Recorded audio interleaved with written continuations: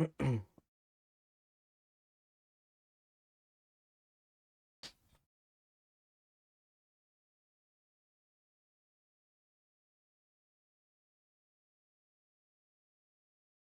right. We're getting pretty close to just the near the final closest free roam period. We just finished reviewing what happened to Tanemoto's chapter before the final one, and a little bit more of the Kiryu stuff yesterday. So we're getting really close to where we're just gonna let loose and start taking in the rest of the game. Just some great work time. Oh yeah, so we found that BK, the leader of the BK, dang it, I don't remember his name. He goes by a pseudonym. He introduced himself as a pseudonym, but he became a pro baseball player, and we just nailed it on the first try because, Kiryu, we're seasoned baseball player, batting peeps. Alright, so we're still on chapter 2, so we want to advance this. I think it's safe to just advance it to the final, because it looks like that there are a lot of chapters or they're limited, like the way sub stories are unlocked. It's very difficult in this game to know how to gain access to them because they're compartmentalized as opposed to fully. That's kind of an interesting trade-off, actually. So for the longest time, this game series up to this point, since you only had Kiryu, right, before this, it everything was super dense, even the sub stories and happenings. But now, because of more characters, it feels less dense, but dense at the same time. It's just triggering them makes it feel less dense because you have to be a specific character, a specific time, and you have to have specific linear things that trigger them, and in locations. So I'm not sure if it's a mixed feeling I'm having because the rooftop, the sewers right at the bottom, and then the underground and the parking lot kinda gives it another playground for the game. But at the same time, it expanded into space that feels a bit empty because it's dependent on the character it is. So they did kind of made the game bigger, feel bigger. At the same time, it detracted, of course, it's a trade-off for the older design where they just keep on making the game denser so that every step and every piece of thing is significant. But I think that's part of the growing pains of being more, not necessarily the growing pains, but the difference in direction. It's a bit of a mixed feeling to adjust to. Hey, Smoke. So we're just gonna advance to MSQ. This is where Kiryu meets up with Majima. Oh, actually, Kiryu walks in and Majima gets arrested because Daigo actually throws Majima under the bus. Here is what was revealed eventually.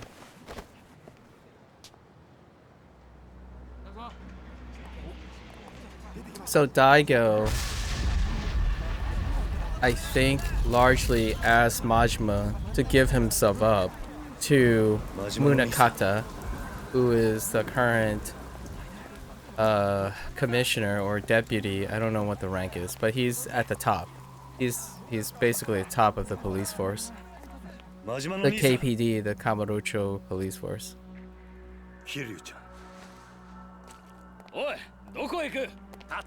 And Majima here is going to tell Kiryu, you're the only one that can take care of this now.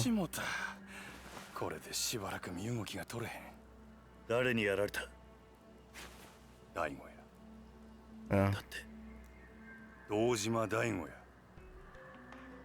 大悟が。おい、勝手に話すな。そこの君も下がりなさい。ホーム執行妨害。 So this game, if it was remade, right? If it had Kiwami before, fleshing out Daigo's role is one of the loose ends in this game. You have to use your imagination because Daigo is coming into his own. He's kind of at his wit's end, but at the same time he's adapting to the constant infighting between the dojo and then everyone gunning for the tojo. So he's been scheming on his own, but this game doesn't really indicate a lot about what his scheming is. So this is his power move.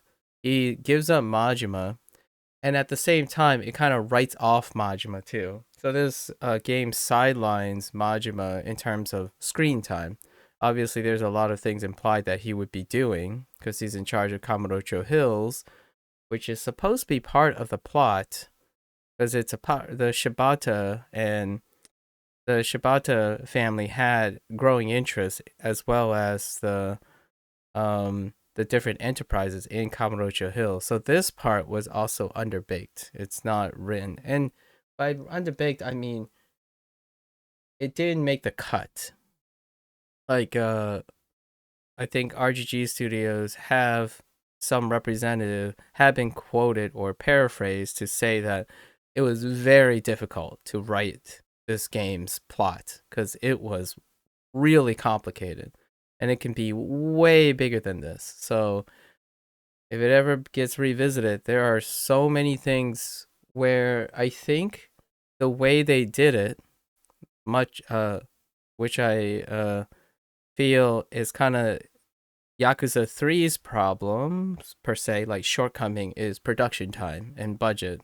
But what they did is they keep putting their foot to the gas and they went even bigger, but with the even bigger scope came even more corners that have to be cut. And they personally, I think they knocked it out of the park in the sense that the things they cut, a person who's playing the game would fill in the blanks, and that intrigue worked to their advantage. So not knowing what the heck Majima is doing most of the time, well, you've already established that Majima has a personality and a legacy that you can probably imagine what he was doing.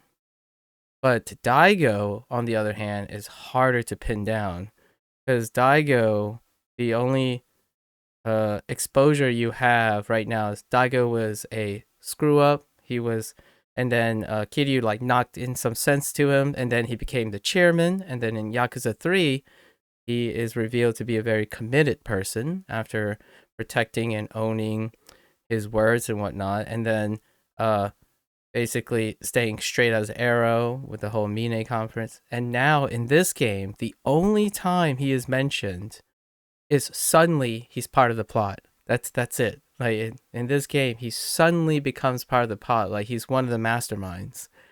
He's one of the people who are counterplaying in the background. And this is the only time the characters you play encounter anything regarding Daigo's move. And the first thing he does is he gives up Majima to Munakata. And that is suggesting that Daigo knows that Munakata is one of the colluding people in the Shibata and Ueno Seiwa plot to take down Tojo. So Daigo is aware the whole time. It's just you have to imply that you know because Daigo is not the chairman of, Daigo is not an idiot. He has people that see. And Majima here clearly knows what's going on too. And he says what he needs to say to Kiryu. It's generally speaking, there aren't many characters in this game where they are not perceptive and clever. And then the characters that aren't perceptive and clever, they are usually very straightforward, and then they get beaten down and get like relegated to like a lot of times it's like the first character you confront because they wear everything on their face, like they're straight. straight as an arrow, so you just beat them down, and if you win, you beat them by brute force. There's usually a character in there to balance the cast, but this one, Daigo did not get much screen time in this game. I think that's one of the bigger ones, one of the bigger, weaker ones here. And weak as in, it just didn't make the cut. It's kind of like playing Shadow of Colossus, and some of the Colossi gets cut in the game because they didn't have time to make it into the game. Or it just became so overwhelming that time became a factor. And this one's the big one. Like, I was like, even the first time, what? Why? Yeah, see, it basically says one big web that goes all the way back to 1995, 1985, Yasuko, and then the Kiwami one's $10 billion, 10 billion yen. Like, everything's wrapped up, and everything's connected. Just, it's so much to write. It's just incredibly so much to write, and we haven't even gone through Yakuza 5 yet, which I imagine is even more complicated. Nice, Smokes. That's great. Well, I mean, it was not. I. That's nice to hear, and I'm glad I could help. I want to say that I want to tell you intentionally that just talking to people, with people, or just having other things to talk about is a great way to live by example. And I don't want to downplay my intentions or not, but a lot of times I do things with not the intent to directly help anyone, and I think that makes it a little bit more welcoming. So most of the time, just talking about things and then sharing and revealing to yourself that you're competent, or maybe you like to talk to someone that is competent enough, that's where the luck aspect comes in, and you can just find inspiration and motivation from that. It is great if you have the ability to face something in the context. It may be like that's draining you, but sometimes keep stepping away and talking about something else, or talking about the thing in a different light, can bring motivation somewhere else, completely unrelated. So I'm glad to hear that just chatting about it gives you more motivation. Your final essay, wait, is school? Oh yeah, that's right. It's May. It's about the last couple of weeks of school, right? Summer vacation. Moke. Summer vacation. Is that why you're looking for a game to 100%? Sorry, I'm reading in a little bit. Is that why you're looking for something to do? Cause summer vacation's coming up. I'm glad that you got you're getting things done ahead of, like, getting it, just being ready and setting yourself up for something. Yeah, see, right here, this is where they finally reveal that Daigo is actually part of the story.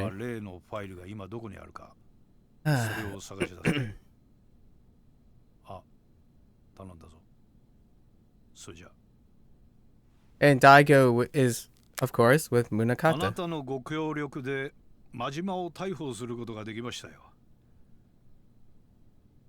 And somehow he just comes into the picture. This is where Munakata reveals his grand plan. Oh yeah, okay, so you have work. I see. Nice, nice. I used to work during the summer too. So here's the grand plan. This is the penultimate part of this story. And it's Munakata is asking Daigo to participate in organized crime, but monopolized by the police force. それに5年前の100億事件、全てがあなた方によって仕組まれていたことだったとは。Which reveals everything from all the way back to Yakuza 1. Even Yakuza 0 now. So in 1985, it was a hit. All that was to create dissonance that was used to leash the Tojo clan under the weight of the police force. So then this guy, Munakata, who leads, he can make crime, controlled crime, basically.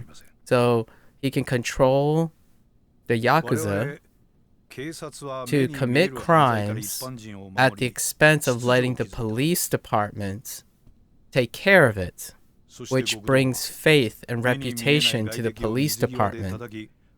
So they become the gold standard of the city, which brings the whole city under the control of the police.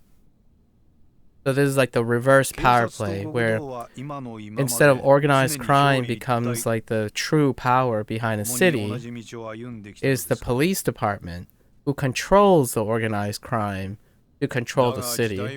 And that's the biggest plot in Yakuza 4.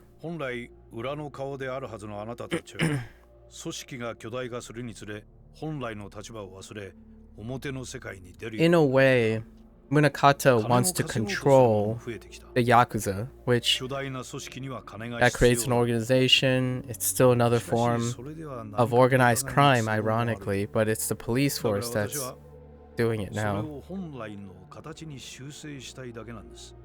So he's restoring the natural order, basically. The Tojo clan, under the tutelage of like the Dojimas and up to now, even Daigo,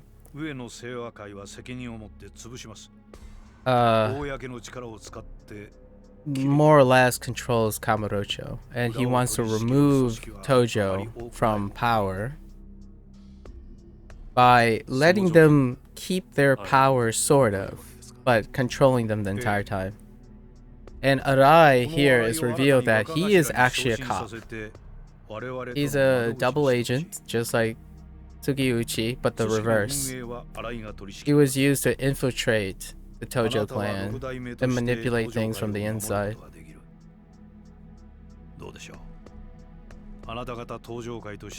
So he gives Daigo the biggest offer he can, which is to remove Ueno's Seiwa clan from existence, which is a scheme. They've been scheming to take down the Tojo clan for set up since 1985. So for 20 years, they did like a hardcore play, a long con to try to take down the Tojo and be the reigning Yakuza clan.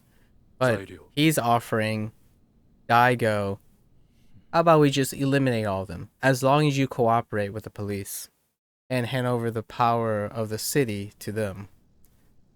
So it's 3 power plays at the same time. There are at least three power players in it. But within that 3 power play, there's all the characters you play. That's the fourth side, and then Arai has a power play too. So there are 5 interested parties in here, but technically there are 7, because each of the characters you play have their own motivation. But they do end up lining up, so we kind of cluster them together.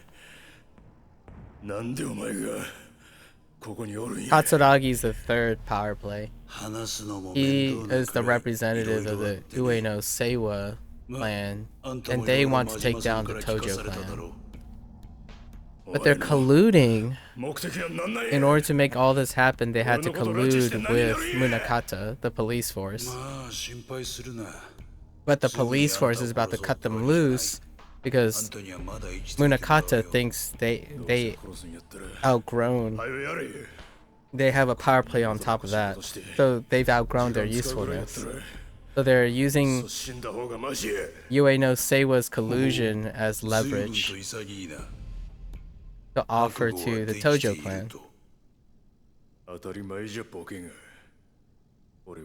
Right now, they're talking about he's finally able to meet up with his basically the person that ruined his life. Katsuragi is the very reason he went to prison for 25 years. And he's trying to find out, like, is it all true? Like, did you do all of this? Did you set this all up? And he certainly did.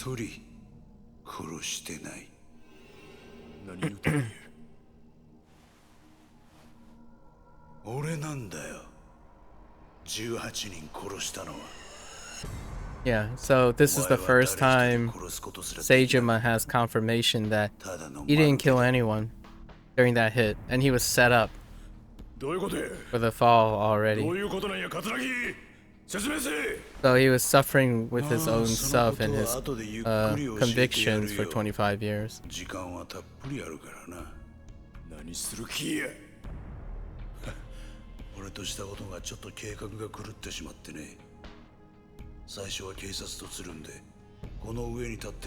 So like this part is weird because the last time we saw him, Seijima met with Majima, and then Daigo gave up Majima, so he gets arrested, and then somehow in that period, Katsuragi took Seijima hostage, even though it's under Majima. There's no way Majima would give up Seijima to Katsuragi.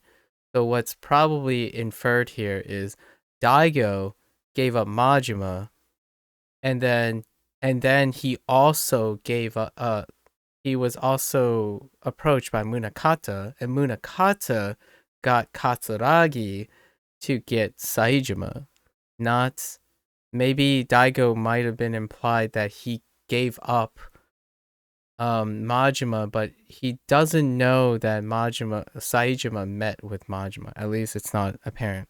So Munakata is the reason. What's inferred here is Munakata probably got Daigo to give Majima up, and then inform Katsuragi, his colluder, that he can keep Saejima, and then it leads to the scene. Like, there's so many little details in between that just didn't make the cut in the game to fill in the gaps, but that's probably the most reasonable explainer to why this scene follows after the last thing you saw was Saejima and Majima basically broing it out and figuring out what's gone on in the past.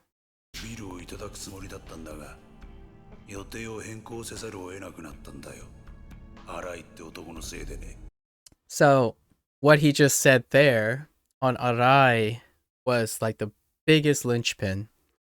Basically, Katsuragi, Arai betrayed Shibata because he switched sides so Arai has always worked for Munakata, the police force guy. But Arai started with Shibata. He was friends with Shibata because Shibata was colluding with Katsuragi, and then he switched sides because he basically went up the totem pole.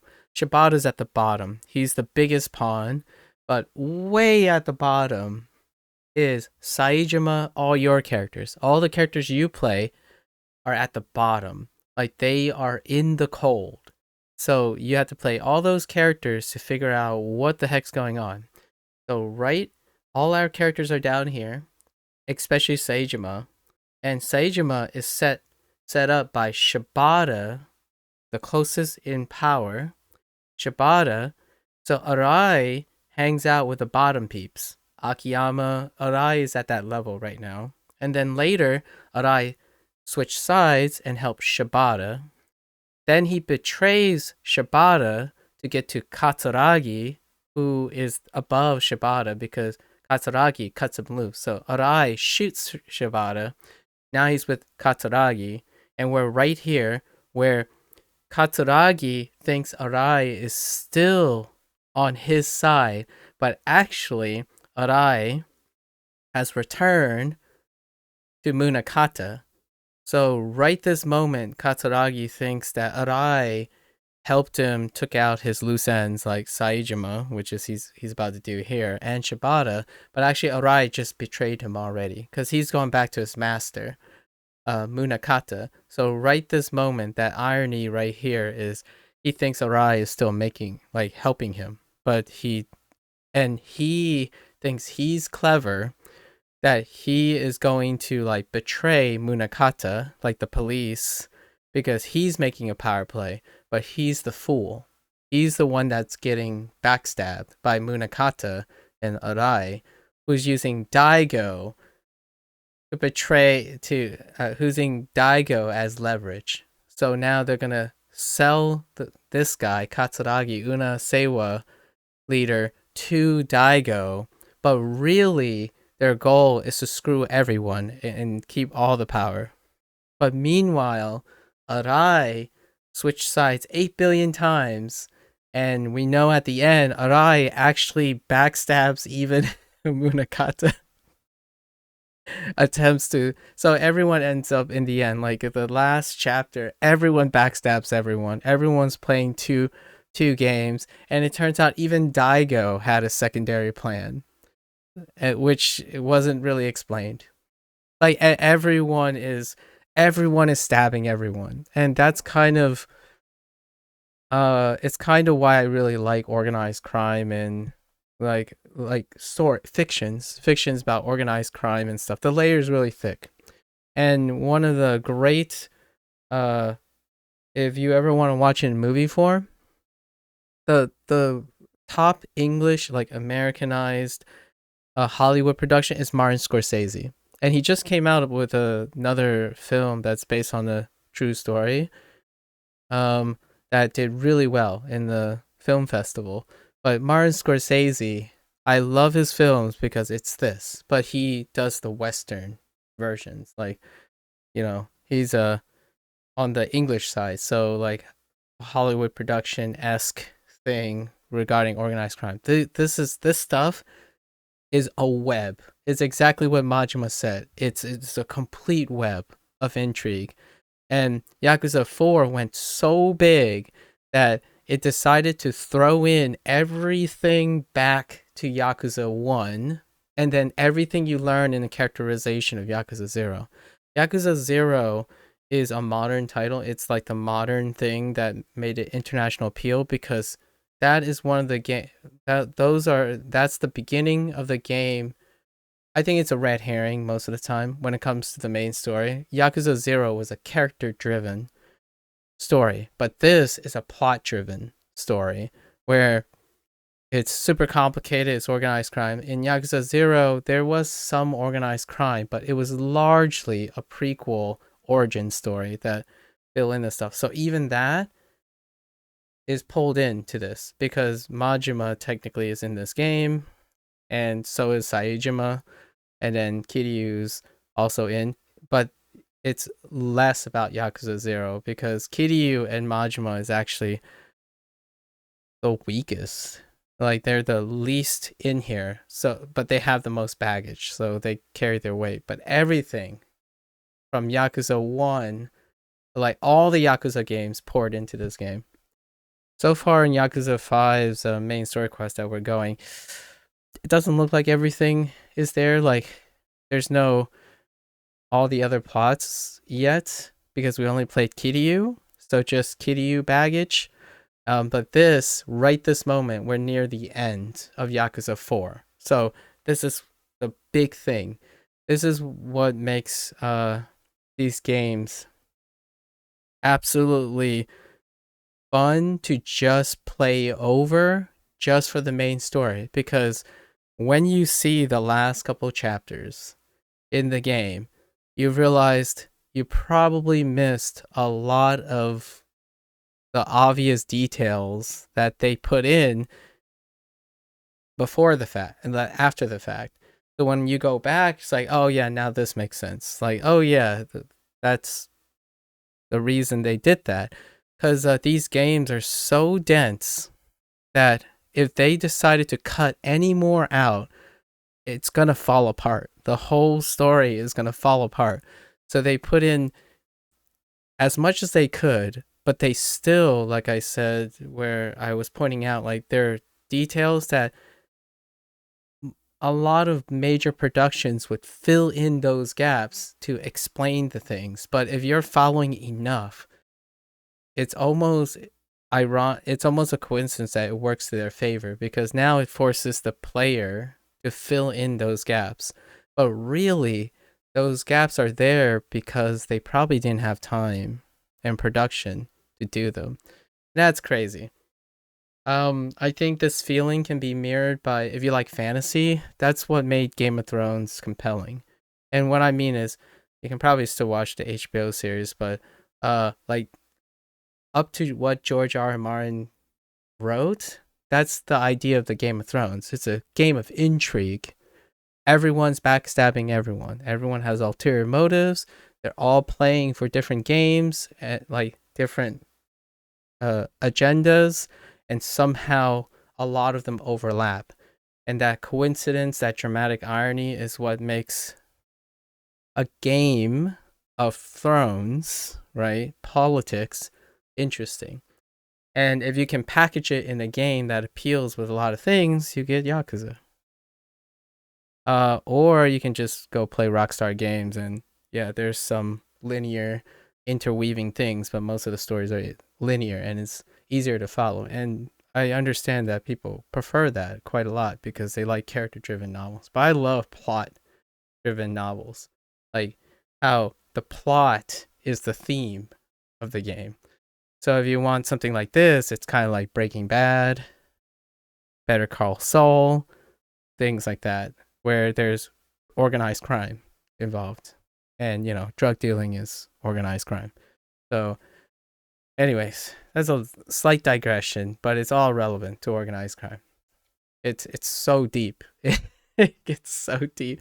And explaining it kind of makes it feel like it's a game itself. Can you explain the plot of Yakuza up to, I don't know, Yakuza 6 without like digressing or without saying, oh yeah, wait, but I forgot that this, like, let me just pull out a spreadsheet.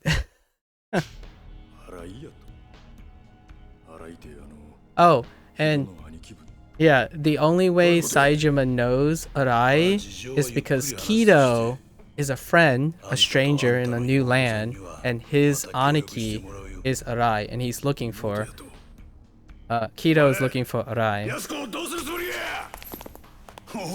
which is the other twist, because Kido works for the Yakuza, but Arai doesn't. But Kido trusts Arai, but Arai is gonna double cross him. So there's still more. There's so many double crossing. Everyone's not what they appear. And when I mean by everyone that you don't play. So all the characters you get are incredibly straight as an arrow.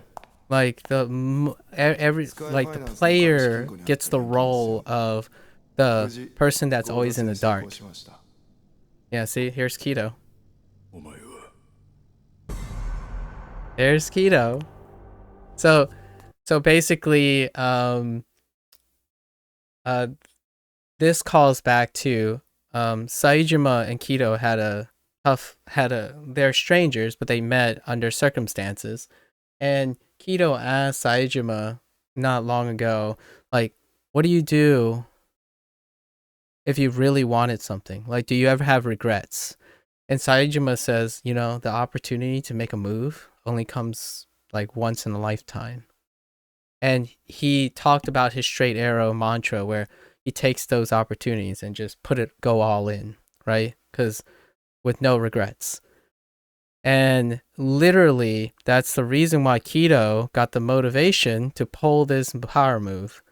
And what he did was Kido betrays Akiyama by stealing all his money in order to give it to Arai later, which is going to happen. He's going to give it to Arai. Well, he's going to give it to Katsuragi, which is Katsuragi, who wants the money, right? He wants the 100 million yen that Yashiko was supposed to give him, but instead he stole like the 10 billion or more from Akiyama to offer to Katsuragi to get to Arai, to only get betrayed by Arai because Arai is betraying Katsuragi.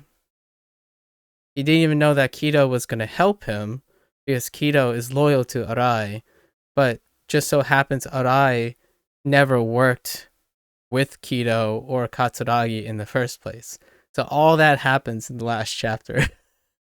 But right here, what's happening here is micro. It's Saejima thinking Kido was an upstand guy, only to encourage him to do the thing that ends up betraying Saejima indirectly, because Kido is caught up in all of this. So that's why that sound, that reveal that Kido is making a power play, and he is double-faced it too. All the while, all of these men, like all the men in this game series, are technically following their conviction. They all represent something that is very important to them, and that they would do anything to do it.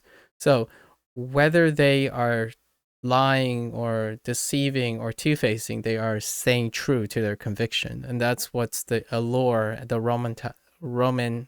romanticizing of Yakuza, like that concept of the Yakuza. They're doing everything they can with all their conviction to get what they want. Katsuragi wants to be the head of the Yakuza in Kamurocho. Kido just wants to be with his brother, his sworn brother. Make his sworn brother proud, which is finding Arai. So he would do anything for that. And Saejima wants to do everything to exonerate himself, his crimes, and he doesn't even have his sister in mind at the moment. Crazy. I tell you.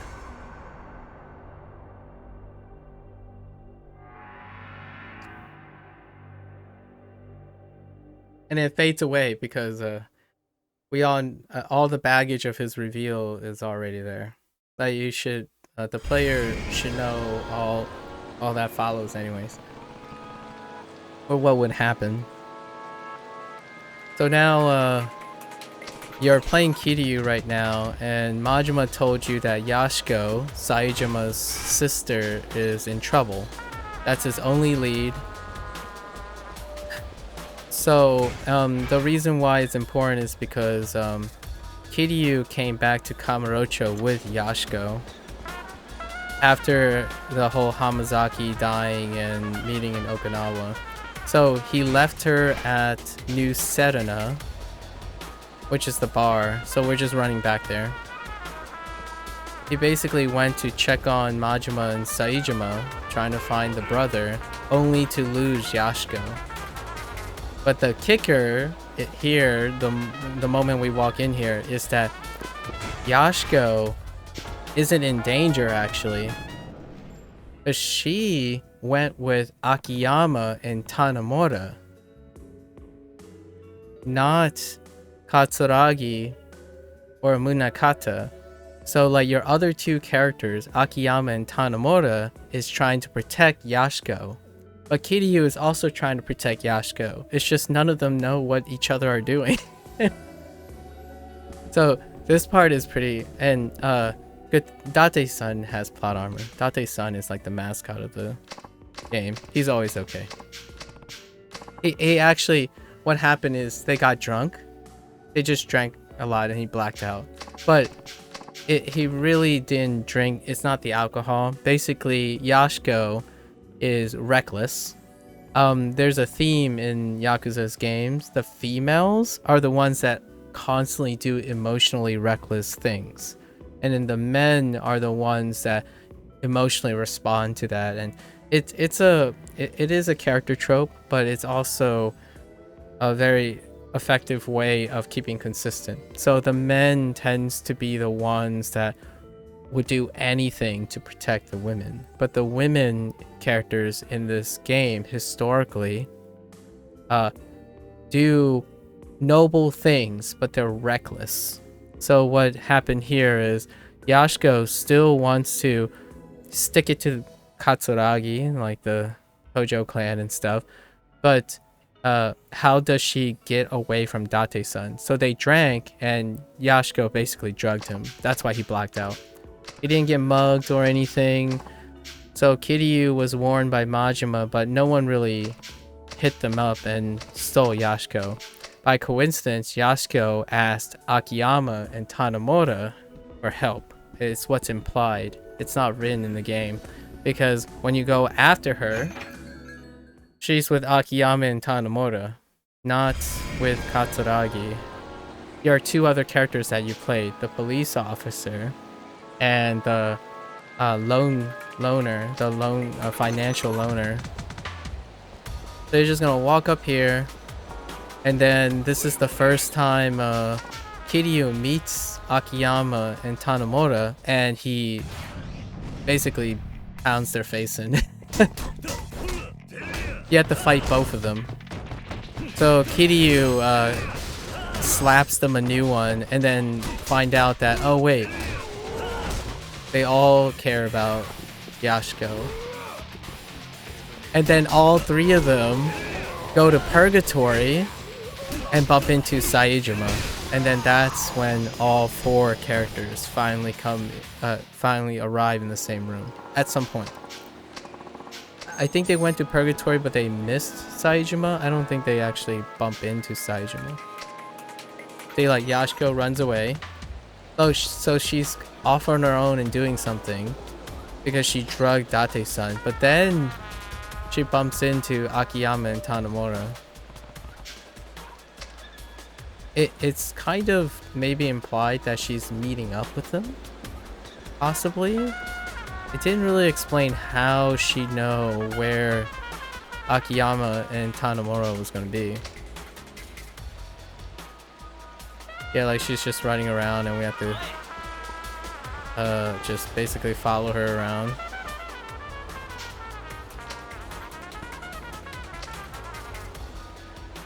Just gonna run around.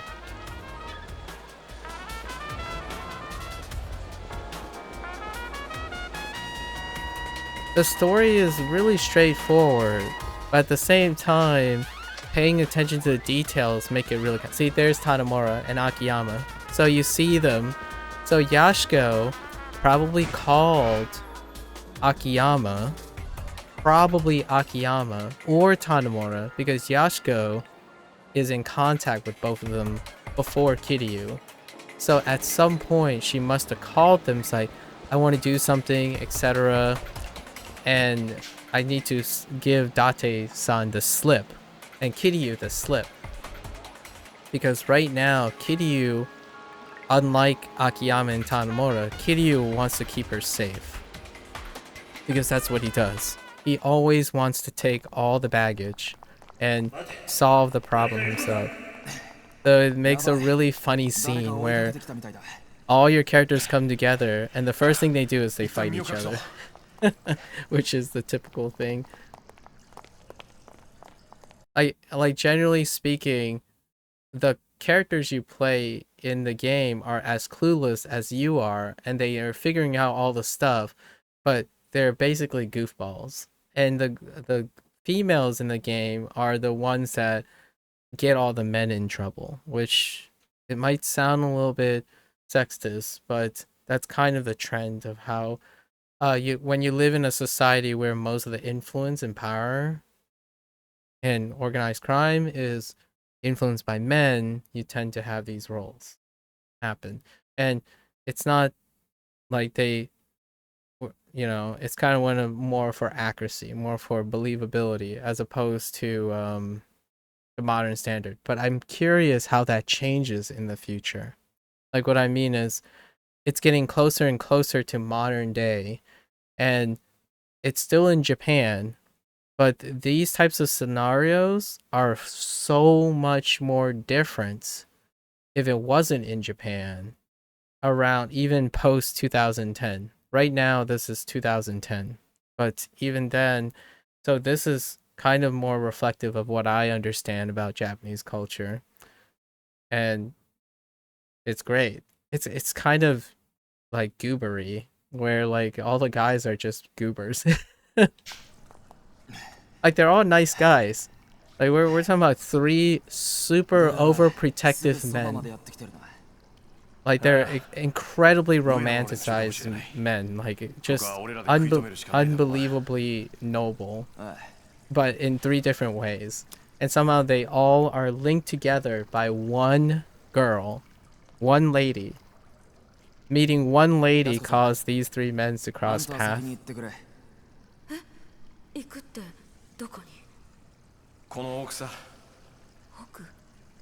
Like without Yashiko, the three of them would rarely ever cross paths. Ever. So it's kind of like one of those things like, man, web. They're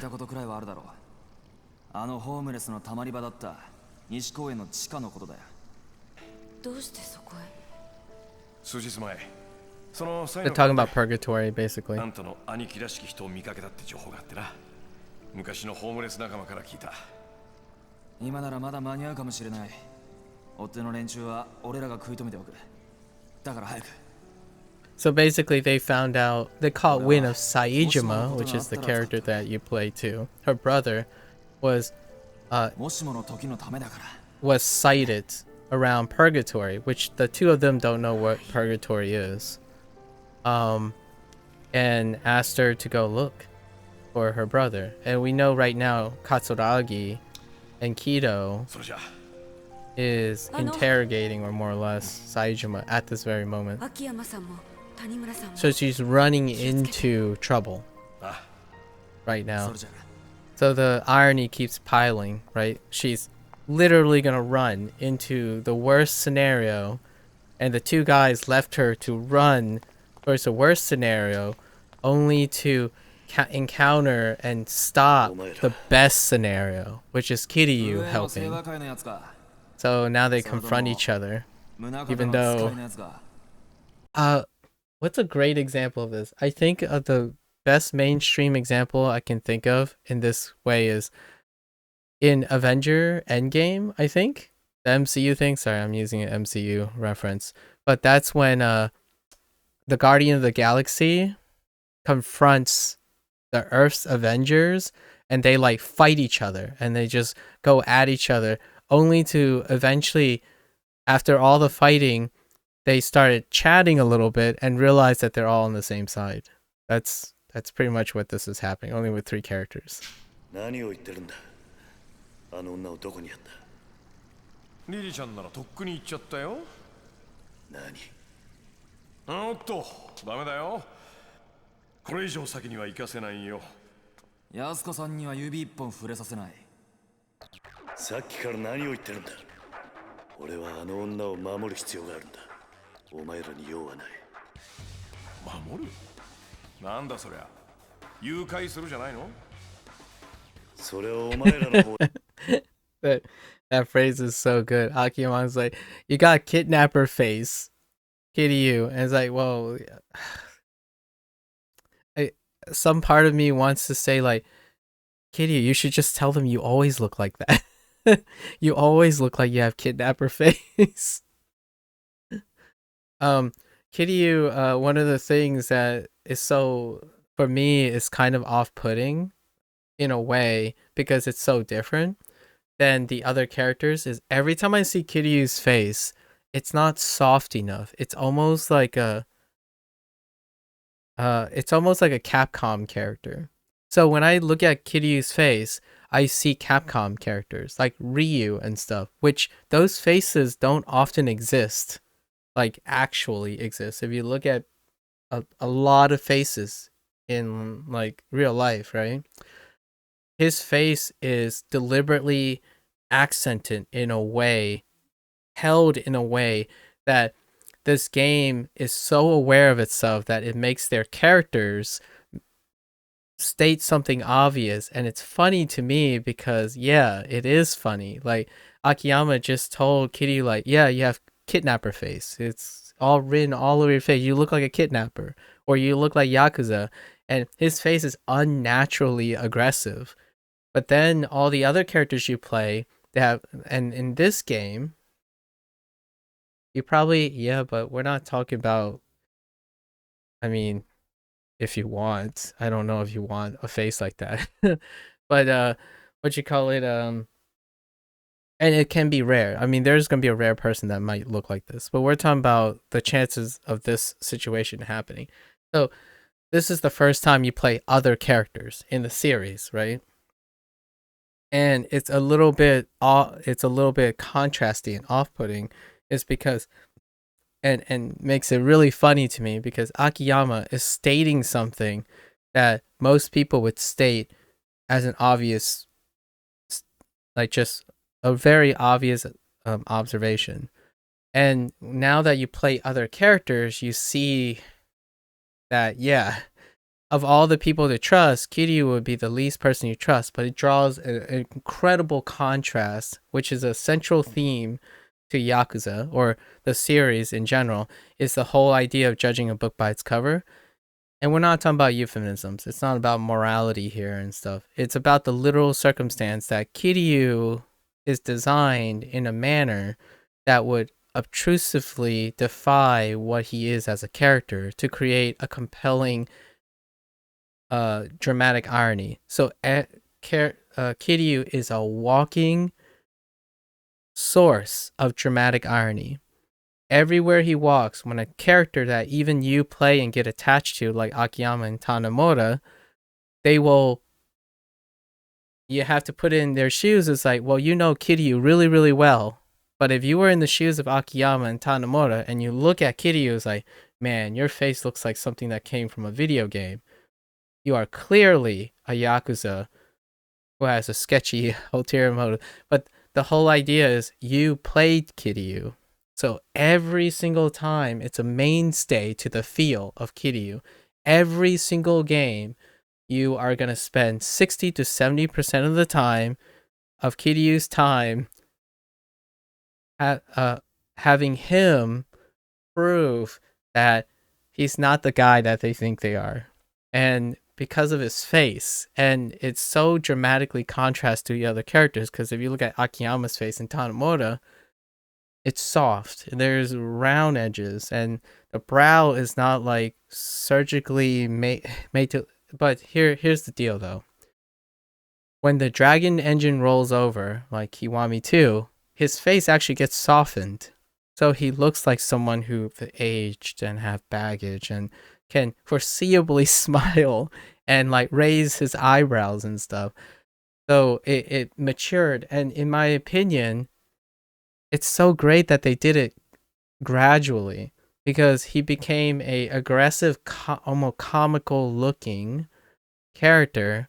And then as he grows older, like literally in the game, when the engine updated, he looks so much softer. He looks so much more dynamic. And it can be a consequence of the game engine, because to get the face rendered really, really well, like remastered, and get that really nice texturing and stuff, you want to be very careful in the older engines. You want to be very careful to not move emote too much.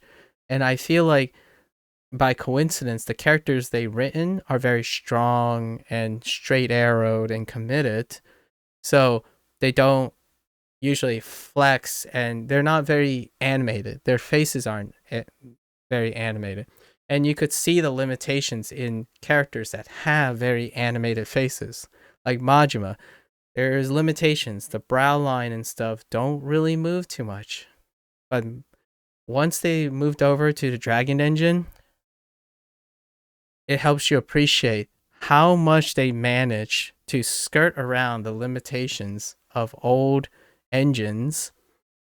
And then every time I see these scenes, oh man, I'm looking so forward to the next game. Like the game, the moment when they are able to make Kiryu like eyes flex, up and down, like his chin like not a triangle, like his face is a triangle. Like it's all sunken in and it's always really sharp and it comes at this peak right here. While all the other characters are round. They have round complexion and that's closer to human face. Like not I mean, you could be a Giga Chad if you want, but it's really rare to have such super aggressive, sharp angles, like his brow line and stuff. If you ever want to know a stylization of characters' faces, just look at Capcom characters, specifically Street Fighter characters. If you look at their face, they're close enough to feel like they're believable faces, but they're really far apart from like the anatomy, like the most statistical average anatomy of a face. And that's kind of Capcom's thing, but I don't think that's what they're aiming for here. But they are modeling these faces after people. I'm actually kind of curious, and I don't know this, but what the Kiryu's voice actor looks like. If I had to take a guess, I don't think Kiryu's face is going to be close to the voice actor's face. But the other ones, the other characters, like the characters around Kiryu, I think their faces are probably modeled fairly close to the voice actors. Because thinking someone that looks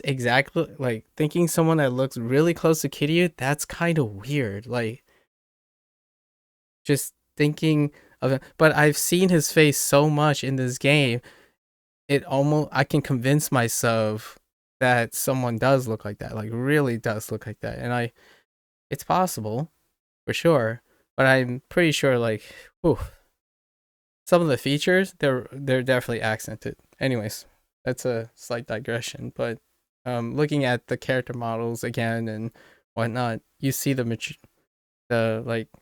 evolution of his face.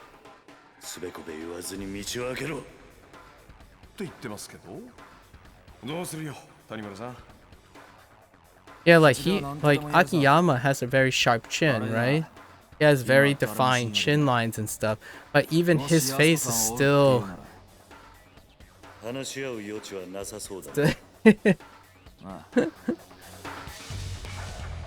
Anyways, this is where we tiger drop, or we beat up on one of them, and then tiger drop the other. We're basically gonna try to take Tadamoto down because he's a butthead.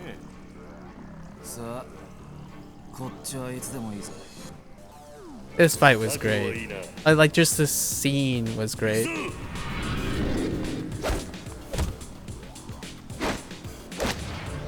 At least that's my opinion about faces. I mean, you can probably search enough for someone with a specific profile, but they didn't, like, the game, it's not like they went out of their way to cast the game for the looks, but more for the performance, right?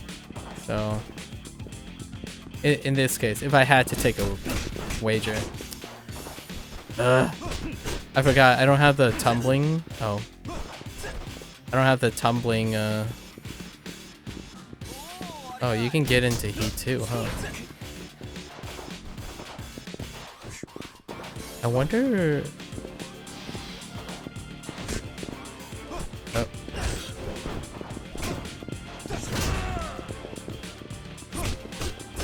Oh. The turnaround.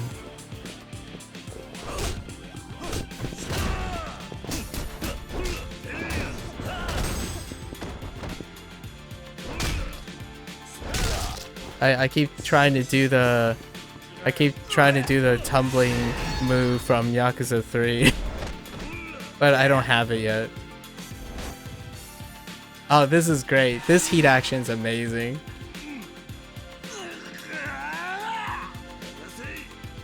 So you know the skill that Tanomura is trying to do. He's trying to like rotate him around and grab his hand, but Kiryu is so strong, he just bops both of them off him at the same time. Okay. Ow. Okay.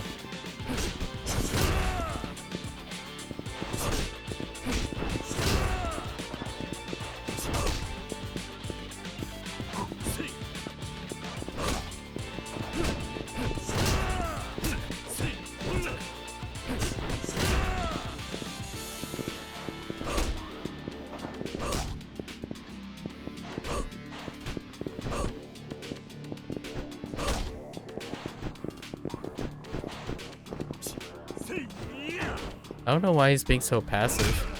Come on, Akiyama. You're less passive than that.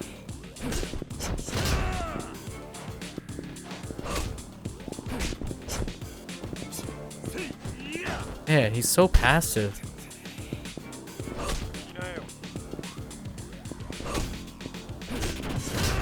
He's attacking so arbitrarily. Holy heck.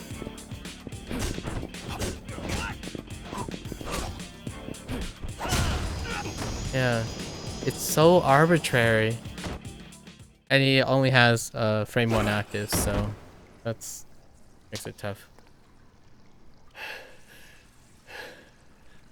さあ、これで文句はないな。通させてもらうぜ。くそ、何なんだ、あいつは。Yep. Principal guys just making everything harder on each other. They don't talk it over, you know? They don't just sit down and talk it over. I should remember upper half of the face much better, and a heckin' Kiryu voice actor has a hat and glasses on all the photos I just found. Oh, really? I was just about to say, maybe I should just rip the band-aid and look for Kiryu's voice actor.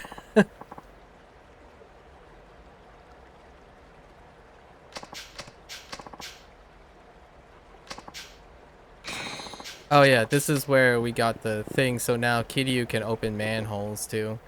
But Saejima just uses his hands. Okay, so now we're in Purgatory.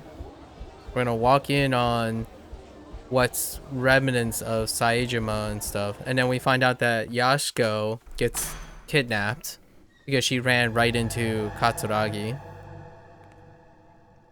While the three of them were brawling, they decide to just leave her. the one that they're protecting. And then yeah. This is about the few times the florist was actually injured. Usually the florist is out of harm's way, but this is the first time he was harmed. Or he got he got caught in a crossfire of violence.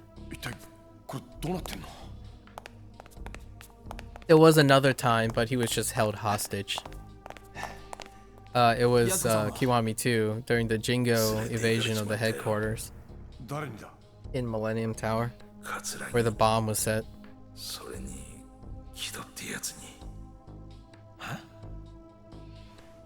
Kido is related to Akiyama the most in terms of plot, so that carries with a lot of baggage, like a ton of baggage.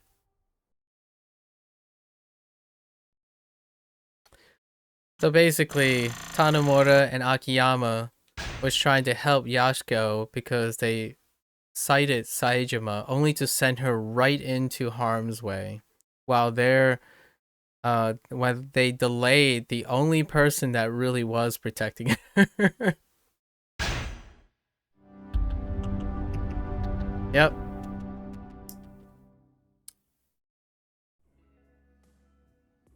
If there was like a comedy skit about Yakuza, this would be pretty close. Where you have like, hey, everyone is connected to Yashiko, like, but all of them are like goobers and they just don't ever talk to each other. It's one of those phrases you would say men would be men, right? That's or when you have like the a female reflecting on long history of male patriarchy, they'd be like, yep, men. And that's these are the situations that it's more of an endearing quality, because pretty much all the characters you play are headstrong men because of the patriarchal culture that Japanese have. Men are headstrong, like, and often, without being too generalizing, women desire headstrong men, right? Like, in a way. So it's not uncommon to find a situation where if the centerpiece is a female character, like the female character ends up sort of being the plot device in these stories, and the man just revolves around the plot device.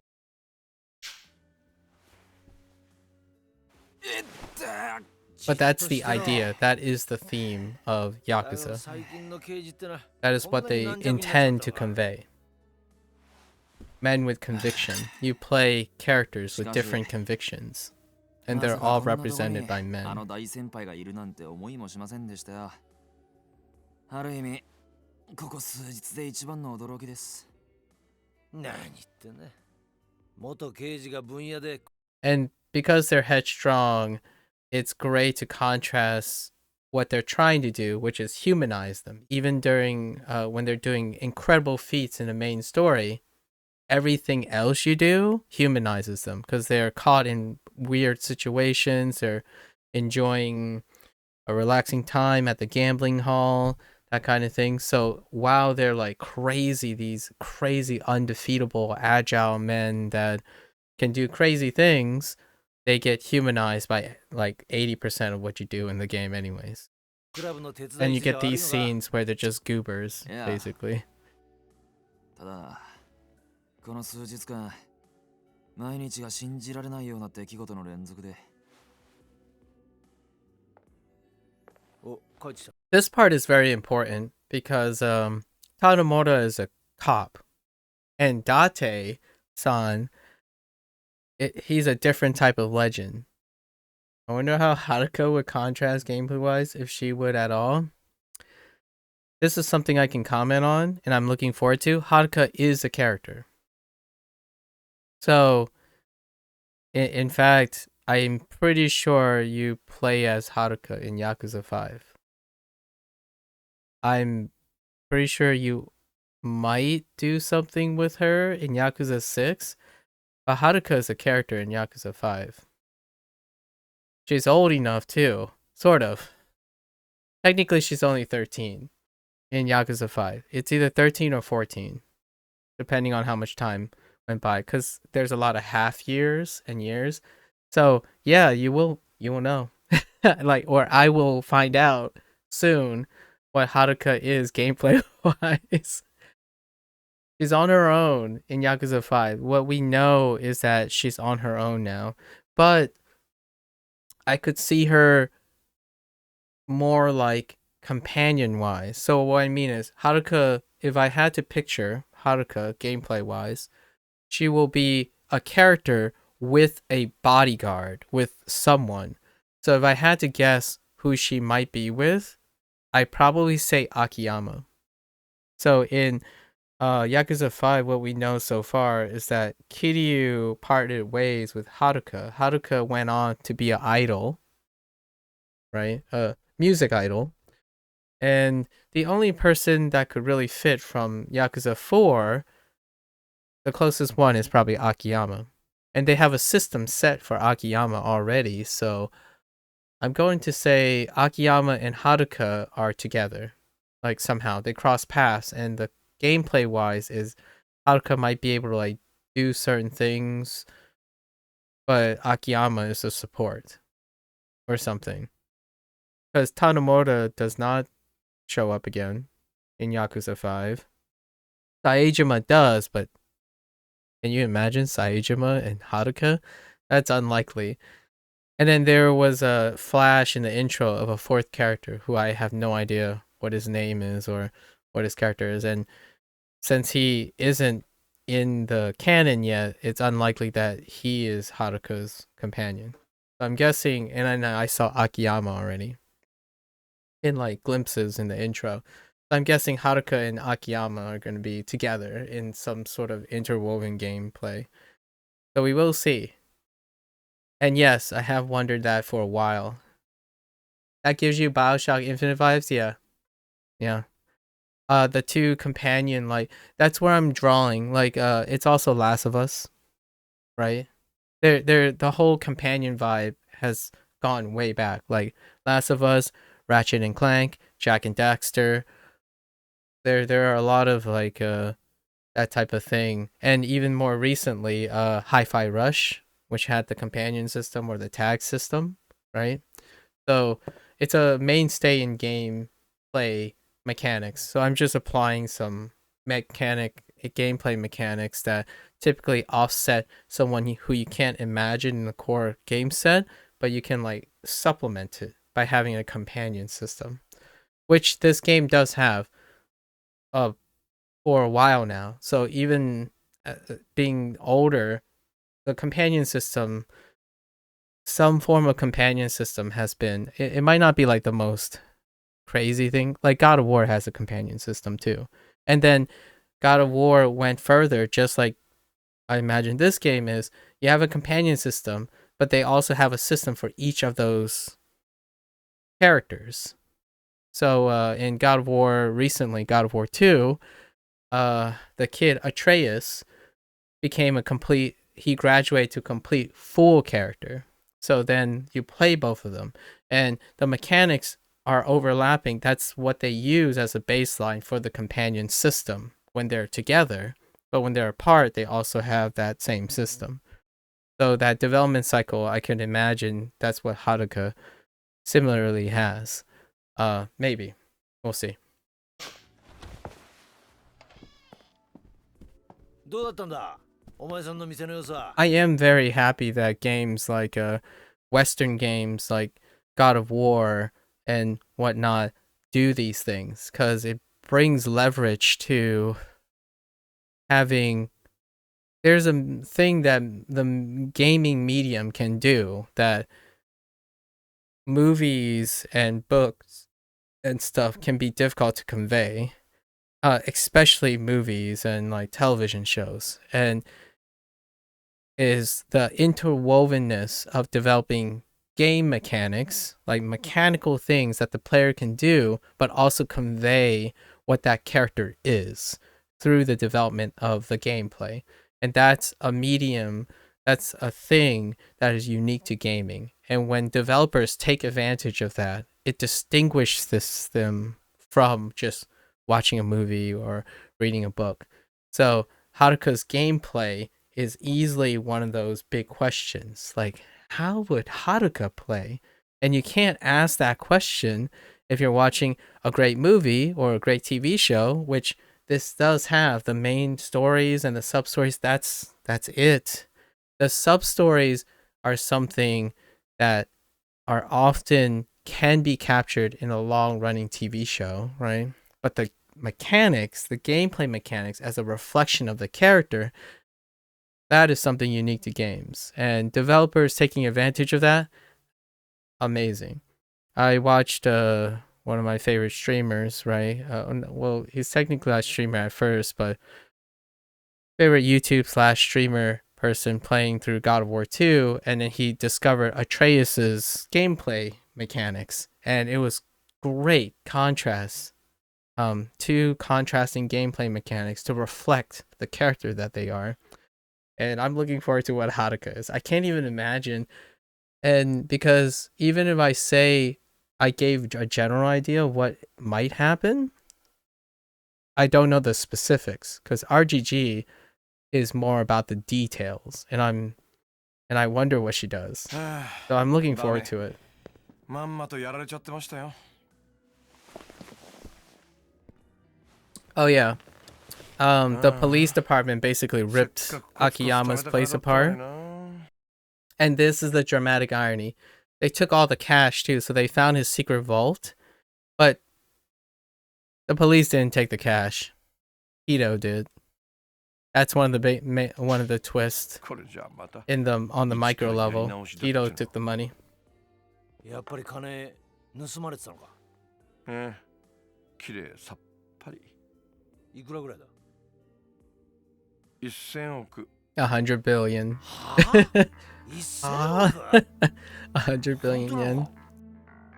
Akiyama is such a goat. 信じられなかったがどうやら Everything bounced off Akiyama. It's like, oh man, I just lost 100 billion yen because I store it in a big vault in my office unlocked. Like, oh, I guess I'll just have to make it back.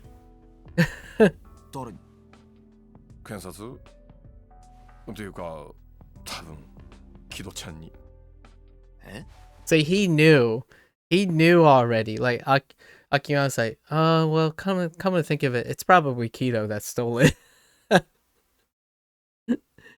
Yeah, your characters are so perceptive, but they are also really blind as well. They're blind by their personalities, and it's so pure. Like Tanomori, all your characters you play, since they're men with really, really strong principles, they're also blind by they're perceptive when it concerns what they're good with, but they are blind to everything else. And it makes these situations happen because they are very committed people. They're very principled people. Although all of their principles may contrast each other and cause conflict, I just can't help but to me it's so endearing to see more or less works of fiction where you kind of want to believe they're humans, but during the main story they're like subhuman. They're not individuals who have constant doubts, insecurities, but then you play the rest of the game, like the mini games and stuff, and it makes them human. But meanwhile, it keeps going back and forth, right? So this game has this wonderful thing where it feels like being in Japan, because the whole culture of Japan is, oh yeah, on the surface, on the one side, there's all these rules, high efficiency, work, and all that. And then on the other side, there's all this crazy stuff, anime, like, you know, the incredible subcultures. And it's paralleled by how this game is designed, where you have stories of great conviction, larger than life stuff, and then suddenly you just have silly stuff, which in my opinion, does a very compelling way, a really unique way of humanizing their characters. Not like other games. Other games either try to make them human through direct characterization, or stick to larger than life. So if you're playing Spider-Man, it's Spider-Man. Like, yeah, you could say humanizing is like loss and consequence, but that's so rare in between. They are superheroes, kind of thing.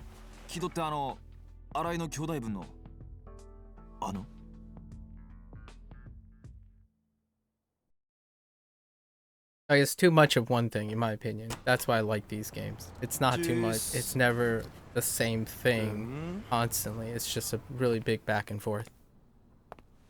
Which is also why I like the Japanese culture. And this is where they show how Kido accidentally came across the vault. This scene actually happened between several scenes that already happened in the game. So it's just filling in how Akiyama might have suspected that Kido accidentally came across the vault.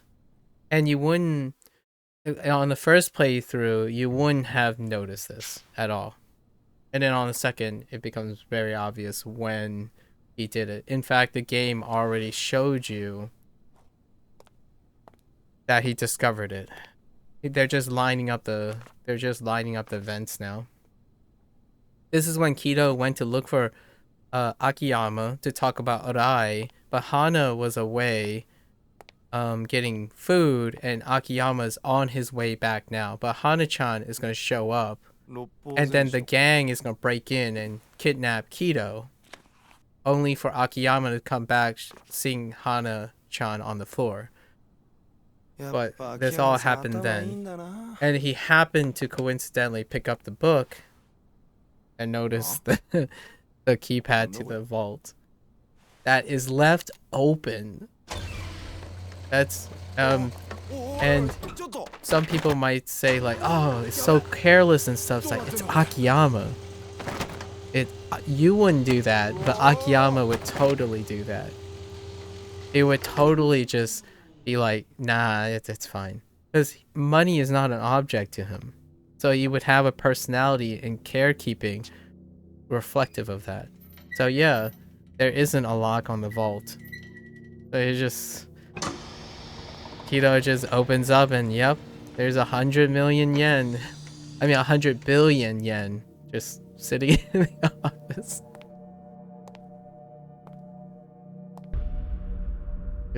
That's just it.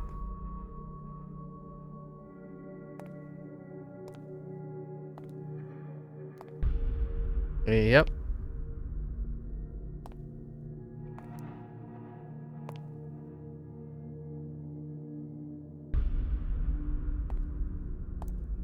Fat stacks, man. Fat stacks. This gets a call forward. When I started Yakuza 5 in MSQ, the first extra item you get when you have Kiryu is a fat stack. And it makes a comment about stopping a bullet. And it's Akiyama. He happens to keep a fat stack in his pocket, and it stops a bullet at the end of the chapter. At like near the end of this game. I'm pretty sure it was Akiyama.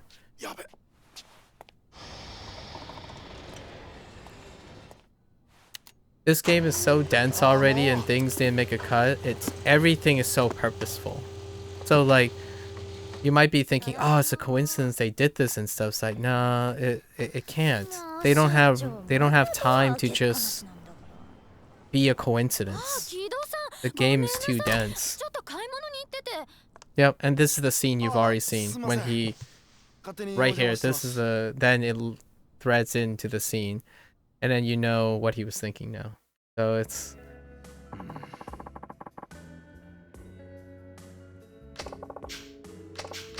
yep.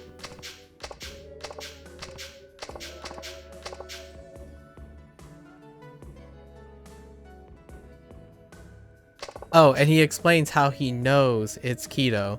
So basically, the books were in the wrong order.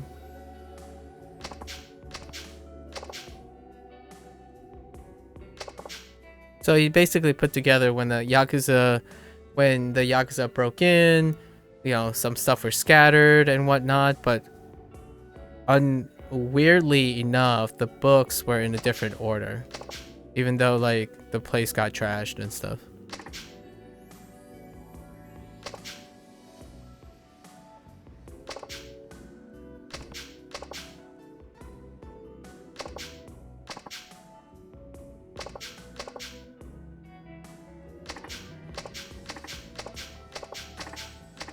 Yeah, there was a struggle in the place, but oddly enough, the books were placed back in a different order.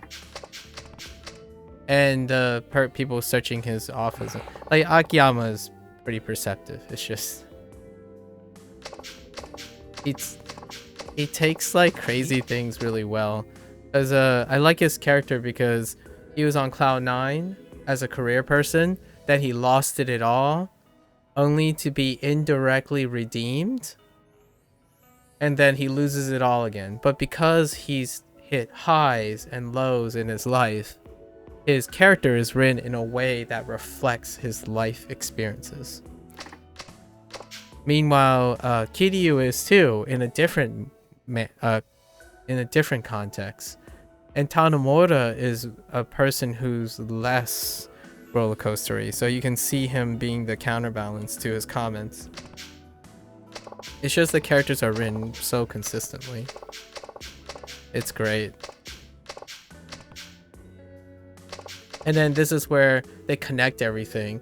So Kiryu talks about the 10 billion, where the 10 billion came from, and Akiyama might have realized that the reason why he lost his banking job and stuff and spiraled into homelessness is that he was probably the fall guy for the $10 billion that Jingu, Haruka's father and Yumi's husband, was gonna route it to the prison, the make-believe prison that Saejima ends up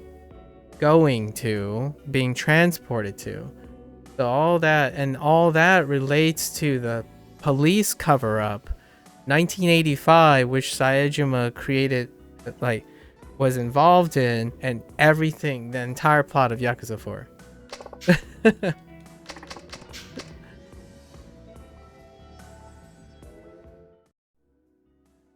So great. これからどうするんだ、お前ら。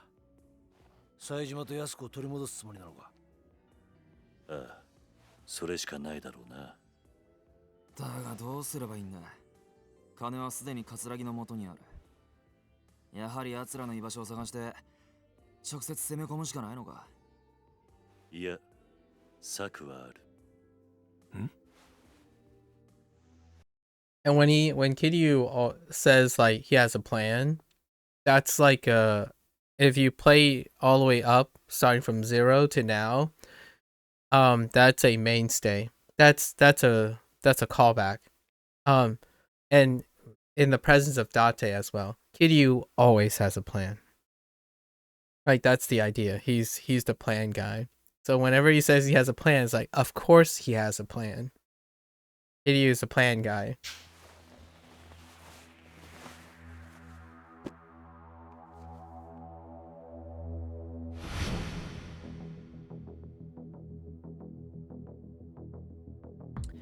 It's in contrast to why Yakuza 0 was so successful, because Majima never has a plan. He's contrasted by Majima, which is everything he's not. Pretty much everything. There's one thing that connects them, and that's why they're friends. Friends. More like blood brothers.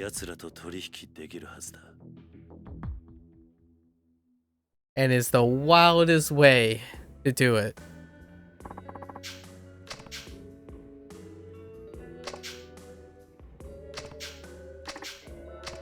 The end is so epic, but at the same time, it ends with one of the easily the cruelest boss fights. I thought which one's I thought Kiwami 1's boss fight was rough, where you fought against Jingu and his stupid 2 security agents who had guns, and then they pull out knives. I thought that was rough, but this one took the cake. Yakuza 4, you don't have a guy with a gun, so instead it's not just 3 people with guns. Is the boss with a gun and like 9 people with knives against Tanamura. Like they just it's one of those things, when you keep going further, you dread how bad the boss is going to be. And it's not the same type of dread. And what I mean is, like, it's a comical dread. Like I actually can't wait to see how more frustrating it can get. Like, just what next? Kiryu's gonna fight 300, like the character you play is gonna fight 300 people, and it's gonna take 4 hours, and all of them have guns, and you get instant sunlocked, all that. It just keeps going up. Like I'm scared of Yakuza 5's boss line. Like I'm really scared. And it's one of those things, when you get over it, it's like, yep, that's the game. And you've normalized that. So now, or I've normalized that. So it's not about how fun it's gonna be. It's like, man, how much annoying it's gonna get. I look forward to it. So anyways, he talks about Jingu's money, right? And then Katsuragi is trying to get it back and whatnot. So Ito offers that money to Katsuragi to get in, to reach Arai. But anyways, basically,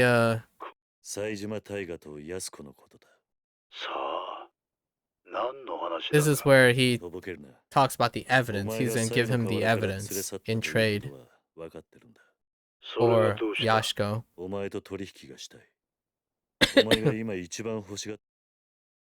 And he tells them about how Hamazaki came across it. So he basically tries to lure him out for trade.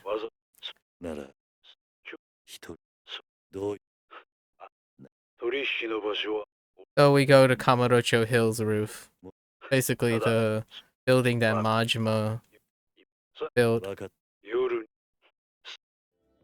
Which is actually a callback to Kiwami 2. When he fought Ryuji at the construction site.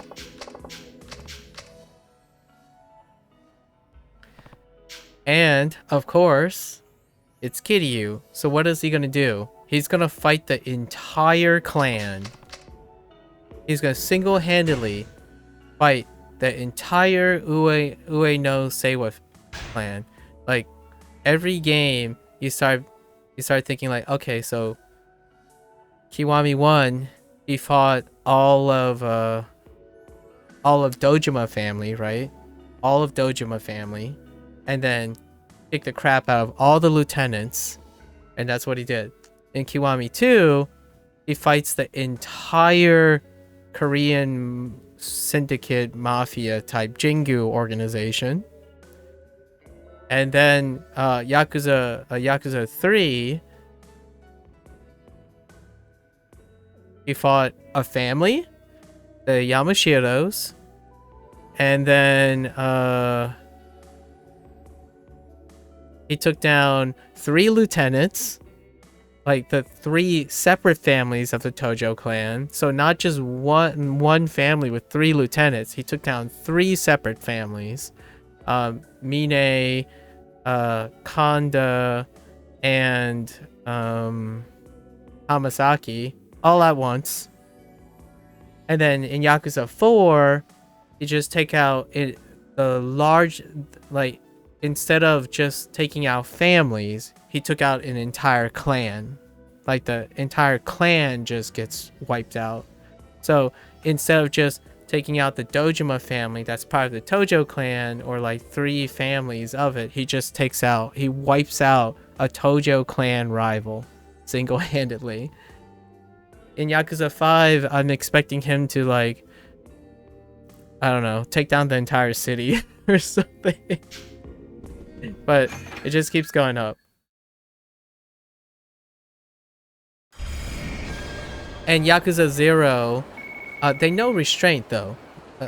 RGG knows restraint, because in Yakuza 0, he's a small time guy, right? So he didn't really do that much. He just resolved like some of his like his immediate problems.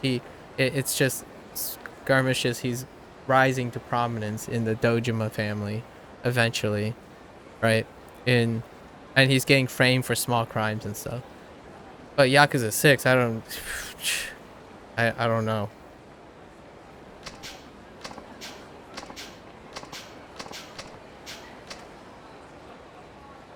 So basically we're just gonna I think this one was rough, but we're already filled with healing items anyways. I don't think this is the point of no return. It has to say final chapter, so we just are gonna get to the final chapter, which is after this. And then we can freely switch between the 4 guys. So we'll do like stuff with 4 guys. I don't know what could be bigger at this point. How they're gonna go bigger in Yakuza 5. So even within everything and having separate characters, Kiryu is still upping the ante. Like, they still continue to make Kiryu go bigger and harder on the main story, but all the other things still keeps them grounded. So all the mini games, the karaoke, all that stuff still keeps them grounded.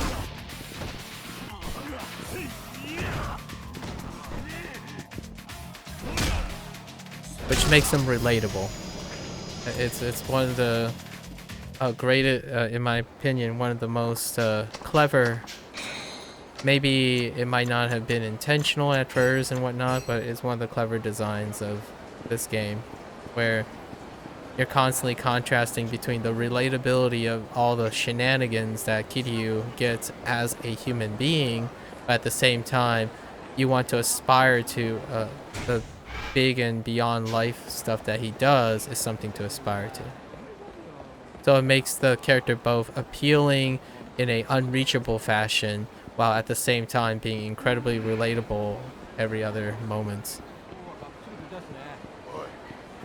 So it feels like a video game, and at the same time it doesn't feel like a video game. So it's constantly making you feel like you're playing a video game, which is not possible except for being a video game. And then on the other hand, it becomes extremely relatable and almost really too real, like a movie and reading a book at other times. So you're making a game that has take advantage of other mediums while still making it impossible to imitate by the other mediums, which sets the game up for a lot of success over time. And yesterday when I was talking to Eric about these games, I'm absolutely confident that RGG is gonna see a golden age. And I think actually Sega in general is doing really well with their in-house direction. Not as well, arguably not anywhere in the neighborhood of Capcom, because Capcom is on fire right now as a complete group, as a publishing group and developer. But I think Sega it's so weird that two of the earliest publishers are coincidentally seeing a resurgence. The two earliest publishers in my history with gaming, and it's great because I can honestly say it's a great time to be a Capcom or a Sega fan.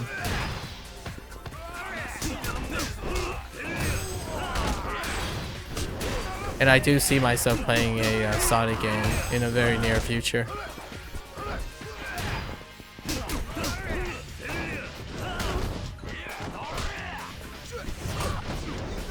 I keep doing the wrong attack.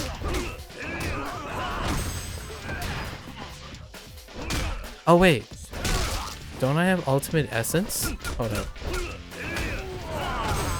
I don't know if I have it unlocked. This game has ultimate essence.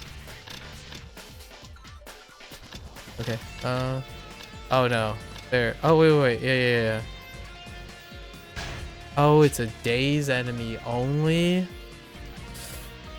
Oh, you can only do this on a dazed enemy. I'm not gonna be able to daze an enemy. It's not as cool as Yakuza 5. Alright, well. Yakuza 5 have so many technique changes. That is so great. They made so many great calls on the conditions on the essences. When drunk, when grabbed from behind. Oh, I can see myself doing that sometime. Oh, that's not gonna happen. The big weapon. Oh, this is the get up. The get up reversal on heat. In front of an enemy rising to its feet. Oh, that's why it happens in Yakuza 5. That's probably the condition for Yakuza 5 too. That head press.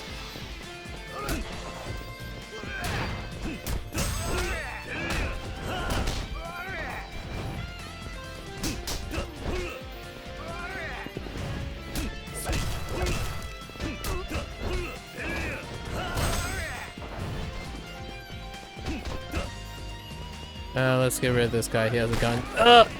Oh, wait. Oh, I could have used this gun to take the guy out. Give me this gun. Where is it? Never mind. Just kidding. Just kidding. Wait. There's gotta be a weapon around here, right? Is there a two-handed weapon somewhere? Nope. Doesn't look like it.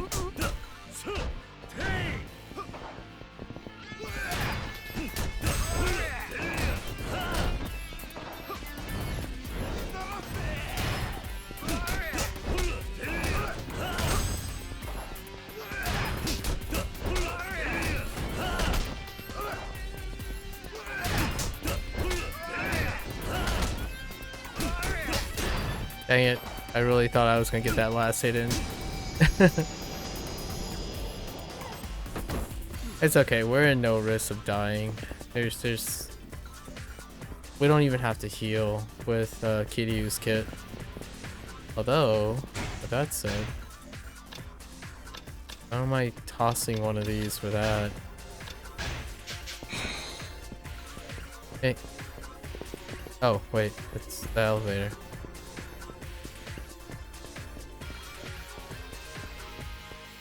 Oh, not the elevator, the staircase to the elevator. Oh yeah, now we get to fight in Kamurocho Hills.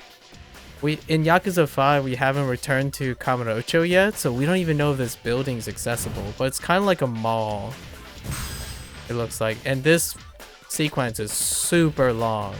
Like, it's all about the incredible spurts, you know?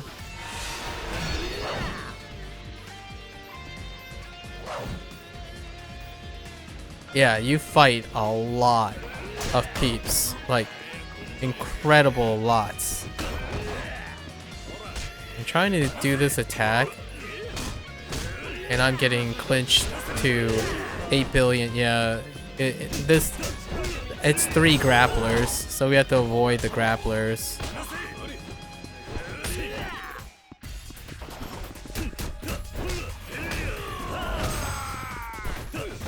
I can't do the Essence of Terror for whatever reason on these guys.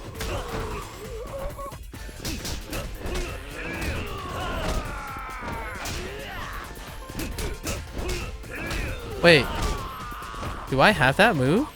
Oh, I do have this move. I must have just gotten it. I don't know which one it was, but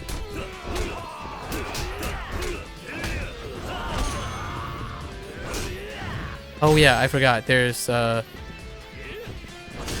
right, the second hit.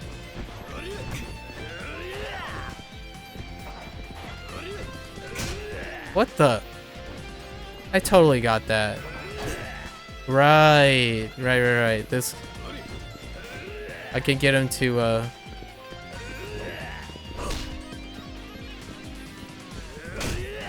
what the? Oh, dude.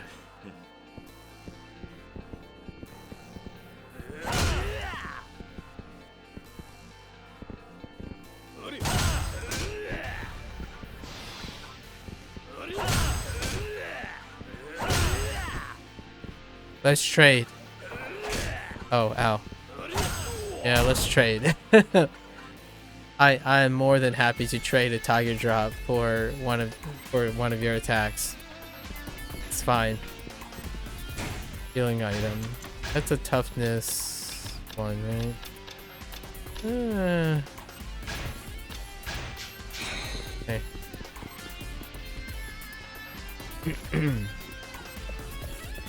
Look at this building.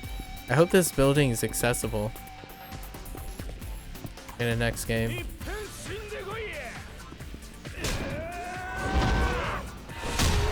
Yeah, you're gonna see a lot of this. I got so used to doing this that I was so happy that Yakuza 5, this is a standard. You get this by default as Kiryu.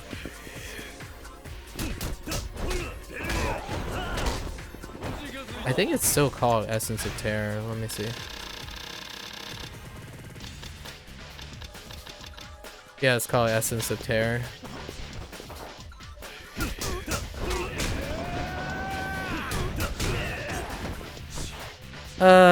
Yakuza targeting.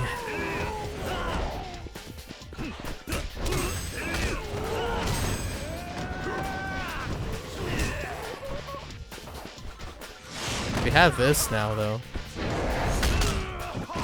Honestly, I don't know what this is called. I want to get familiar with the names. No. Essence of Rolling? Oh, it's called the Daruma Tumbler. That's it. And it's Essence of Tumbling.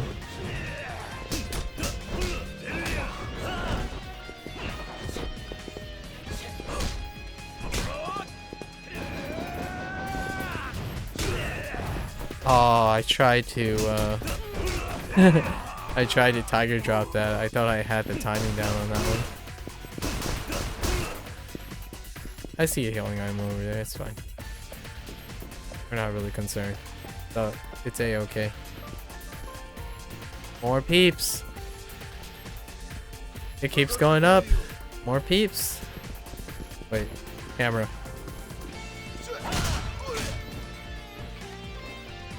I forgot to dodge. Ow.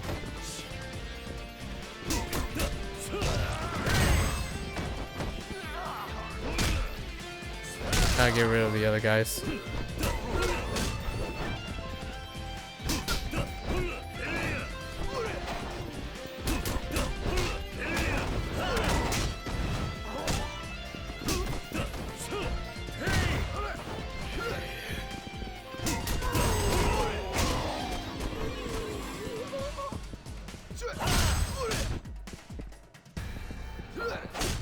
Ow.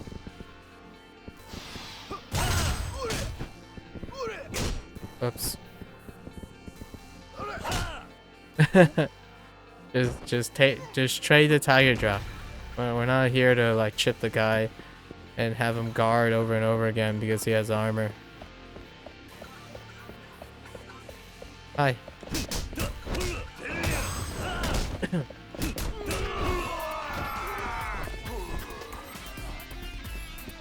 What? What? Oh. More staircases.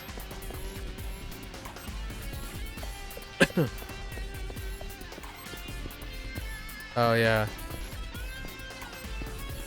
Right.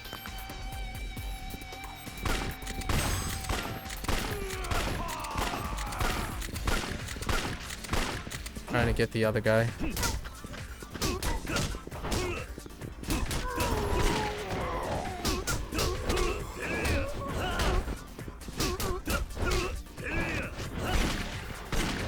Ugh.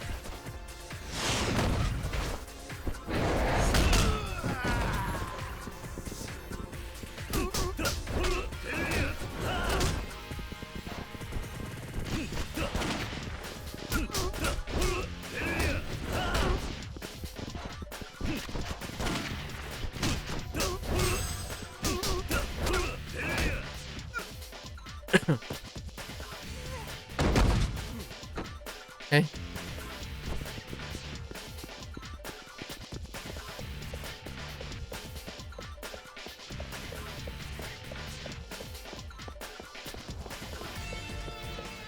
Right.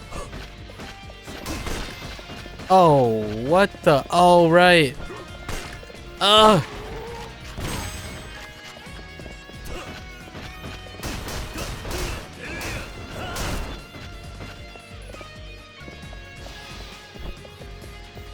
All right.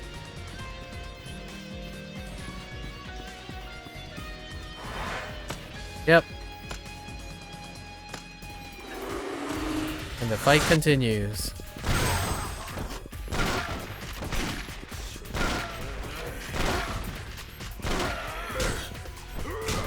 Ugh.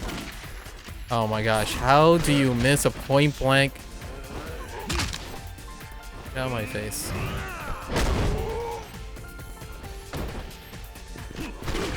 Yep, camera aiming at me at the wall. Classic. Yeah, I think this is timed.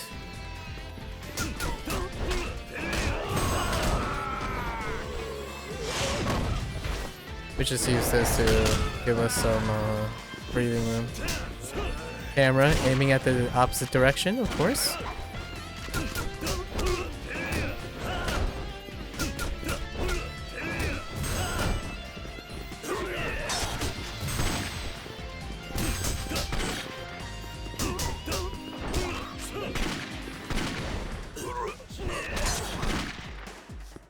Oh, we might actually die here. I don't want to deal with that.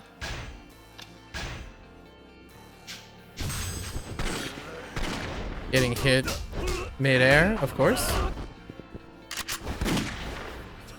Yeah, I was trying to do that for a really, really long time, and it just didn't let me.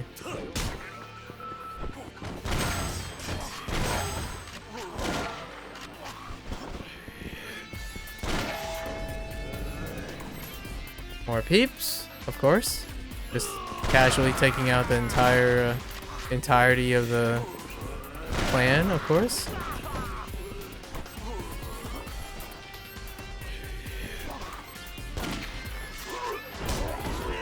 Of course, somehow that missed.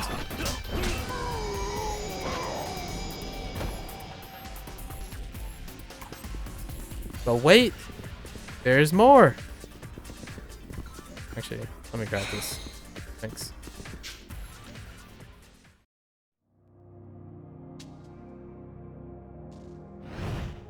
We're gonna have to bring a weapon here.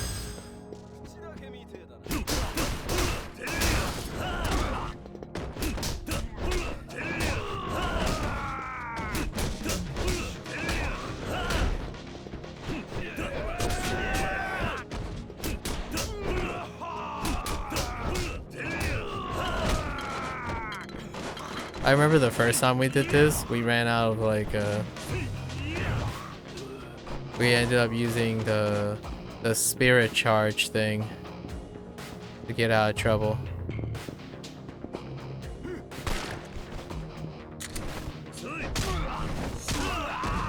Thanks for the gun. No? No thanks. Wait, that guy's alive? What the heck? How are you so strong?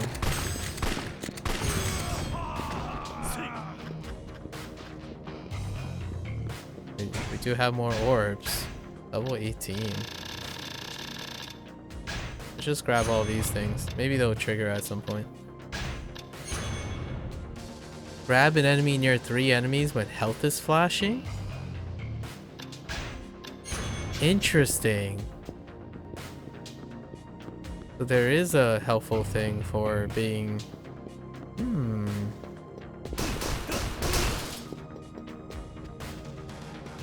I don't remember how I advance here. I think we have to go around the left side.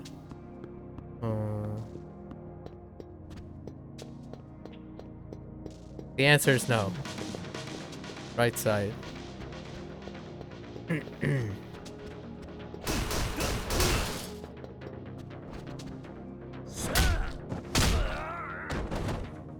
Basically, when our health is flashing, we have lots and lots of heat. Heat is on our side. As long as we don't get hit. That's easier said than done, though. I can't get the heat action to work. What the heck?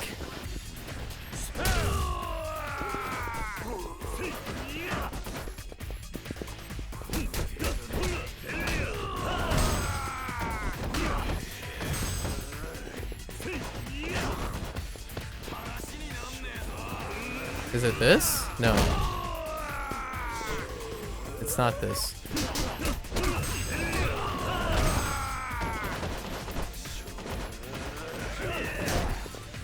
I picked up a weapon that I did not intend to. Story of my life.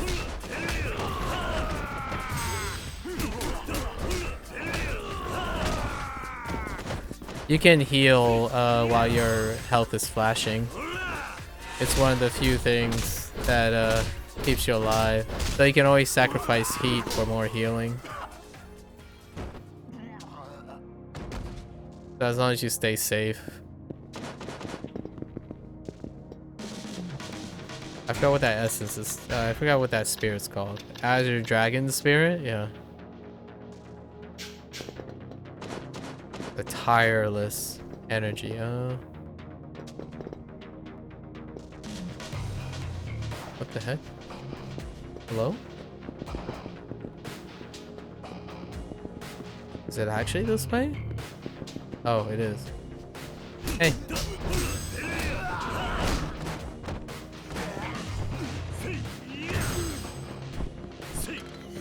Of course I would pick up that thing instead. Make sense? Of course it's the bat. Okay. We got our gun.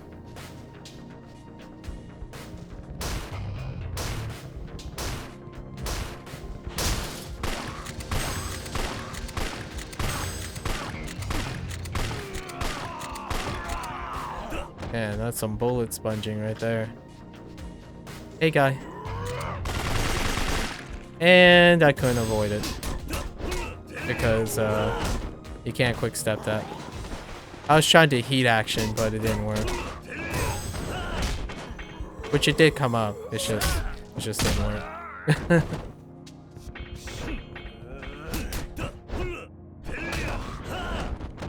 Okay. We walk in here and guess what? Oh! I had an itch, but I still reached it in time.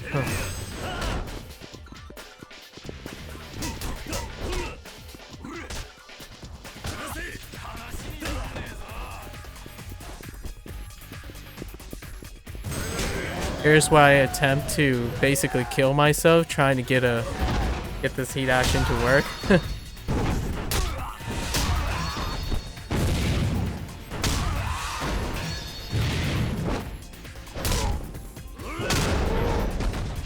In Yakuza 3, the 4th button entry isn't there, and I almost forgot that there's a 4th button in this.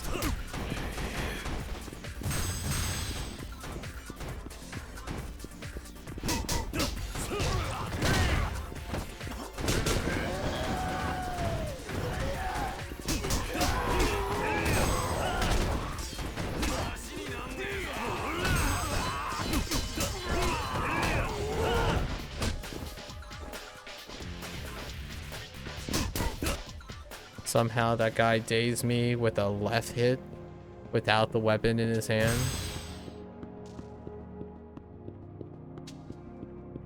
And the daze is like 18 billion years.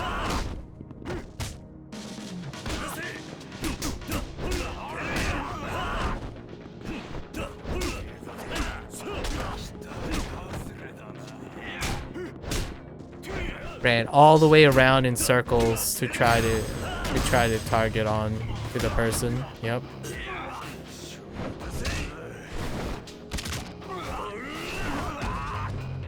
Yep.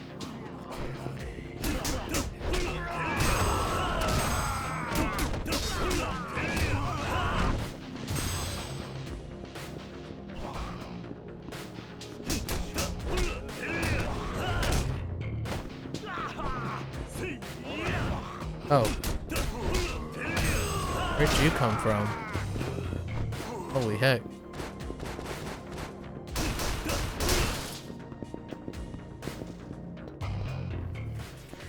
Another tight quarter with a bunch of guys. Of course.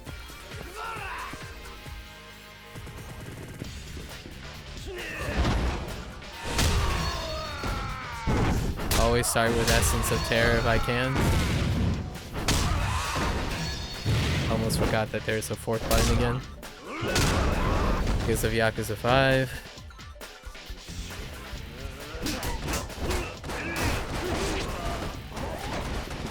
$8 billion year fall. Because of weapons.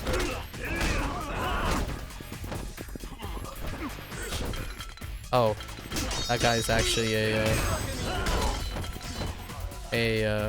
big unit.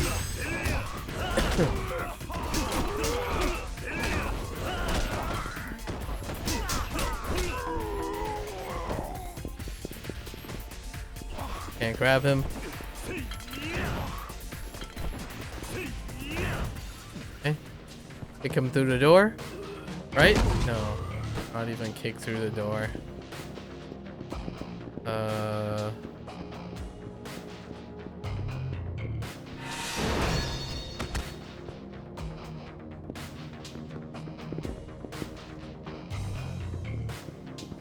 Oh, this one is rough.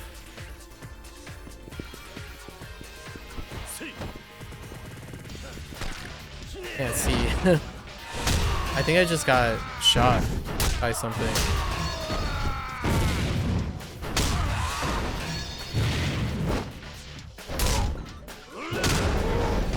Someone shot me. There he is.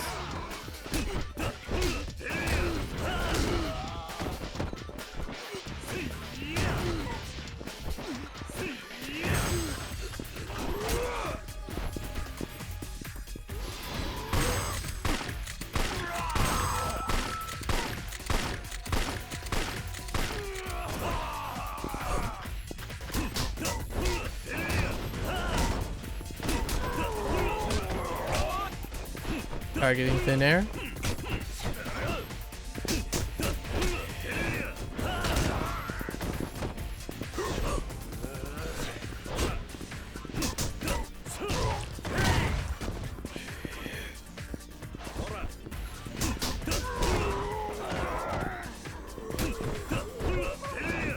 Does he have a guard? No. No guard counter. So not a boss. Run our face into him. All right.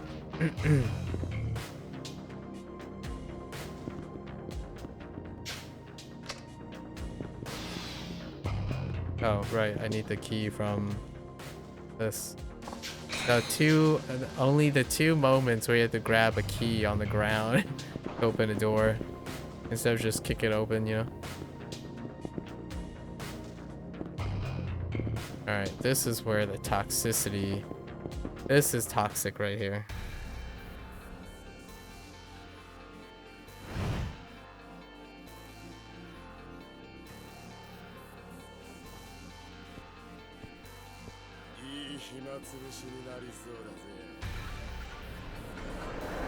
Yep.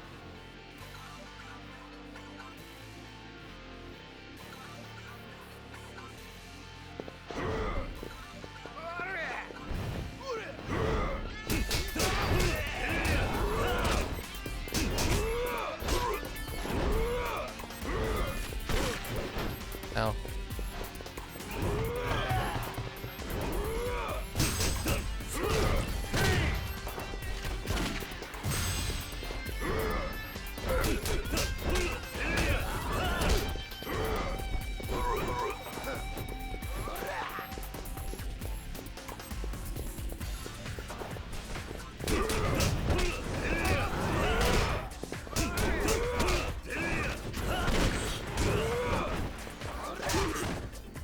Yep. Two lunging guys with an armor guy, and then the range guy just sits around waiting to read the input from the front, and then the big guy just stands near the dude who could kill me. It is possible for that guy to kill me if I get stuck, so you just run around. That kick is inherited from Richardson. Whoops. Yep. No, that's actually bad. That's a trap. That's actually getting me killed. Because of the recovery frames on the shotgun is ridiculously unreasonable. I think I can probably tiger drop him while the other guys are chilling. If I can actually even turn around and target him in time.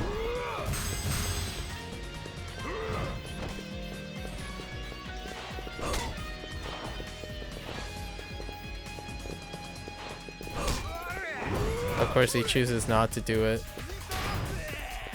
whenever I'm targeting him. Yep. Just decides not to. There we go.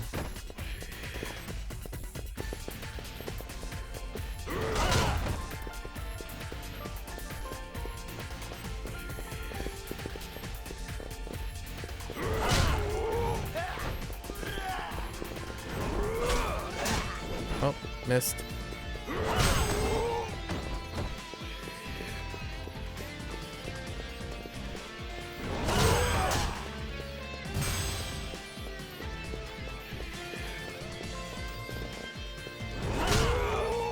Okay.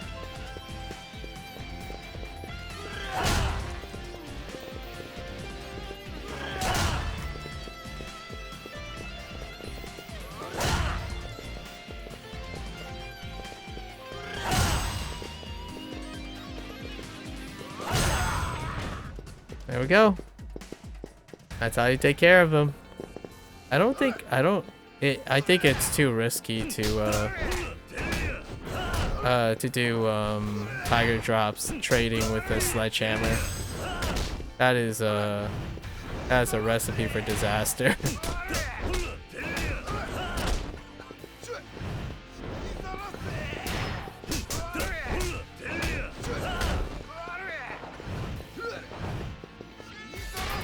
Oh, that tracking. Ow. Yeah, that kills me. If you get caught in that, you get hit like 8 billion times. And you die.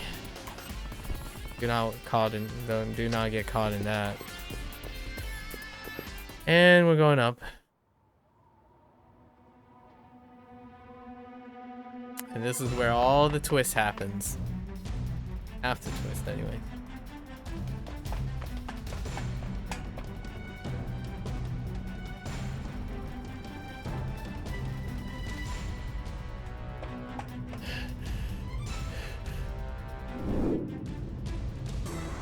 Katsuragi!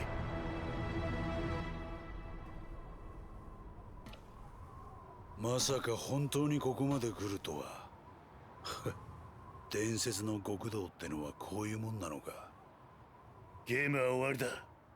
取引に応じろ。まあいいだろう。約束だからな。俺は男気はないが仁義は守るよ。お前が欲しがっているファイルだ。早くその二人と1000億を渡せ。まあ焦るな。1000億なんて大金そうそう簡単に運べるもんじゃない。そろそろここに届くはずだ。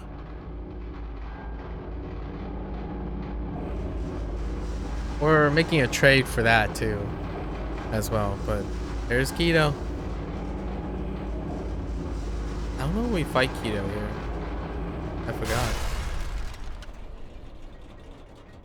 If we do. お待たせしました。お約束の現金1000億です。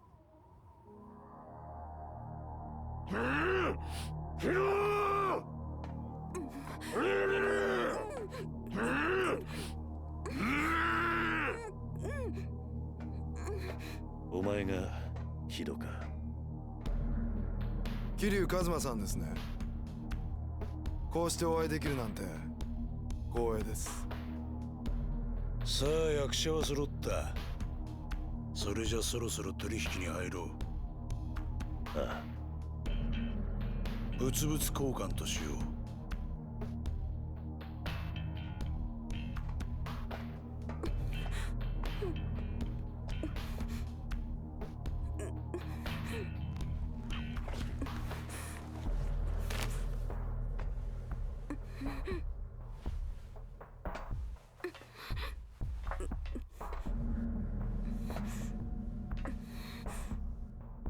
まずは冴島靖子からだ。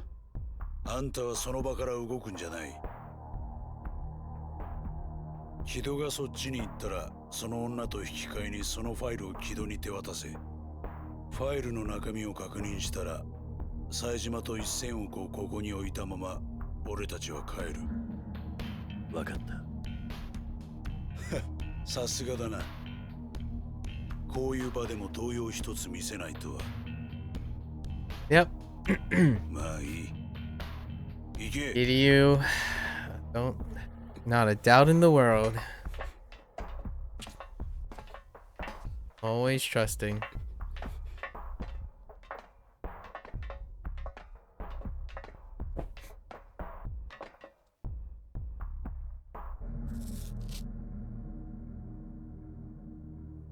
Goね。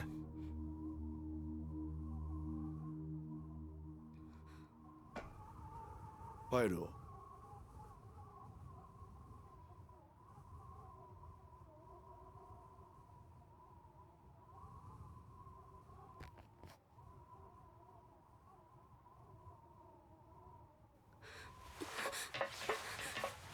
大丈夫か？ごめんなさい。私が言うこと聞かなかったから。Yeah, you should have. 兄貴とは話せたのか？ It's alright. Pretty much no one else listens to Kiryu either. 一緒に監禁されてたから。そうか。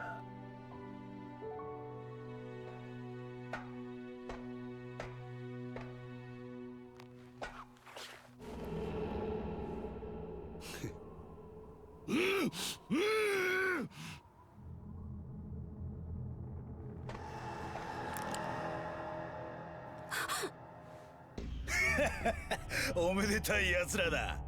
まさか本当に生きてここから帰れると思っていたのか。 Let's count the number of backstabs, right? 桂木。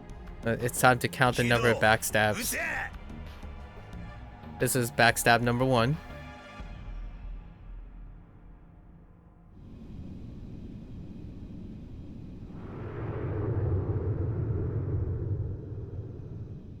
Point.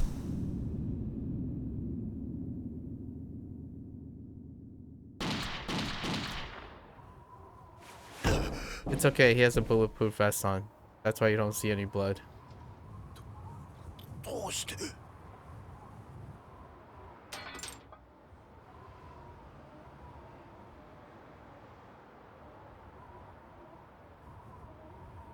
Technically, the first backstab is Katsuragi instructing Kido to shoot them after the trade. こういうことです。 This is technically backstab number 2.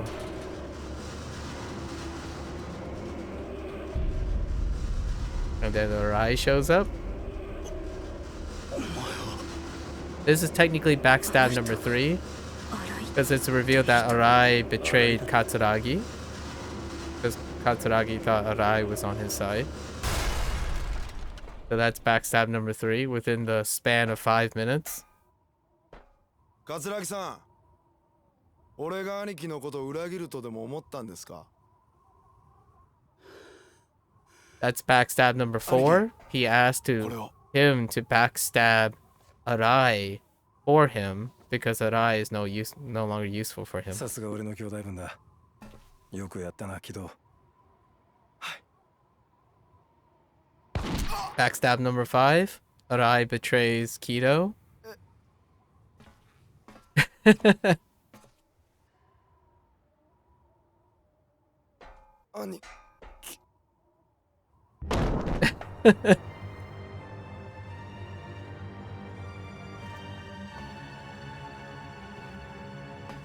We have to keep in context. Kiryu still trusts people.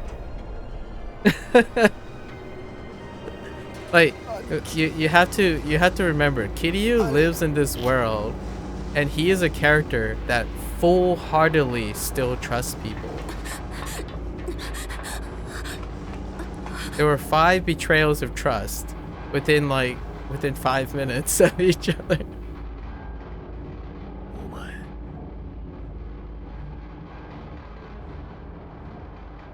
It's okay, there is blood, but he's still alive too.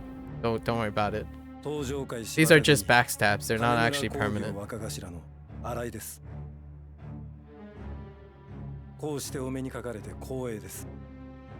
何ふざけたこと言ってんだ。お前。 Yeah, Kiryu is honor bound. So all your characters are honor bound. All the other villains are not honor bound. But they all have convictions that are noble, like noble to their cause. おい、荒井。登場会はお前に渡さねえ。何があろうと。俺が食い止めてやる。 But Kiryu is like honor. Honor always. あなたはいつも遅すぎる。だからこうなるんです。それじゃ。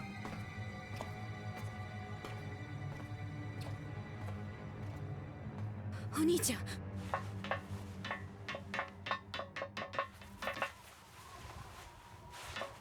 This is the 25 years in the making.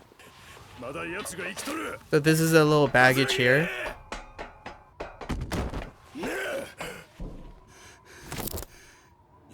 Yashiko has never seen Saejima when he was in prison, or she never got the chance to, and this is actually the first time they've seen face to face.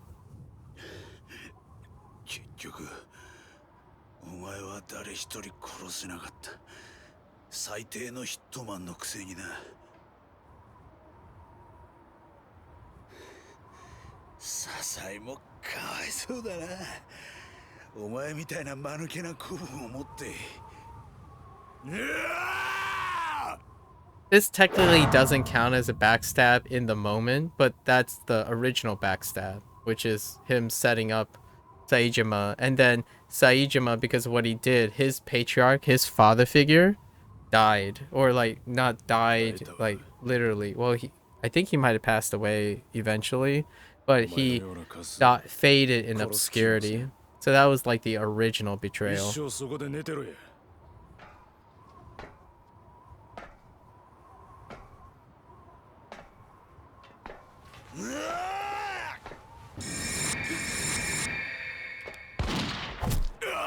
Once again, no honor. No honor. And one more. Yep. Another common theme in this game is that the female characters are the ones that end up getting caught in the crossfire.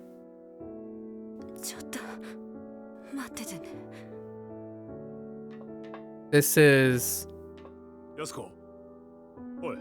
Every single game features a reunion that ends with the death of one of the people trying to see each other. Every single game up to this current game. Yakuza 0 through 4. And the vast majority of them are female.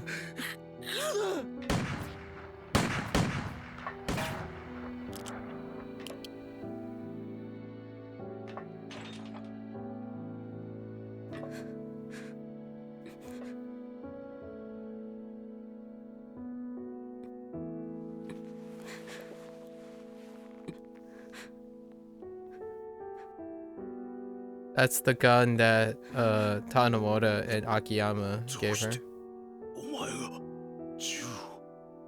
She was taken hostage, but they let her keep her gun. That's a little detail that's a little hard to believe.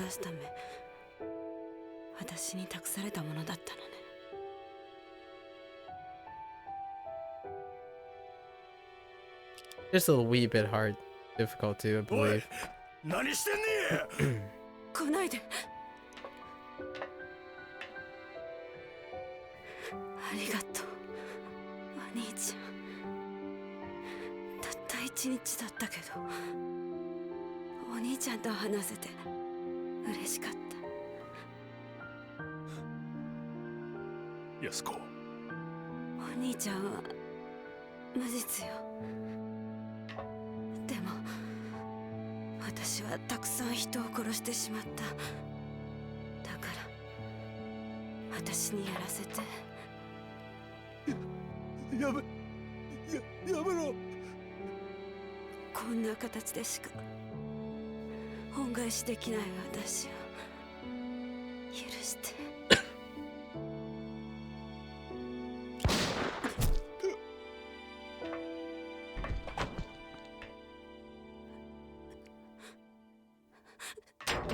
安子おい安子安子返事してくれやおいごめんねお兄ちゃんおい安子安子おい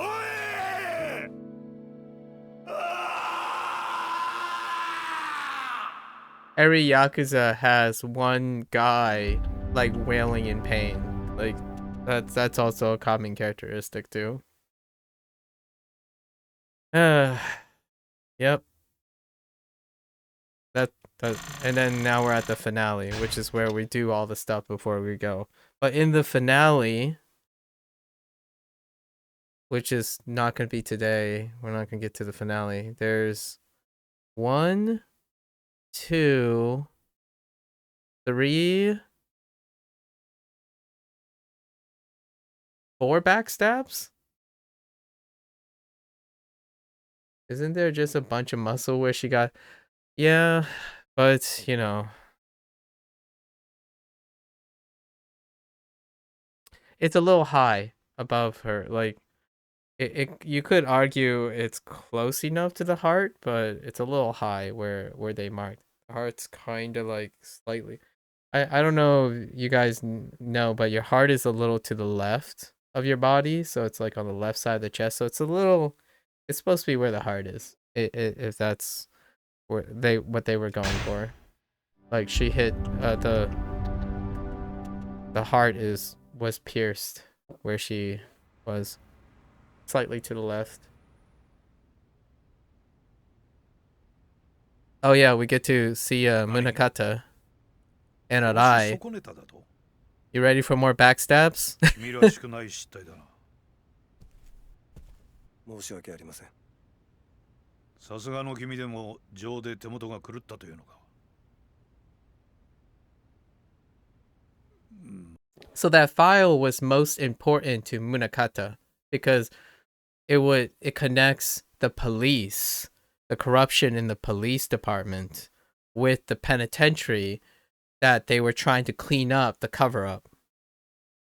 So the police department got involved in funneling that money through the Tojo clan, stolen from the Tojo clan through the Jingu organization, like that was run through Omi Alliance with the Jingu when he was colluding, and then that was supposed to fund the penitentiary to remove all the Yakuza corruption, as well as the loose end that connects it back to this guy. Way back. So back in 1985, they were involved in the cover-up, and Sugiyuchi is already dead. So pretty much at this point, Munakata is trying to get as squeaky clean as possible by removing all the things that would lead back to him. And the file is one of them.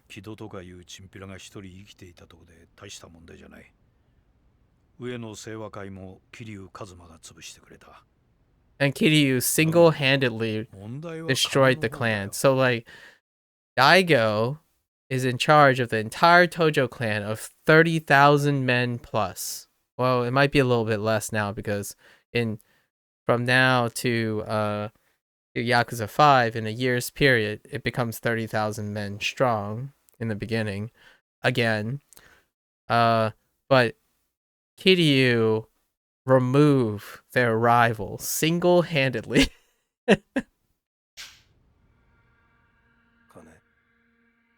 He does that a lot. Yeah, so the file is back.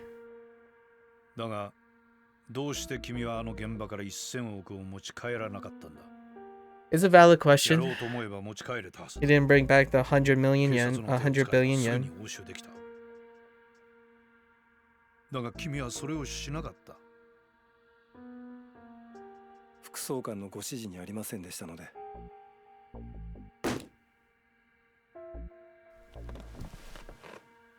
困るんだよ、それじゃ。いいか？君はこれから私と手を組んで裏社会を取り仕切る人間なんだ。This is the first scene that truly explicitly reveals that Arai was always a cop. He has always been a cop. And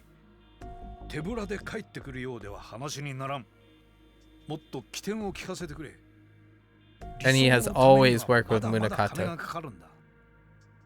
So he's like Sugiyuchi. They spend their entire life being double agents.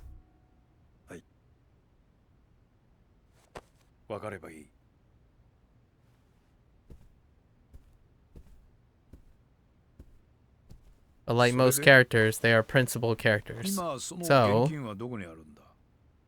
桐生一馬、それにその協力者の元にあると。そうか。1000億は君に責任を持って奪ってきてもらうよ。どうやって？取引するんだ。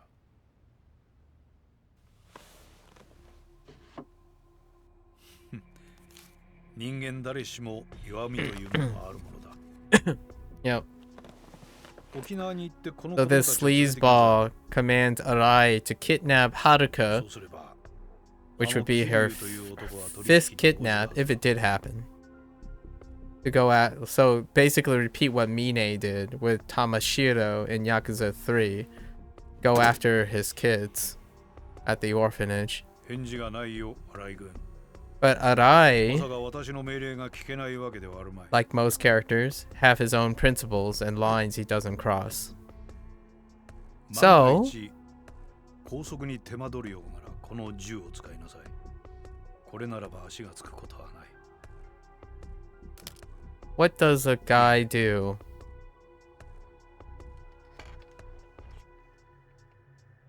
副総監 Oh, he's deputy commissioner, yeah. Backstab number 6. もうこれ以上あなたの指示には従いません。荒井。私にも極道として、いや警察官としての信念がありますから。 Backstab number 6. But guess what? Guess what? That's actually backstab number 6 and 7. Because Munakata gave him a gun filled with rubber bullets, knowing that there's a chance he was going to betray him. So Munakata betrayed Arai while Arai was betraying him. And Munakata is not dead. You find that out later, but then they take we're not going to get into the last scene, but what they do is they take the 100 billion yen, put it on top of the Millennium Tower to fish out all the people betraying each other. So then Daigo shows up, Munakata shows up, and the guys, but I feel like there's another one in there. I don't know if Arai shows up. Yeah, Arai shows up too. So the big three, right? Arai, Daigo. For whatever reason, Daigo's thrown in because it's implied that he has a stake, but he's like a it's not written into this game. He didn't make the cut. But Daigo of the Tojo clan, Arai, Katsuragi's out of the picture, so the Ueno Seiwa is no longer there. And then Munakata. And then Kido comes back, and it's 4-on-4. So Kiryu takes on Arai, I think.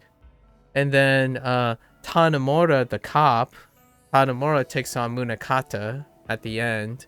Saejima takes on Kido because Kido technically betrayed his trust. And then Akiyama. Wait. Oh, actually, I think Akiyama... No. Akiyama takes on Arai. Because Akiyama and Arai are like blood brothers. They go way back. Who did Kiryu fight? I'm missing someone. Saejima is Kido. Tanemura is Munakata. Oh, Kiryu fights Daigo. Again. And that's the callback to Kiwami 2. Daigo and Kiryu goes way back. So it's a 4-on-4. So they stacked it up so that the last boss fight is 4 battles. You fight with all 4 characters against their most baggaged rival. And it represents 4 backstabs or betrayal of trust or gaining of trust or misunderstanding. So they just up the ante, basically, just bigger than ever. But right now, what they're gonna brainstorm is like, how do you take down Munakata, right? And how do you honor Yasuko's death? Like they're trying to recover from Yasuko's death.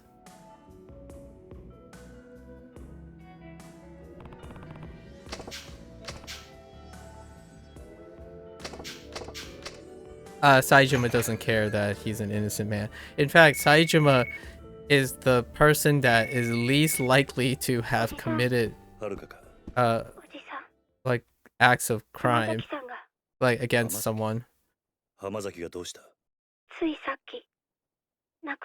Yeah, this is where Unfortunately they just closed the chapter on Hamazaki. He died from a gunshot wound to the back, and that was probably いや、そうか。 protecting Yashiko. But it never showed how he got shot, but he was hiding it, so that's yeah. わかった。それ。朝顔の方で。ああ、それでいい。大丈夫。もうすぐしたら沖縄に帰れると思う。それじゃあ。The important thing about Hamazaki in this point is Hamazaki is the closest thing to a friend that Saejima has. So Saejima both lost his closest friend, stranger, and his sister at the same time. So the only person he has left that is important in his life is Majima. Majima is in prison right now, just because Daigo used him as a pawn.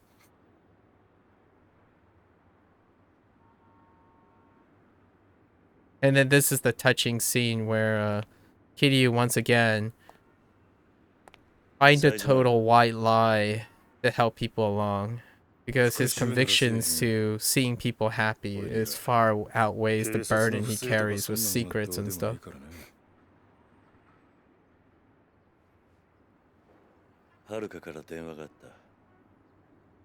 This is to provide closure for Hamazaki.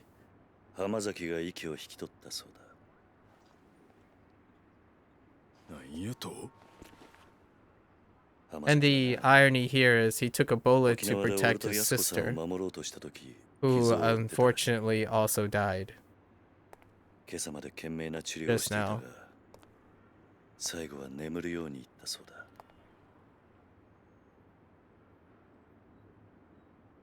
お前に遥かから伝言だ。浜崎は死の間際こう言ったらしい。警察から登場会を守ってくれと。登場会は俺たちの生きた証だ。とな。兄弟。And by us, Hamazaki really means both Kiryu and Saejima. They are, along with Majima, one of the few left of the original Yakuza, which is the people who are honorable. They're honor-bound. The romanticized version of the Yakuza. 常に何かを守らなきゃならない。俺はこの数年、そんな自分の運命に抗ってきた。And Daigo, technically, but Daigo is a younger generation. 抗うのをやめようと思う。Of the Tojo clan. Of the remainers of the Tojo clan. やるしかねえんだよ、俺たちは。いろんな人間の夢を叶えるためにな。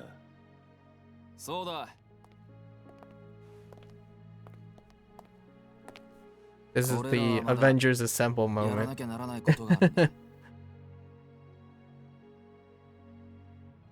I guess it feels more like Defenders. The DC version, the Defenders Unite moment. Like meeting in like Hell's Kitchen, but instead this is the red light district of Tokyo. Metropolitan area, you know. Hell's Kitchen being New York City and this being Tokyo.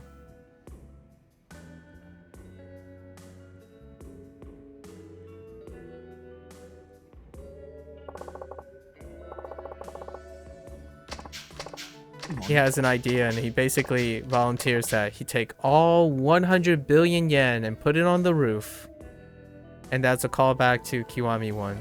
Go big or go home and bait out the fish. All the players get baited out by the money. Because in the end, for them, it's about the money. So he just goes to the roof. He just says, you know what? Let's just carry all the money to the top of Millennium Tower and see who bites.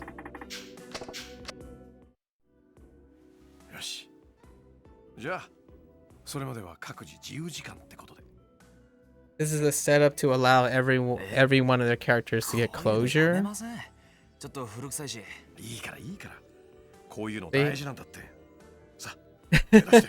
They legitimately do that. it's a fourth wall break, but around this time, the way they have written it, it's about the time where like things like this become prominent, like in mainstream things, like team ups. Team ups have become very prominent.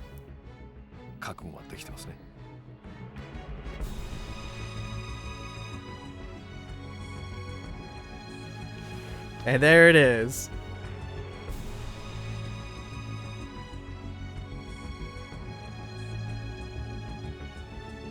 That's as close to a smile as you'll ever get for Kiryu.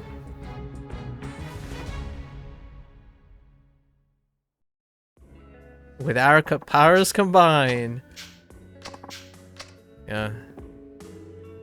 Oh, and just to fill you in, like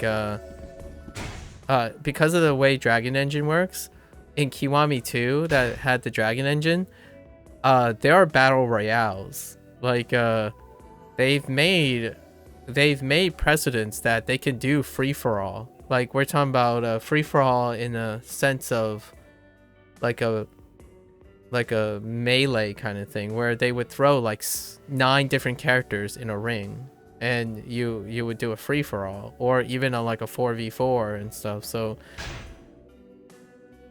they have done it, and it is chaos, but it is hilarious.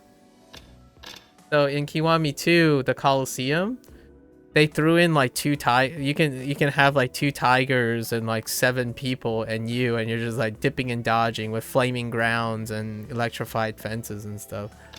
The RGG has experimented with a lot, and they're all mini games. So like the Coliseum is a mainstay. We call it the prize fighting. Prize fighting is a mainstay in this game, and they constantly experiment with what to do, like dropping out the ground and all that stuff. So it's always contained. This game these game series is just doing whatever feels right at the moment. You're not ever one thing that the pros and cons, one of the cons might be like, if you really like something, I wouldn't bet on it staying. Or if you want something to get better or mature more, I wouldn't, like, you have to accept that it's constantly going to be trying to be different.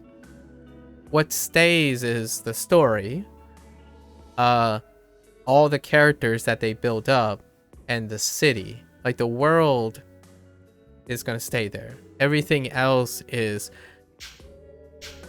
just keep going and keep trying new things. All right. So let's, you know what, who should we start first on? Let's go in order, right? Let's go back to Akiyama. By the way, are you strapped for cash at all? We're already in pretty deep, so free to use my money. Oh, interesting. Main characters present. When you are able to swap between main characters, your money points accumulated from casino and Coliseum, as well as items stored in the item box, were all okay. Yeah. This is the consolidation thing. So,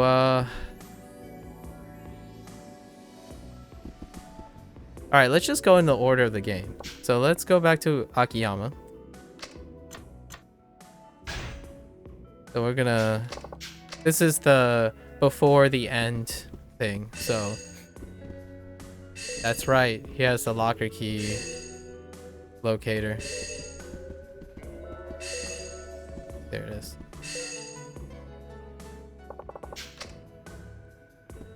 You have to get closer. So now we're finally and properly in completion mode. We are now... There is a free roam mode called Premium Adventure, but in this game, because of the way I lined up the achievements and stuff, I'm doing it in this way. There's always a slight difference between all the games. Okay. So, one thing I'm not sure is if sub-stories are dependent on the chapter. As in, there is a chance we can't trigger sub-stories anymore because of the chapter. but I don't know. Like, for instance, I don't think I can do this anymore.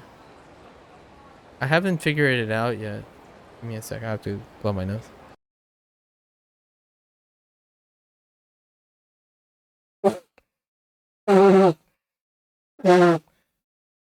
Oh, sorry. I missed the... I missed the mute button. I did it again. My bad.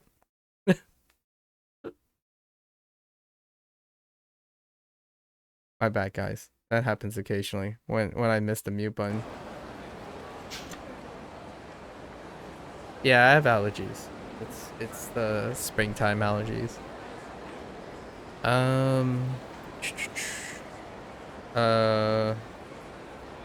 So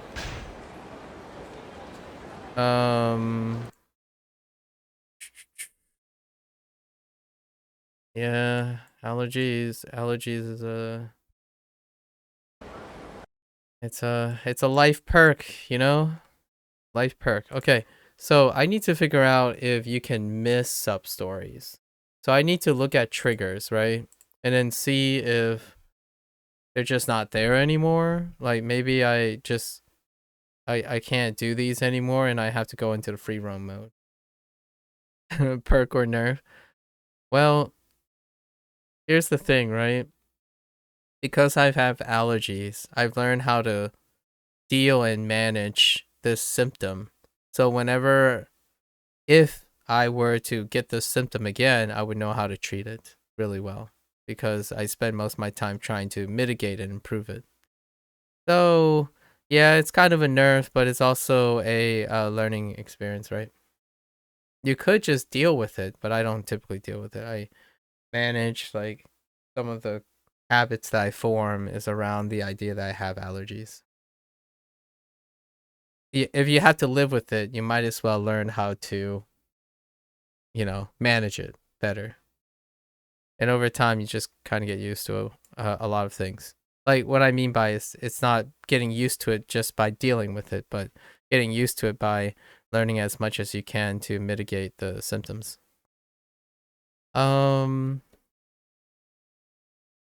So let's see.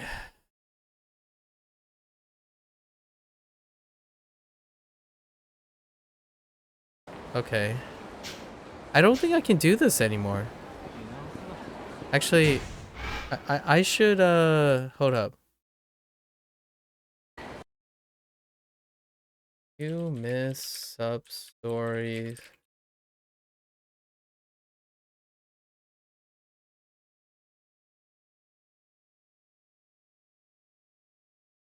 Oh, okay. I should be able to do them during the finale.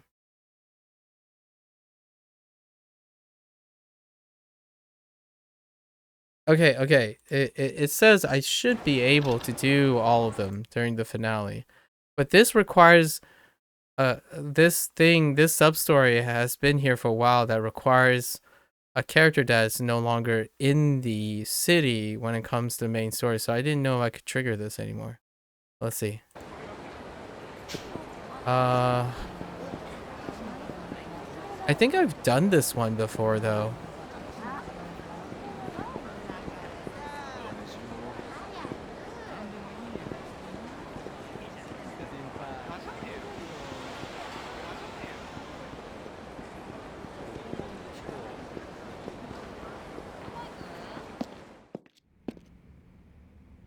Oh, this is where Bob is. Oh, I didn't know Bob was hiding out here. Oh, snap. Okay, hold up. We need to empty our inventory. Bob is a fourth wall mechanic. I've got his last name because it's really complicated. But Bob is like the, hey, you've done a lot of completion guy, and here's your reward for completion. He's the fourth wall mechanical character. So all like your DLCs and all that stuff, or if the game has any DLCs, Bob is the legacy character. And yes, he looks like a clown. That's the idea. But he has his own standing space. I need to say because this is the old school. This is the old school system. So the old school system, you actually have to empty your inventory to receive Bob's stuff. Oh, I see in the bottom right-hand corner shows who can equip that stuff. Interesting. Or it has an indicator or something between the four that wasn't there before. Outside of the game, you only have access to one character. So this is the closest thing to premium adventure, which is the true free roam period. Yeah, so let's go back to Bob and see if we have like some good stuff, because we need to make legend mode less, our legend run eventually less painful, because I'm not a fan of being painful. We've been through the ropes too many times. All right. Yeah, his name is Utsunomiya. Yeah, Utsunomiya is his last name, but his name is Bob, so we can remember Bob. So we can retrieve all of these, right? Oh, you just straight up get the set? Oh, no. You only get equip all three. Oh, no. You don't get the set. Journal of a Rare Sign Maniac. Introduce you to rare signs to unrevealed location. Oh, is this the... Wait, actually...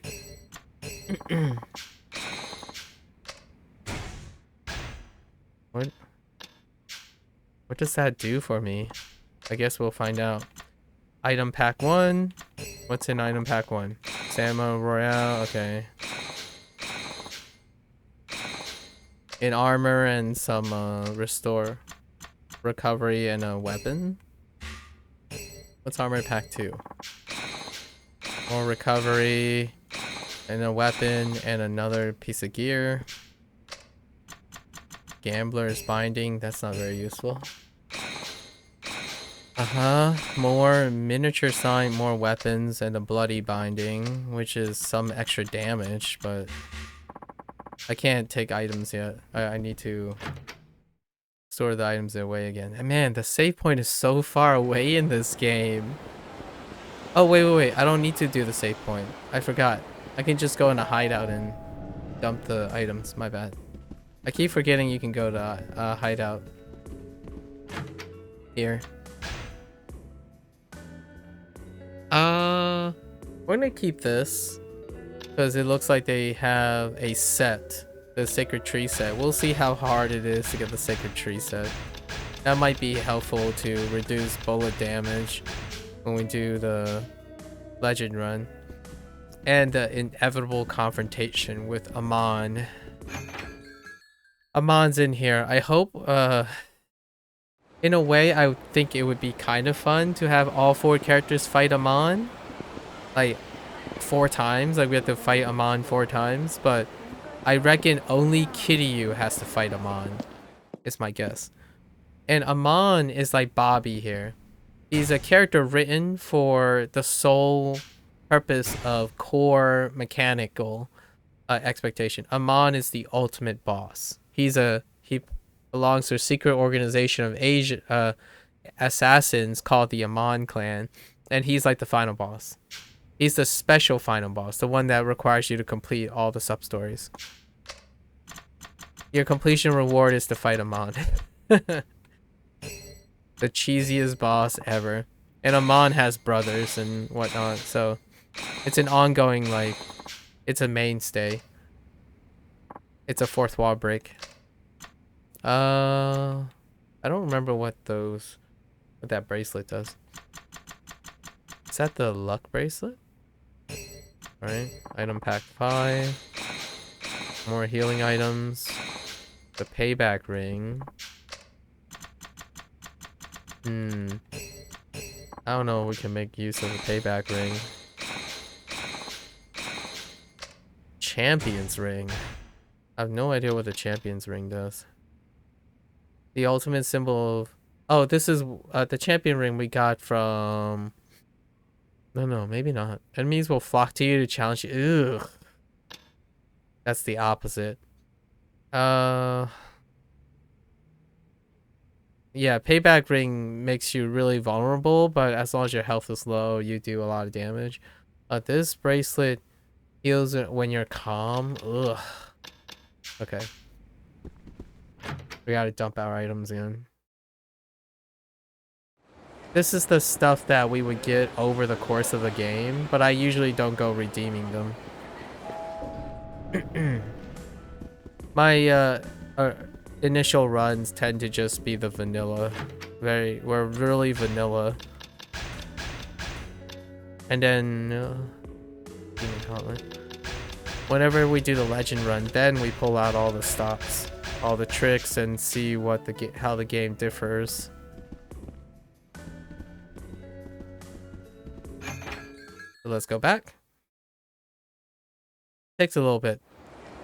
In Yakuza 3, there was a save point, or a lot of the Yakuza, they added a save point here instead of needing to zone into the bar. Okay, wow, there are a lot of items. All right, item pack number 7. A pistol. Antique chainmail is not as good as the sacred tree armor. We have to come back to this when we start doing completion stuff. Shotgun, another body armor. So what do S items mean?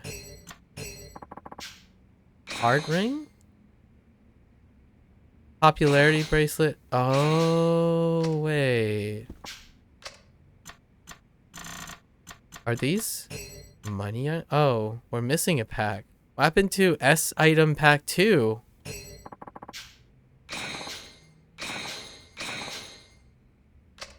What the? Okay. Nothing interesting so far that we can use. There are some GIF items here, like some Cabaret Club GIF items. That's probably for the hostess part.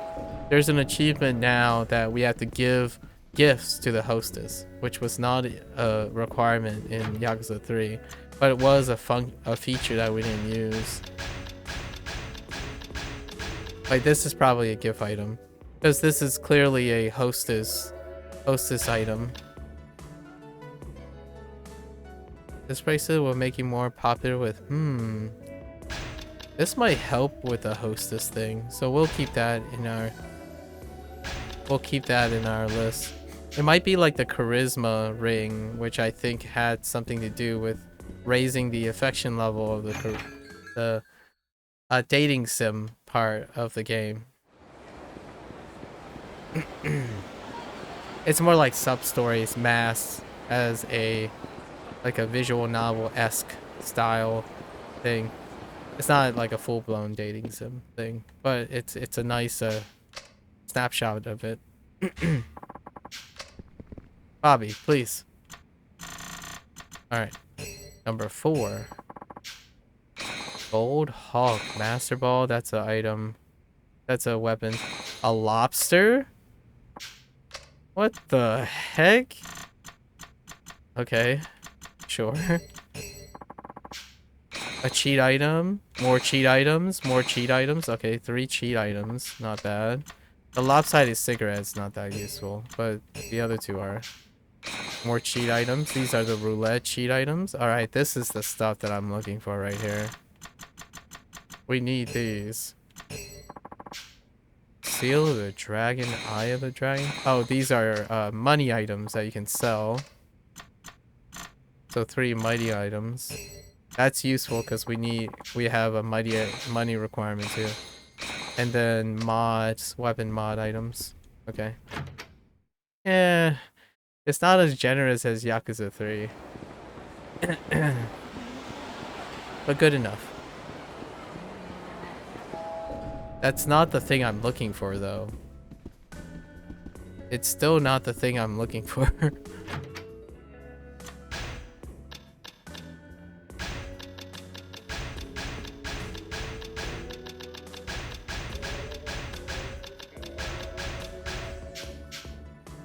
We'll just wear these things. Fine. before I forget. We're probably gonna do his hostess thing as well. Okay. So we're looking for triggers. They say it's a blue building around here. I'm pretty sure I did this. It's like here, right? Oh, maybe it deals with the time of day. Whenever something doesn't trigger, it deals with the time of day. Maybe we can manipulate the time of day with this. Yeah. Okay. It might deal with the time of day. Often, that's the solution. I think I've done this before. It's the scammers for the renovation. Or not. I tried finding this earlier.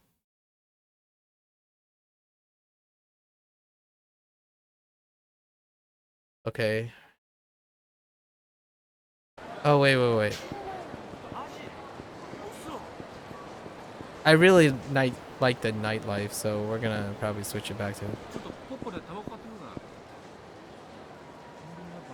This is Sopon. It's this way.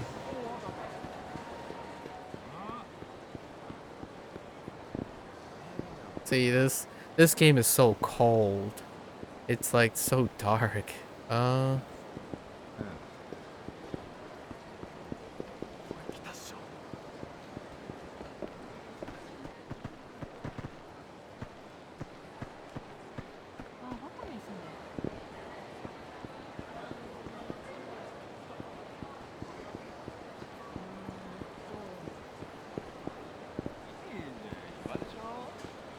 don't understand.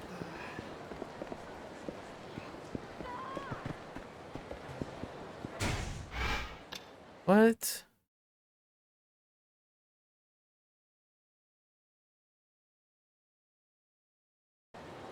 Oh, maybe it's I already triggered this? Maybe I already triggered this. So let's go upstairs. The guy is just magically in the office? I haven't stepped back in the office.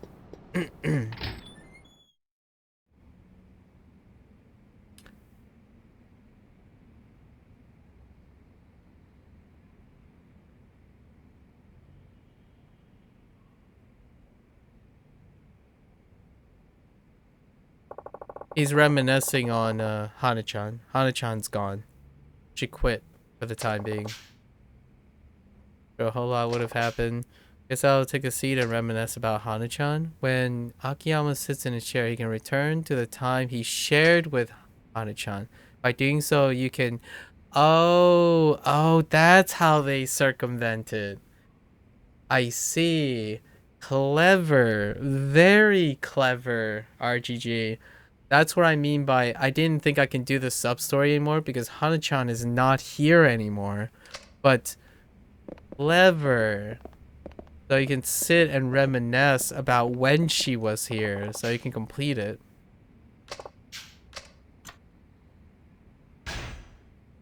Interesting. That's so clever. I love it. Well done, RGG. Like, how do you complete something if the character has left due to the main story progress? Flashback. And there she is. Hana-chan. Easily one of my favorite supporting characters.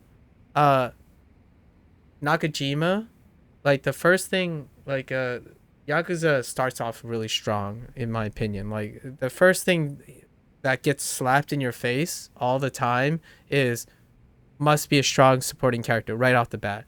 So for like Yakuza 3 is Rikia. Rikia just slaps you in the face and he becomes like this, oh, he's kind of scummy. And then he becomes like this really, really fun character that you wish they would stay around forever. And Rikia died. So unfortunate. Yakuza 4 is Hana-chan.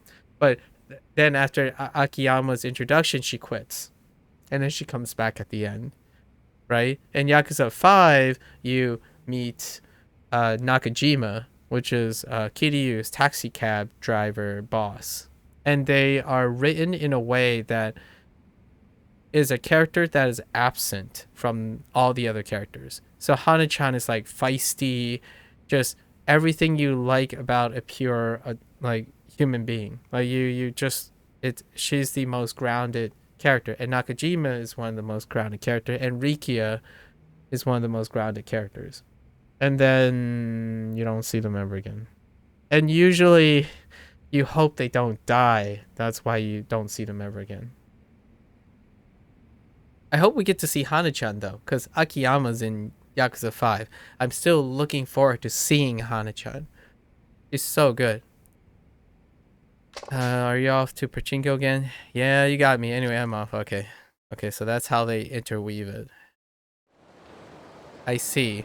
So now can I go back in the office and do this? Oh, Chief, you have a customer waiting. Ah, there it is. This is the sub-story. The one you told me about on the phone. Got it. Thanks. So I never got back to this in time to trigger it because I forgot.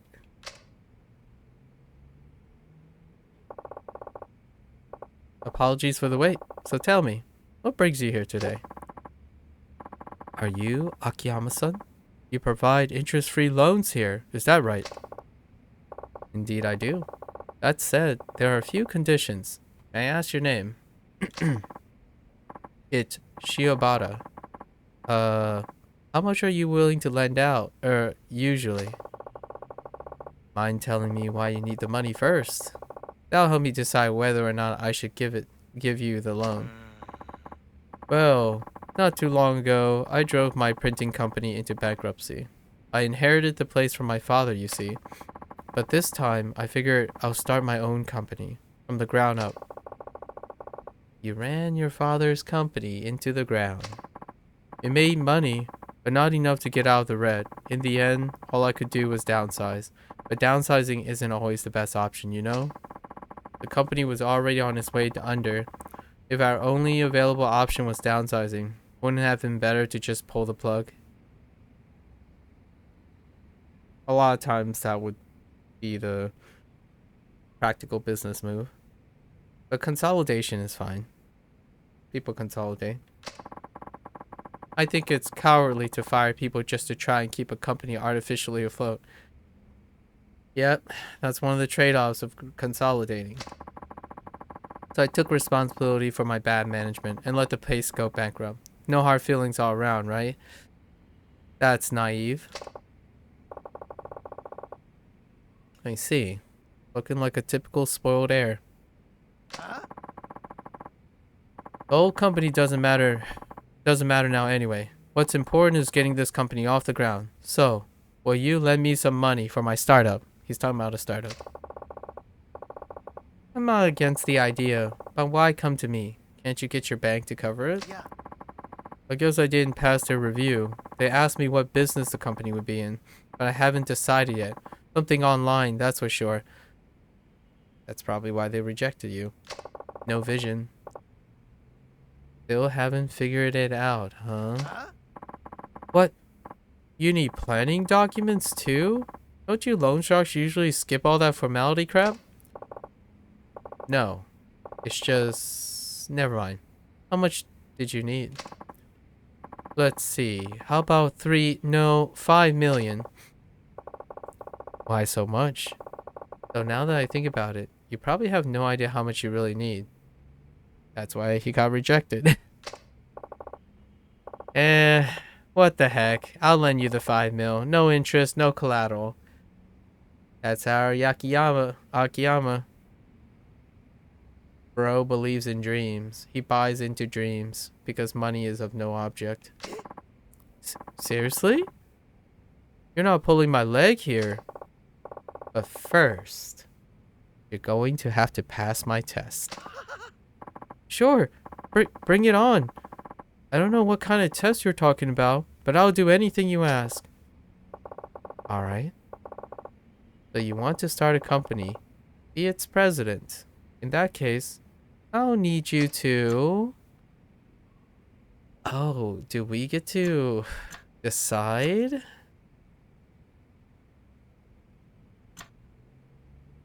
Oh, I'm interested in this. Find 3 people to be your business partners and bring them to me. Business partners? 3 of them? Is that really all you need? Yeah.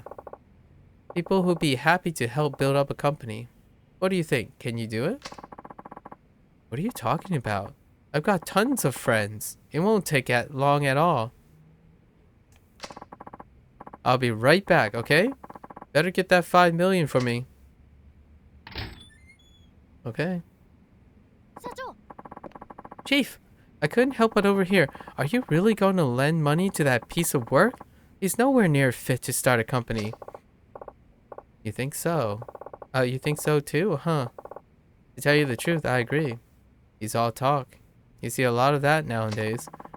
So you never planned on giving him a loan in the first place? Then why bother with a test? Oh, I'll lend him the money. But if he passes, I'm going to teach him it's a rough world out there. But what if, I mean, just on the off chance... Don't worry about it. A big mouth like him could never hope to pass one of my tests. You know, Ana-chan, a man might have lots of people he calls friends. But I doubt many of them would actually be willing to risk their livelihoods on him. He says it'll be a cinch to find 3 of them, but unless he's especially trustworthy or charismatic, they won't be on board. Tough lesson. Welcome back. So where are those 3 partners? They just don't understand. I told them they could easily pull in 100 million a year if they just left everything to me. No one's gonna... Whew. Ah, so you failed the test. Yeah. It's not my fault, it's theirs. They're just too blind to see it. And after all those times they begged for an invite to my parties too. Whoa. That's a deep cut. We're not gonna go down that today. Parties. My online game parties. You mean you haven't heard? They're kind of a big deal. They call me Hurricane Salt. I think that's a modern reference. As in he's probably a really salty gamer. Freaking Hurricane Salt. Okay.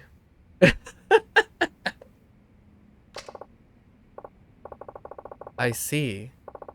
Well, it hardly matters at this point. You weren't able to pass the test, which means our loan discussion is over. My apologies. Ana-chan, would you mind showing Shiobata-san here out? It's time for him to go. Hi. Of course. Right this way, sir. Wait a second. You're telling me you know all about me from one lousy test? Who do you think you are? A god? Nah, just your moneylender. Huh? Please, I'm counting on you. Give me just one more chance. One more. I agree with what Akiyama's about to do. I would still give the guy another chance. But the idea is to... He's trying to use his test as a vehicle for that person to self-explore. And if they don't explore enough and it doesn't land, you might not have the inspiration for them. So cutting ties saves him time and saves the other guy time. But let's see. Please, I'm begging you. Let me try again. I swear I'll take it a lot more seriously this time. This is why I love sub-stories in these games. It tackles everything the main story cannot tackle, which is life. And it balloons my game time by a lot because I digress about life generally, like human behavior and all that. And the writing, how it can be extended, maybe things that are missing. I just like adding and commentary on these things. We have other businesses to attend to, you know. But it doesn't look like you'll be leaving anytime soon. So, alright. One more time.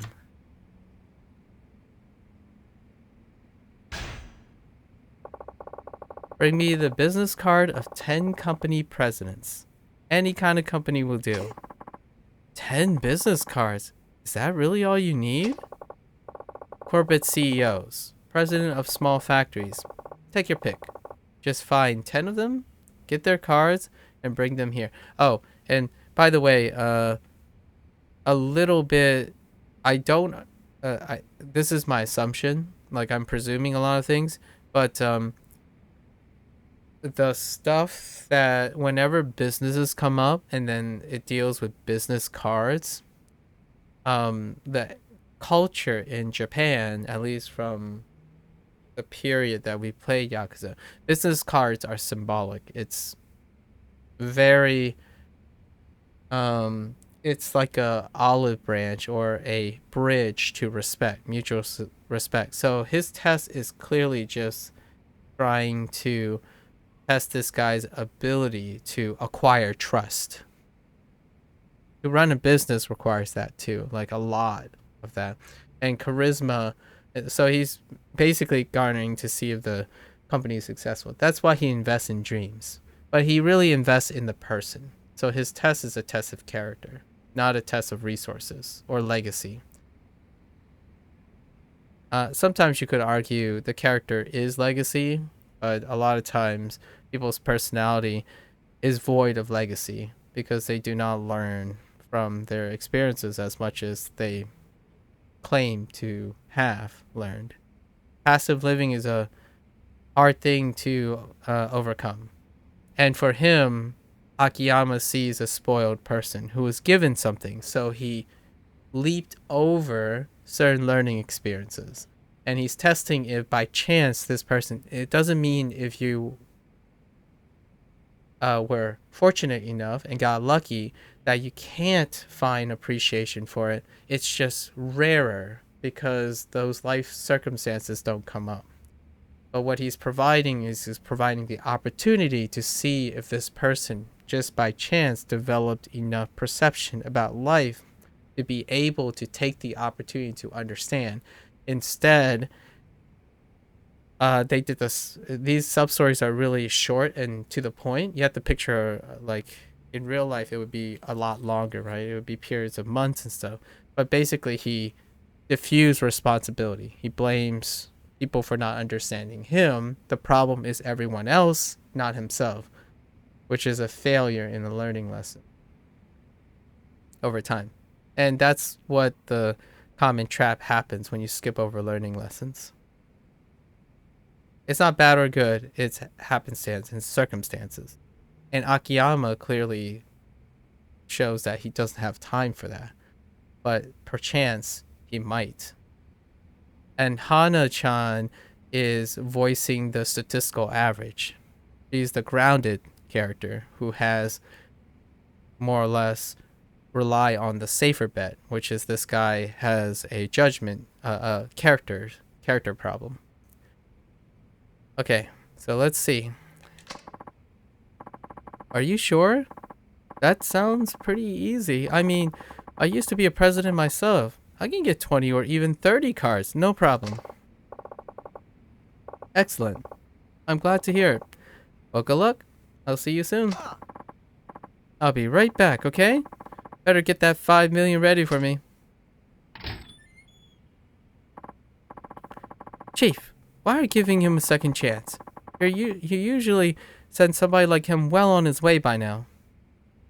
Faith.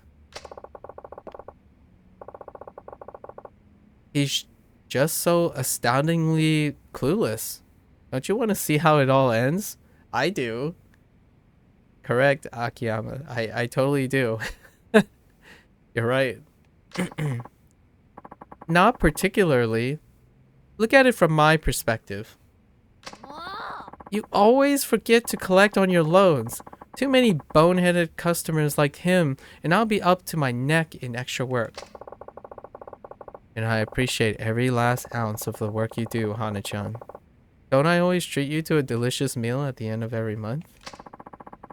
I guess you could do what you want. It is your company after all. If it were you, Hana-chan, how would you go about collecting 10 president's cards? Well, I'll probably pop into an office building and talk to the company's presidents directly. A frontal attack, huh? Good answer. As for me, I'll probably grab hold of a present or two, take them to a print shop, and have them make me some cards. That is bold, Akiyama. But I could pull that off too. I think that would be a great approach.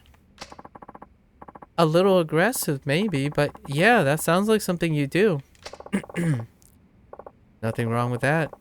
Heck, I could even have a print shop make up a bunch of fake cards if I wanted. That's a pragmatic approach too. Pretty solid. A pragmatic approach. That would show ingenuity, but clever. Your straightforward method requires courage, while my way calls for quick wit. Excellent. Regardless, I doubt he's capable of either. A test of character. So what type of character he has? If you can't win by the rules, you make new rules. If you can't make new rules, you circumvent the rules with alternatives, right? That's kind of the idea. There are lots of ways to approach something, but this guy is unable to even assess their own standings and their skills, like what available to them. So when he said he's incapable either, is because this guy doesn't think outside the box or in any way have the courage or charisma. Like, he doesn't have the tools to do what he claims he can do. Not only that, he doesn't have the problem-solving skills to do something else that he doesn't have the skills for yet. So, it's, yeah, I would probably say, if I was an investor, I would be really scared. And technically he is an investor because he's loaning the money.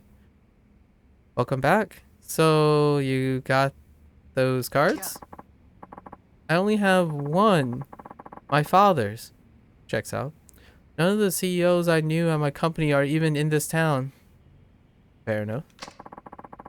Are there any company presidents here? It's all businessmen and restaurateurs. Okay.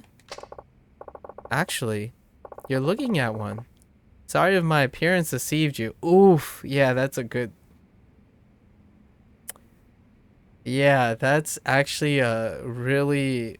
Honestly, that's pretty clever too.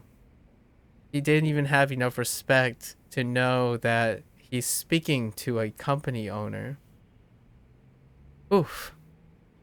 I mean, that slipped my mind too. I forgot that Akiyama runs Sky Finance, which is a company. So he is a CEO of Sky Finance. Well then, since you weren't able to pass the test, I'm afraid I won't be giving you the loan after all. Ana-chan, would you mind showing Chiyobaru-san here out? It's time for him to go. Of course! Right this way, sir. It's a loop. That's the dialogue loop for the choices. And he's gonna ask for a third chance. And then we go through all the choices. Yeah. So we're going through a dialogue loop. Yep. Invite a hostess here after the club closes. Interesting. I wonder how this will turn out. Bring her here to my office. A hostess club. That's it? It's just, I just bring the girl here and the 5 million's mine? I wonder how he's gonna solve this. I don't know. Oh, come on. It should be a piece of cake for a guy like you. What's the problem? I just don't have the cash. Hostess clubs are expensive, you know. It's a real shame. I have all kinds of girls trailing after me. If I just had the money, I'd be like the Pied Piper of Kamurocho. I guess I'll have to point you over to my friend's hostess club then. You can put it on my tab. The place is called Sweet. Oh, that's kind of sweet. Sorry, pun intended. Over on Pink Street. Just tell him Akiyama sent you, and they'll take care of the rest. Really? You can't do it without money, right? Well, I'm making that particular problem go away. So what do you think? Can you do that? Yes, of course. No problem at all. I'll bring you the best hostess in the club. I'll be right back, okay? Better get that 5 minutes. Oh my gosh. Chafe, enough's enough. I've never seen you give anyone this many chances. I suppose you're right. It's all just so interesting, don't you think? Guy's a walking disaster. It sounds sadistic, but in a way, this is Akiyama's character. He he jests a little bit, and he clouds his intentions a little bit, but ultimately, he has genuine interest and investment. So he pulls out all the stops while deflating the seriousness a bit with his bluntness and humor. And that's opposite of Kiryu. Kiryu is kind of more of a tough love but straight arrow kind of thing. So for me, I'm genuinely interested too. I do this all the time as well. When you're not strapped for resources, you become more interested in other people. Chave. But why'd you send him to a hostess club? You just go out and have fun, and on your tab no less. A first-time visitor to a hostess club hardly ever manages to invite a girl out and afterward. Anybody who succeeds is either rich or a smooth talker, but this guy's broke, so... And he's clearly not a smooth talker. So he has about a 0 chance of pulling this off. We don't know that. I mean, he might fall into some crazy beginner's luck. It's possible. And, in my opinion, taking a chance on someone to get lucky when you have all the resources in the world, which Akiyama does, he's very comfortable. He's a character that he invests in dreams, and dreams are once in a lifetime. It could be the one thing that turns his whole life around. And if I know RGG Studios, sub-stories end with more of a closure. They don't necessarily tend to end without a lesson being learned. And that's one of the nice things, in my opinion, about it. It's well in contrast with the main story. Main stories end with bittersweet moments, but a lot of these tend to be quite wholesome. So he might get a stroke of luck. And almost all the since you're playing Kiryu most of the time, and then now all these characters, they're people who give chances. Considerable amount of chances in their own specific way. And it's great. It's like a thing that you really be hopeful for most people. They produce a lot of things, a lot of great incentives and inspirations about overcoming adversity. That's one of the core, it's one of the many core themes of RGG's writing, overcoming adversity, because they have to. That would be a miracle. Well, if he pulls off a miracle at a time like this, it'll be the first of many. Luck is just another kind of talent. Wouldn't you agree? I would, Akiyama. Maybe, but even so, if that guy gets his own very own miracle, then he's just one of the most talented men I've ever met. Perhaps. Welcome back. So, where's that hostess? Aw, that club is no good. The girls at my table only said a few words, then clammed up almost immediately. Isn't it her job to get the conversation going?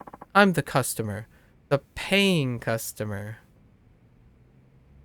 Paying customer. Yeah. Paying with someone else's money. Seriously, though. Any other club, and I would have had them eating out of the palm of my hand. It all boils down to a bad club. Even if it were to assume it was the club's fault, you still didn't manage to pass the test. That means I won't be giving you a loan. Anachan, would you mind showing... Okay, here's the series loop again. Wait, just a second. If you just let me try a different test, I'm positive I'll pass with flying colors. Please, I'm counting on you. Give me just one more chance. One more. It's always just one more with you. I've given you 3 chances already. No matter how many times you try, you'll never pass. Alright, so leave. I'm tired of having to string along a big talking nitwit. Please, this is it. My very last chance. If you give up on me now, I'm finished. Will you just leave already? I'm positive I can bring a company that will never ever need to downsize. He's testing the last quality in a person's personality. Like one of the 2, I would say it's kind of like 2 or 3 cores of a personality. That is very, very important. And he's testing conviction, persistence, and diligence, right? He's how vigilant the person is, how committed they are to their vision. So that's what he's doing right now, which is great because it's a quality that it's arguably even a rarer quality than stubbornness, short-sightedness is conviction. And we'll see if that's where they're going with it. You really want to start your own company, don't you? Are you sure you're being entirely honest with me? Oh, he's looking for an ulterior motive too. And with yourself. Absolutely. No lies and no excuses, period. Fine. And this is your honest to goodness last chance. You fail, you leave. Got it? Got it. I'll pass it for sure this time. You'll see. Okay, here we go. My friend's leaflet company is in the red. If you can get to turn a profit again, I'll lend you the 5 million yen. But that could take years. The door is right there if you're not interested. What's it gonna be? You're in or out? Alright, where's this leaflet company, anyway? It's Paradise Advertising on West Shichifuku Street. Just past the M store. Let me give them a call. Hello? Paradise Advertising? This is Akiyama, over at Sky Finance. Akiyama-san, what do I owe the pleasure? You've been asked for management advice, right? I found just the man for the job. Name's Shiobara-kun. I'll be sending him your way shortly. Really? Shiobara-san, is it? Thank you so much. I'll be waiting. And he's setting the guy up to work on his shortcomings. Now it's all up to you. Paradise Advertising is on West Shichifuku Street. I'm sure you'll see it when you get there. Alright, I'll be back. Chief, are you sure about this? That's one heck of a test. Isn't Paradise Advertising doing really bad right now, business-wise? Stuck in red even though sales remain strong and steady. Yeah, that's right. Even if sales go through the roof, the expenses are always higher. Which means there's only one choice, is to downsize and cut their... Ah. Yep. All they can do is downsize. And our friend, Shiobara-kun, who would rather see a company die than shrink, will now be forced to do just that. You're a bad man, Chief. Call it shock therapy. But if you can't do this, he's hopeless. Shock therapy? Don't you think you go check up on him, just in case? You never know. Well, if you insist. Do you remember where Paradise Advertising is? The west end of Shichifuku Street? Just past the M store, right? I'll be fine. I'll be there plenty. I've been there plenty of times. Okay, I'll be back in a bit. How down the fork did I get back? He's enabling him do the one thing that he's not experienced with. See if he follows through with conviction. Let's go. Learning experience.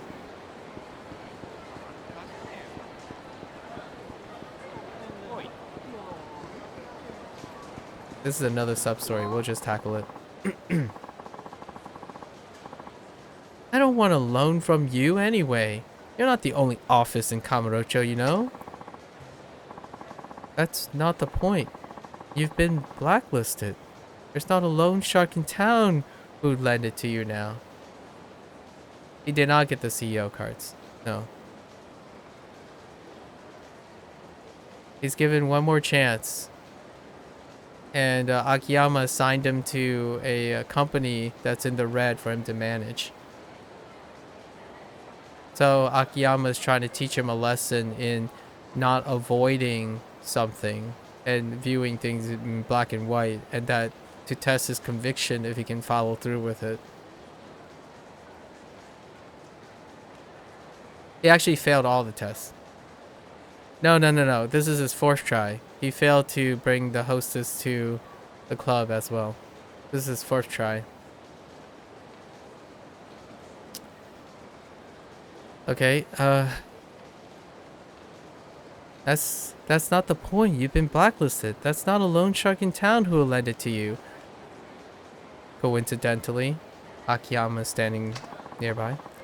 You don't know that for sure. I've never doing business with you ever again. Enters Akiyama, who has no collateral, no requirements. Pardon me, miss. Did I hear you're having money trouble? And who are you? Not another debt collector, I hope? Nah, not at all. But I'm here in the same line of business as that other fella. A moneylender? Then I'd like to apply for a loan. But why bother? But why bother? It's no use. It sounds like they've got you blacklisted, is that right? How much do you owe? I say about 10 million or so? About? So you don't even know how much you borrowed? Loan sharks, credit cards, you name it. I've borrowed money from it. What are you getting at? Oh, is that? It's just that you put on a brave face for someone so deep in debt. Nice clothes and all that. It made me wonder. What's the point in looking all pitiful just because I happen to owe some people money?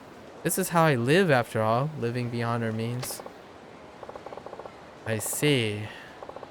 Here's something else, you know that? You've certainly caught my attention. Are you hitting on me? No, it's not that. Look, if you're truly ready to make a fresh start, come to my office, Sky Finance on Tenkaichi Street, right down the street. Sky Finance. I've heard rumors. My name is Shun Akiyama, and you are? Me? I'm Shoko Muto. Well then, Shoko-san. I hope you'll decide to pay me a visit. Oh, she just goodbyes you? Man. Ooh, I like these ones. Yeah, me too. In fact, she might already be on her way. Maybe I'll take... Indeed. But we gotta check on, our friend. So, in case you missed it, he failed the third one and blamed Bad Club. And CEOs, he blames that the city has no CEOs. That's the guy. So the guy said, give me one last chance. And now Akiyama has given him one last chance. He deferred the guy to a company, a friend's company he knows, that's going red and needs to turn it around. Turn it around.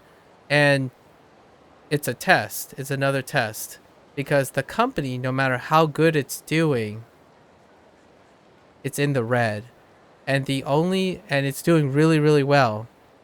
Since it's doing really well in sales and it's still in the red, the only option is consolidating, which is to downsize. And that guy said that he'd rather let a company die than downsize and artificially keep the company afloat.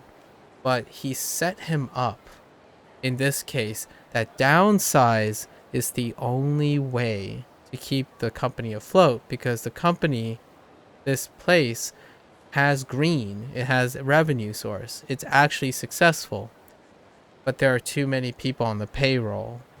So he has to understand that he needs skills that he avoids, and we're about to go there and find out what he ends up doing. So Akiyama deliberately set him up to give him shock therapy, basically to set him up to do the one thing that he clearly is inexperienced in. And without that experience, as a investor, which is who he will be when he loans the money, that company is not gonna, he's gonna be dead in the water. Yeah, so Akiyama is that type of guy, and it's clever. But wait, she said West Chichifuku Street.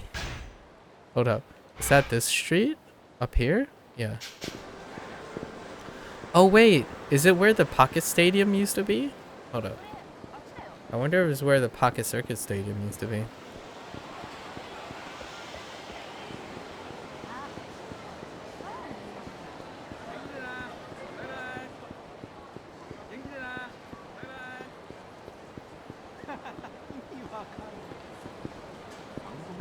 What is that guy doing over there? What the heck? Oh, it is. Oh no. Oh, this is Satachi's dojo. Oh. So Dachi's dojo replaced the Pocket Circuit Stadium. That makes sense. Wait, can I walk in here? Oh, I can't.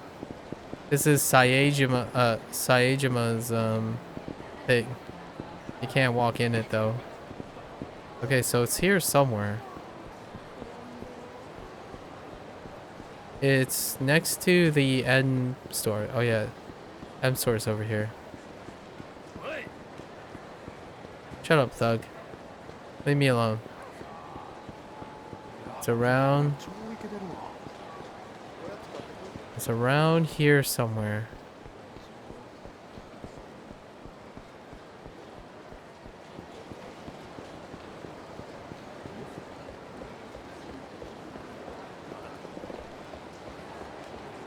It says it's just past the M store. What the heck? Oh, is it the other way? Is it next to the M store on the other side? Like here?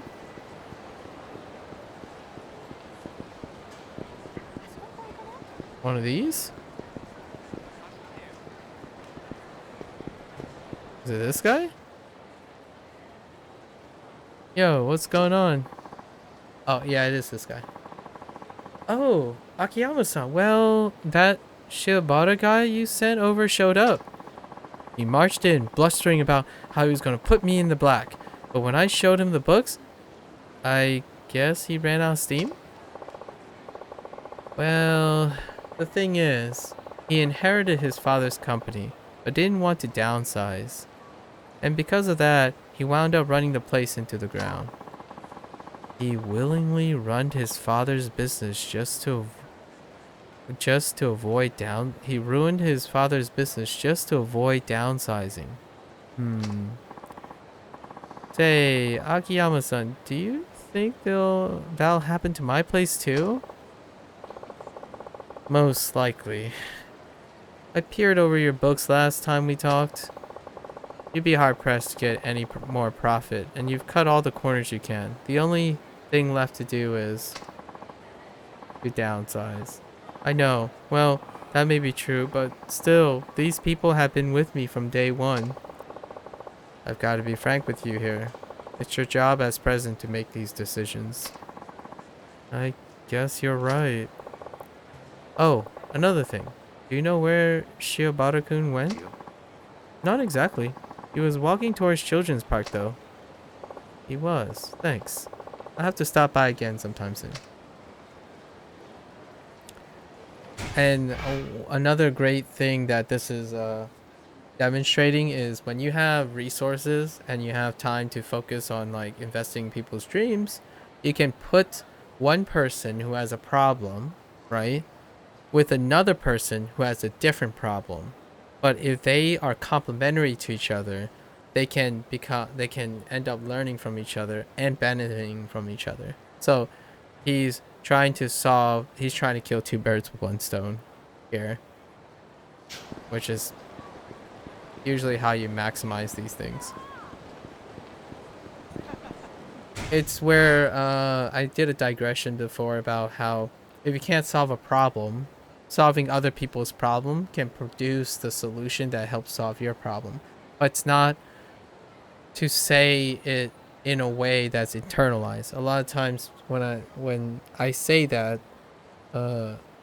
people would think about themselves only. Like when you're solving other people's problem, you might be thinking I'm suggesting, oh, it distracts you so you can feel better and then eventually find inspiration to solve your own problems. But it's more that when you're actively solving other people's problems, you're also increasing the likelihood of finding that inspiration, certainly, and also distracting you. That's true. But you're also encountering another person who could also help you solve your problem. So there's the idea is the benefits of proactively being proactive, even if you can't solve the problems on hand, is overall generally exposing you to a lot more odds of eventually getting back to your original problem. Instead of inwardly focusing a lot of times, which people would do is by coping. They cope, but you're not gaining new information. And then obviously what we talked about yesterday, you can gain new information by coping better if all else fails. If you're unable to do what Akiyama is forcing this guy to do, literally forcing this guy to do, because his life is in ruins and he's desperate. So let's see how it turns out. He doesn't look too happy. Well, did you think of a way to get them back on track? What's wrong? You dropped by Paradise Advertising, yeah? You knew all along, didn't you? Knew what? You sent me to that company knowing full well that the only thing they can do was downsize. They have sufficient sales and good management. They take all the leaflet orders they can. I don't see how they could possibly bring in any more money. Which means they have to reduce their expenses. Employee salaries have already been slashed, and there's simply no more fat to trim. Their president is a real go-getter too. Keeps pristine books, has great employee morale, and still he's stuck in the red. Now that sounds like the CEO you claim to be. You're looking in all the right places. If we need to reduce expenses, there's only one thing left to do. To cut personnel costs. In other words... Hey, if it isn't old Shiobara's idiot son, imagine my surprise running into you here. Oh, this is the father's company that he ran into the ground. You worked for my father's company. So you remember me, do ya? Well, thanks to you bringing down your own man's business, I'm still out of a job. But either way, I had to downsize or close the place down. My hands were tied, and well, then you should have downsized. You think your way was more noble? My hands were tied. Ha! You think that's gonna make up for all the hardship you've caused? Speaking as a manager, downsizing is...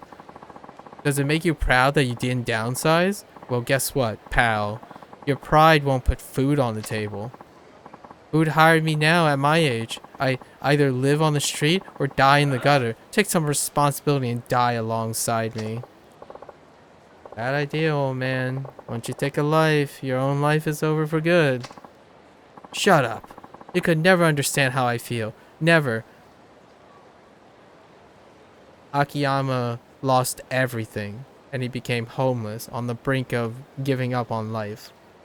and now he's the man he is. So, no. That guy has no idea. That's emotional compromise situation. You're right. I couldn't. Still, murder is not the answer. He can. I don't, but that won't solve the problem, right? That's not how he diffuse it. Yeah, Akiyama would not be the guy who would admit that at all. He is incredibly humility, like lots of humility. He just takes it in and tries to diffuse. He's all about diffusing the situation. And he's also prideful now, like, because he's a man with convictions. What's your deal anyway? You taking this moron's side? If you want to try to start over, I can help. Well, I can lend you money anyway. I don't want your darn money. How dare you insult me? That does it. We're all go down together. And he does the one thing. It's okay. Akiyama can do that too.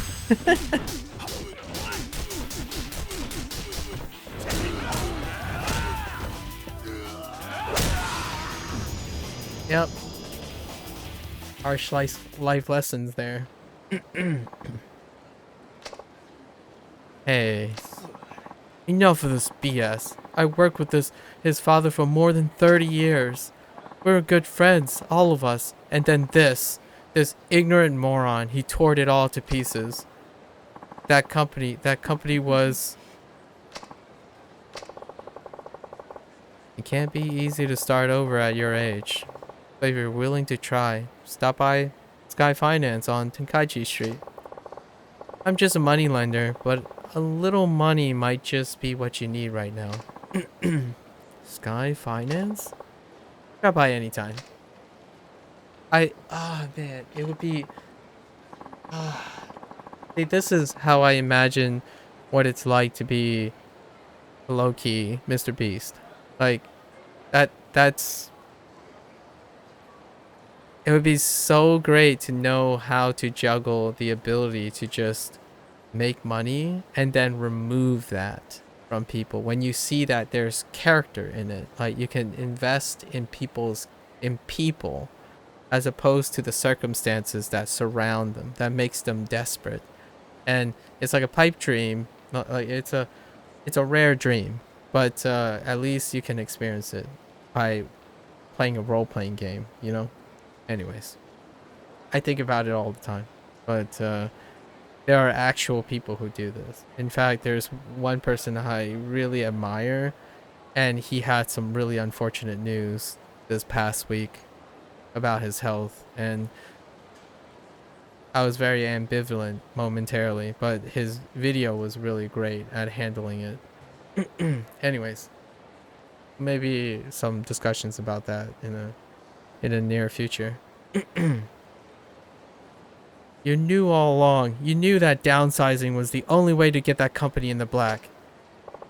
Yep. Sure did. I knew it. Then why? Why? His friends had been with him from the start. The president didn't want to downsize, but that was the only way to save his company. And he still couldn't bring himself to do it. So you've come here to mull it all over, is that right? That angry old man, Paradise Advertising, I imagine you probably understand now, but downsizing isn't necessarily a bad thing. Sure, it's not always the ideal or even the only option, but sometimes you have to do what's best for the company. If you don't, you might end up hurting a lot more people, like that old man. Do you see what I'm trying to say?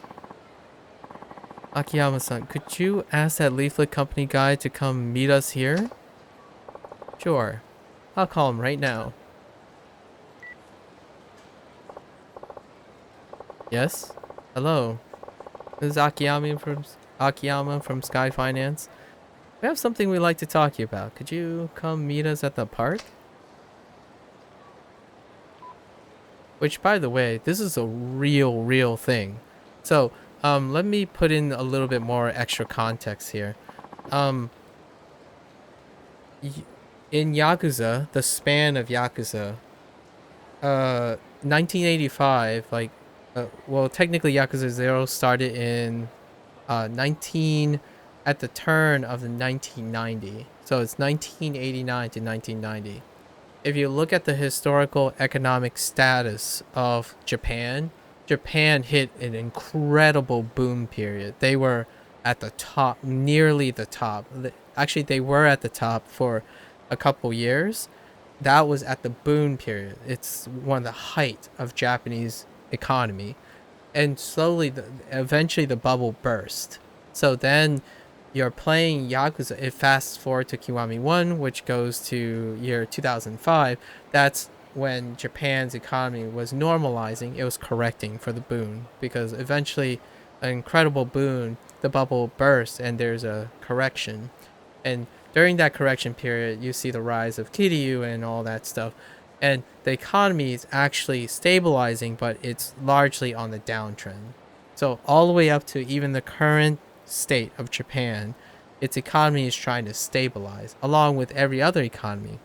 And which brings us to today, being an American, it's also trying to, right now there's a price correction, and there's a lot of fallout right now for the price correction and stability coming from the economic boom from the post-COVID things, especially in the tech sector. And then now we have inflation talks and stuff. All this comes down to is this is a very real thing that happens all the time, but it doesn't happen to those who are not concerned with it or who don't live with it. So for me, I follow this type of news, but I'm not in this type of news. And that's why this particular thing has a lot of important lessons here. And just the past year, because of inflation, it's a universal international issue if you pay attention to finances and even maybe slightly get affected by the consolidations of all the businesses. So universally, everyone's combating inflation, and often as a consequence of that, many companies across the world right this moment has to downsize. They have to consolidate, and ultimately there'll be winners and losers, but it would save the it will always be a plus than the entire company going down. If the entire company going down, that's zero. So unfortunately, there will be losers and winners. But in a business standpoint, pragmatism is ultimately a harsh reality for sentimentalism.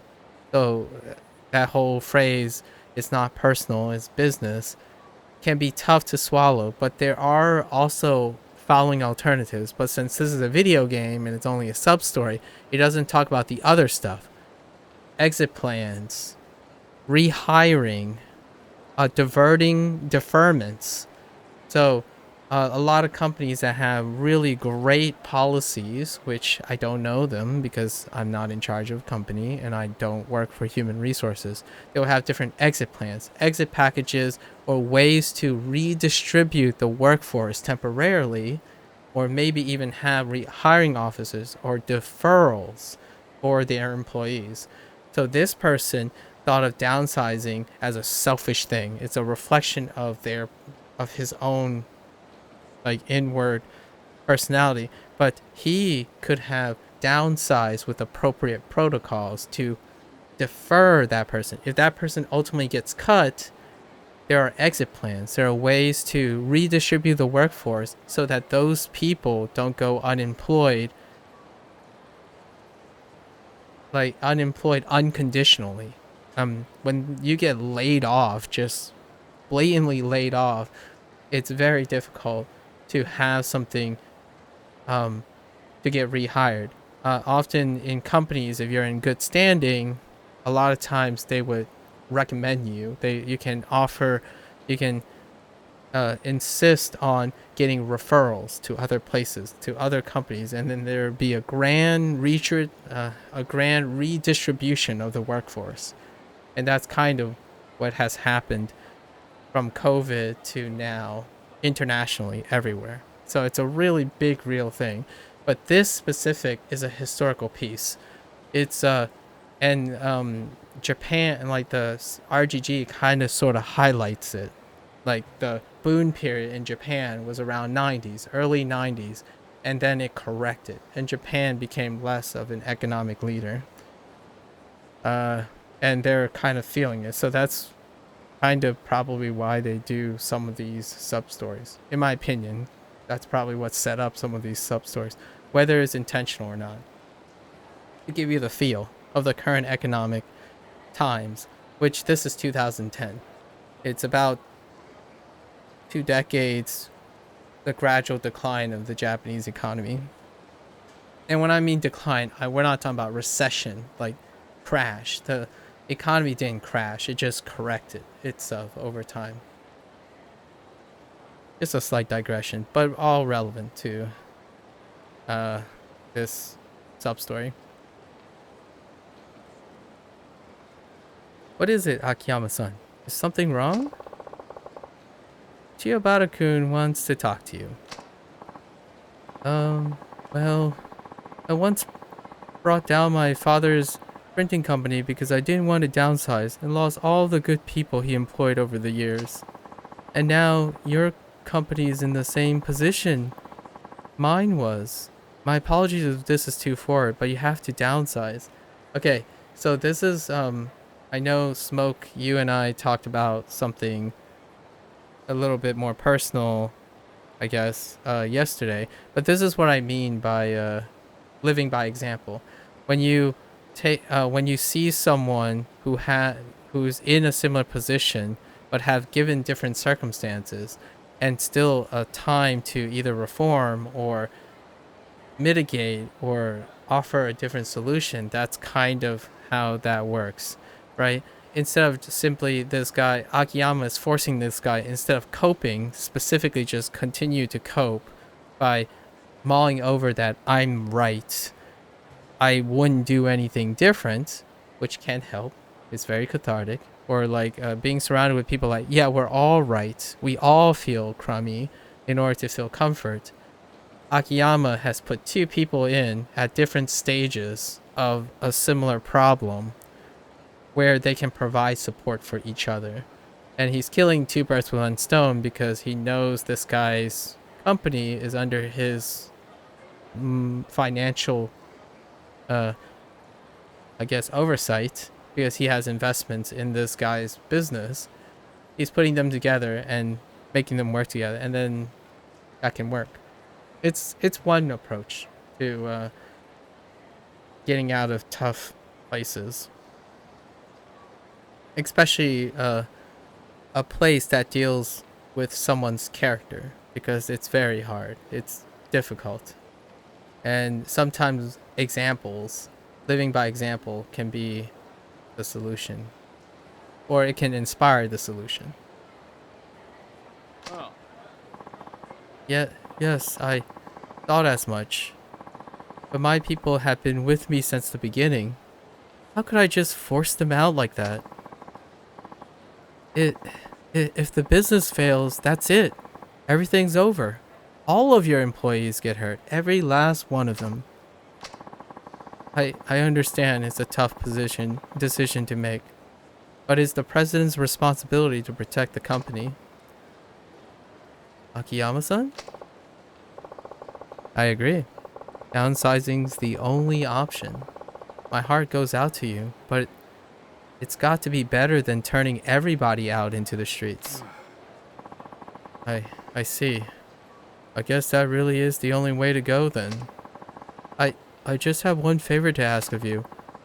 If this downsizing does turn your company around, make sure the people who are forced out get first crack at working for you again.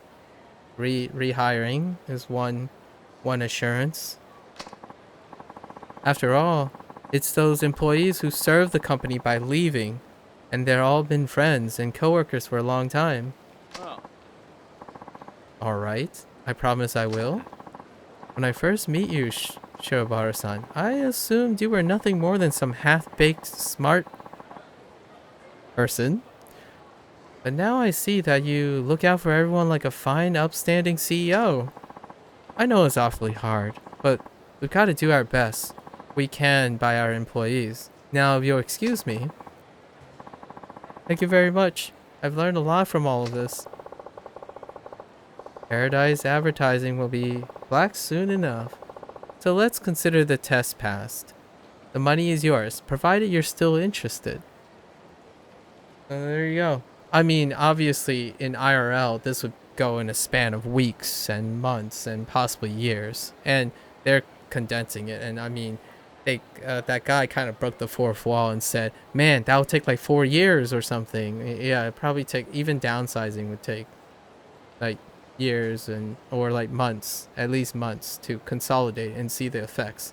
And then you were talking about rehiring, that's like 1 year prospects and 1 to 2 year prospects.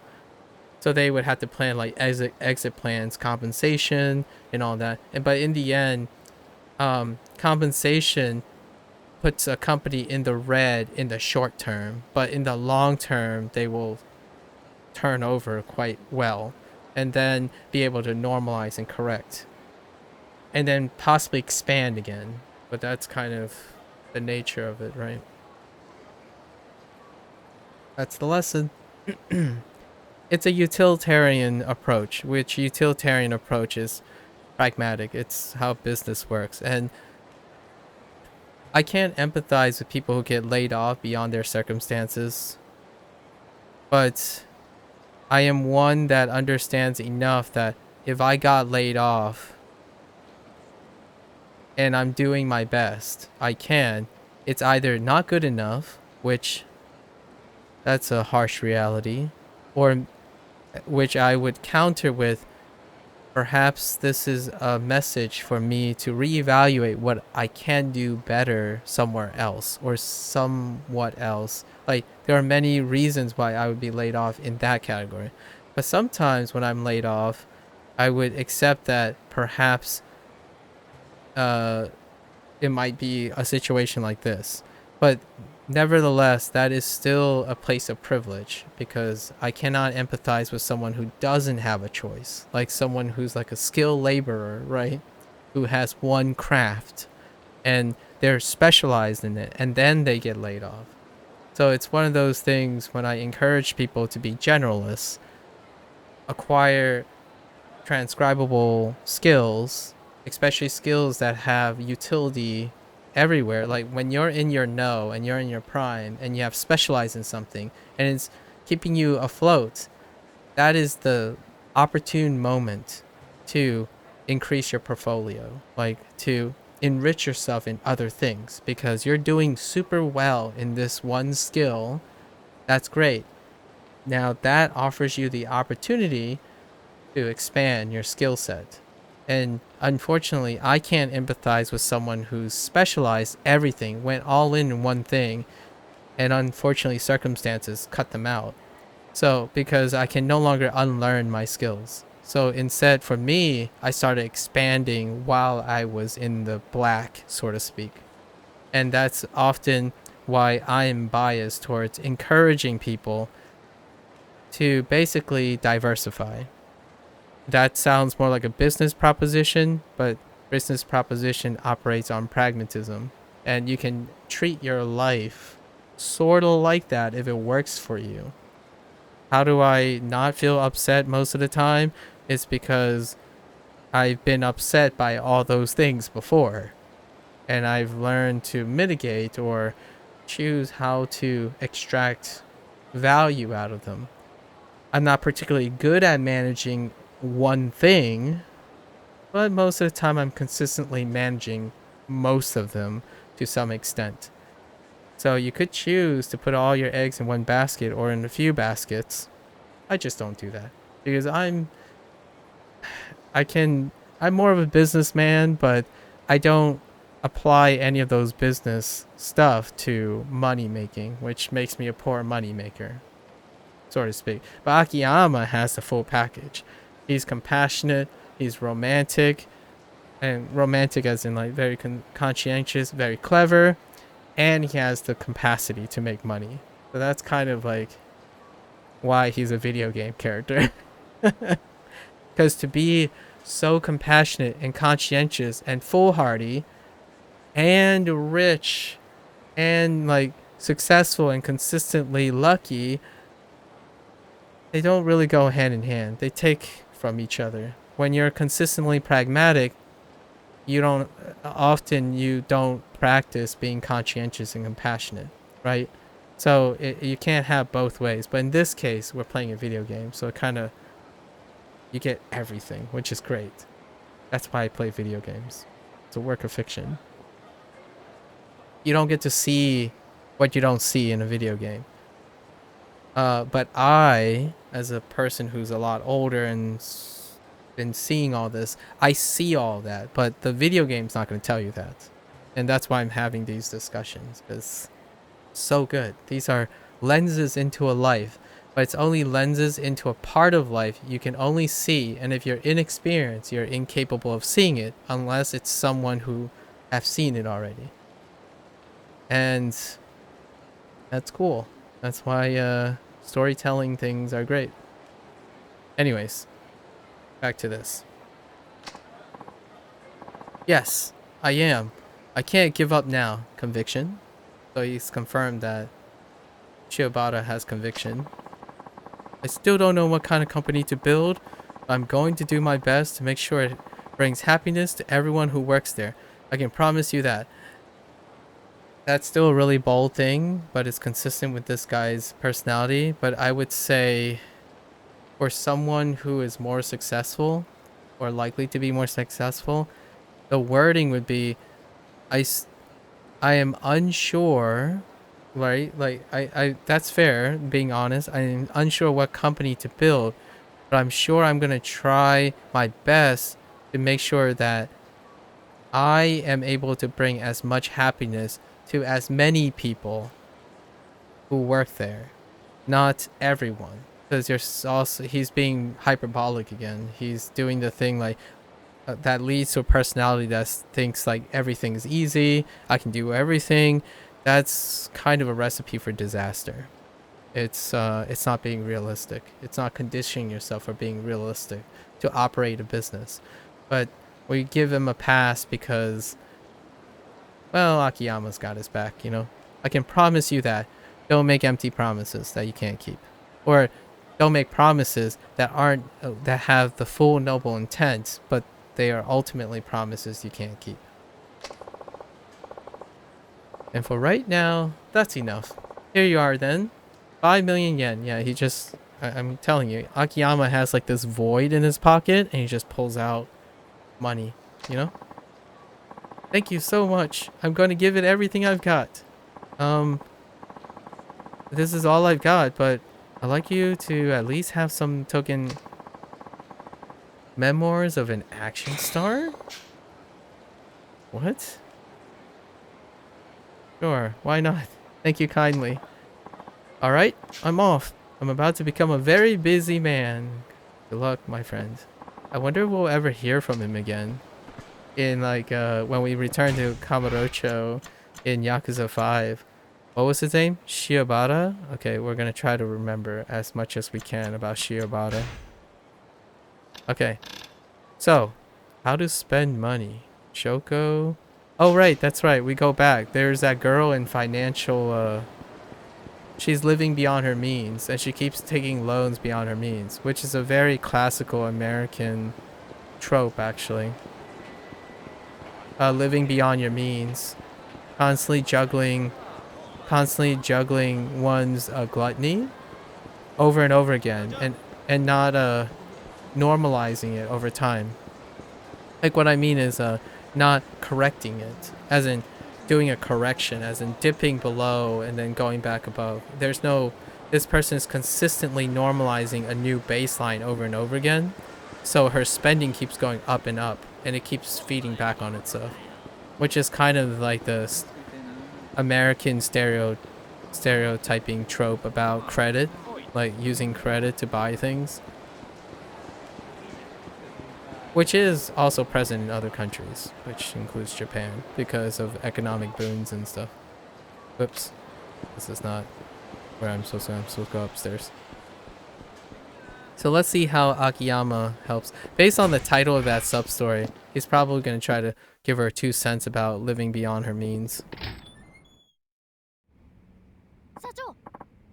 Oh, hello, Chief. Didn't expect you back so soon.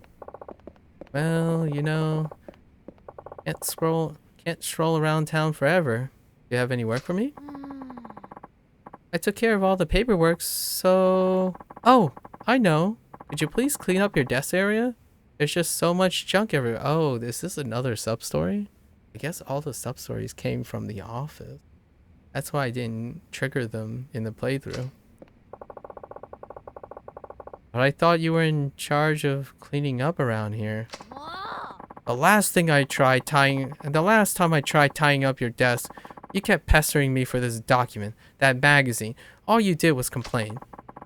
I don't know what you'll end up needing, and if I move anything at all, I guarantee I'll hear about it. Thus, I've sworn off cleaning up your desk. Fair enough, actually. Bummer. Oh, there she is. Okay, it's still the same sub-story.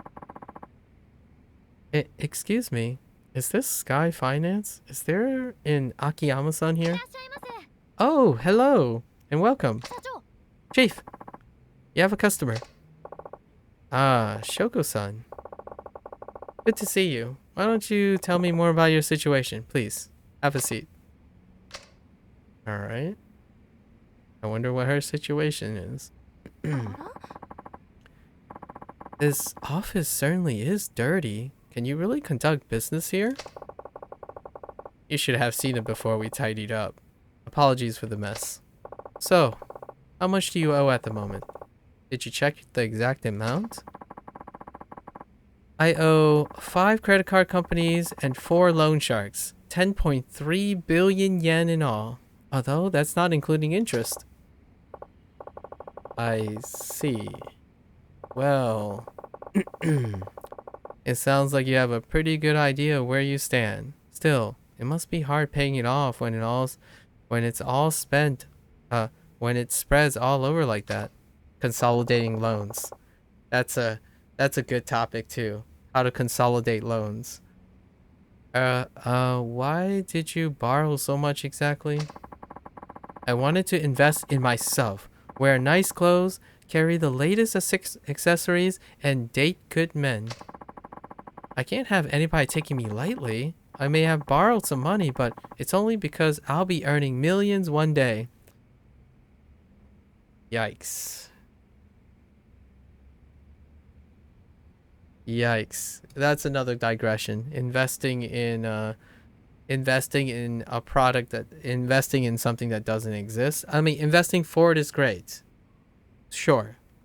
But investing forward involves understanding the process, but she is only doing the ends justifies the means thing. So she has no vision of how the investment forward leads to the actual investment she's looking for, the return on investment that she's looking for. So this is a really long digression, but it's 95% of content creators right now.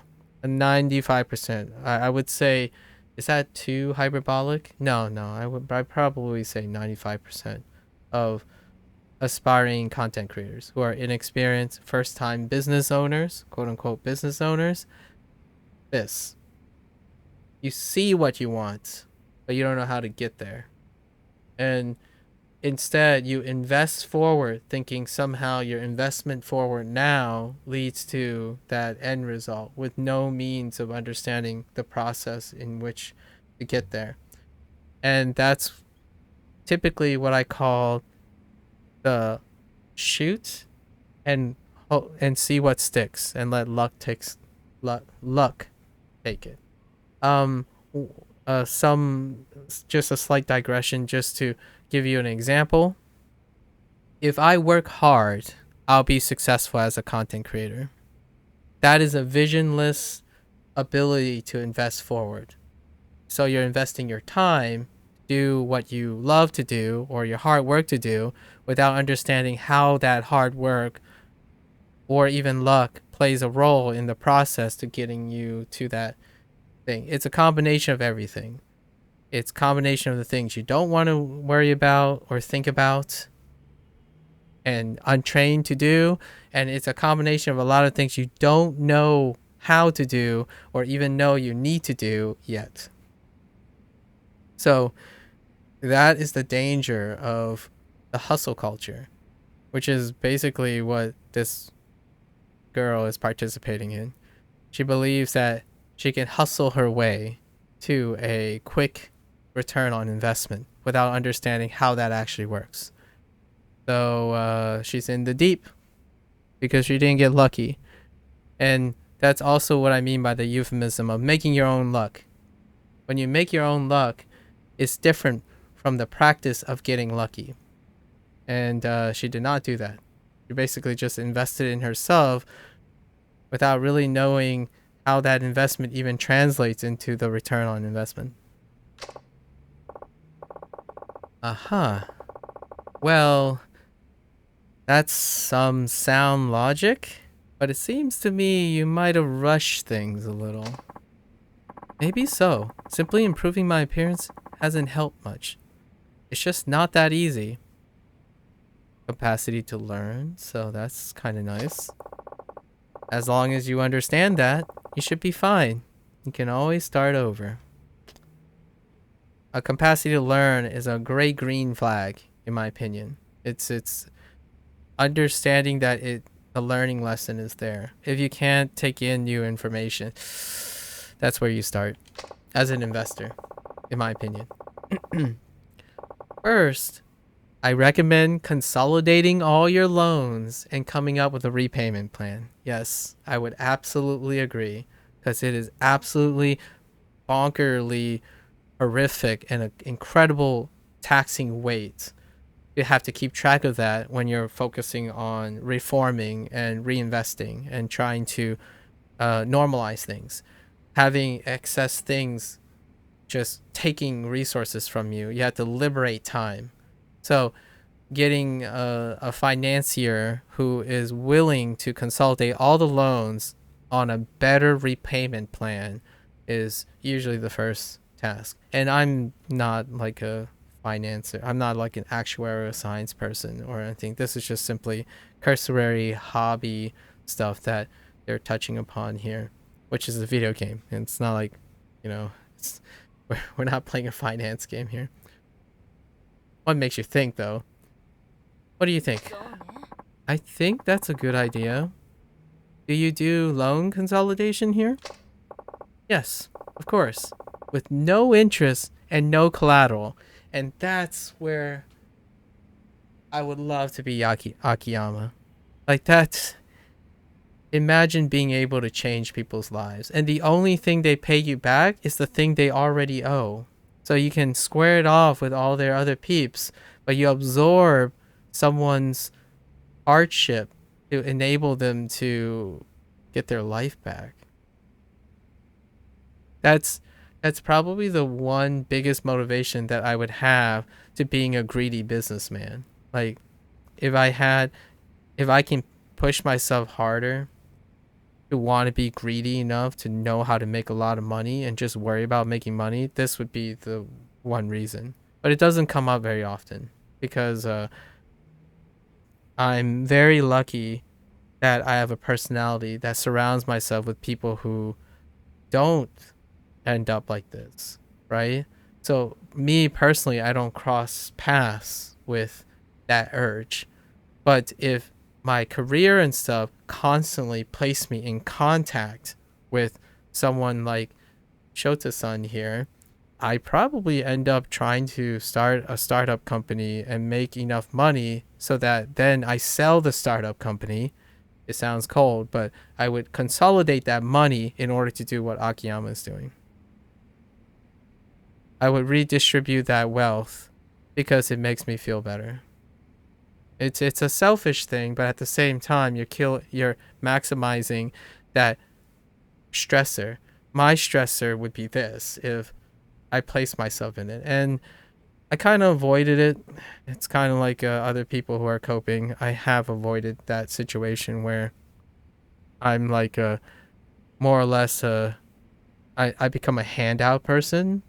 And sometimes I don't like balancing the idea of if I'm having to argue if I'm helping them or if I'm making them weaker, right? Because like Akiyama, my life didn't start at the top, and it didn't quite hit rock bottom when it comes to these things, and it doesn't move me enough to want to sacrifice my principles about money to make a lot of money in order to enable myself to do it. But I know a bunch of people that did, and I love following their stories. It just almost makes me cry inside all the time when I hear like they raised $10 million to open and build a medical facility in a place that didn't even have medical facilities. Like that's absolutely wonderful. And from time to time when I see those stories, like I could be one of those people. But then it subsides because I don't immediately surround. Often it's a privilege. I don't naturally attract people who make those type of decisions. And when I do, I like to hope that because of being around me, I like to believe that by example, they are less likely to fall into this position. So then I lose the motivation to be trying to turn over millions of dollars fast so that I can just make people's problems go away. I would love to, though. That would be great if, like, I joke about this sometimes where, like, if there's a rich guy who needs someone to, like, pass the check, I would totally do it for a living, for free. I would go out of my time. If someone said they would give me 10 checks and all I have to do in my job for them is to hand out those checks, I would totally do that.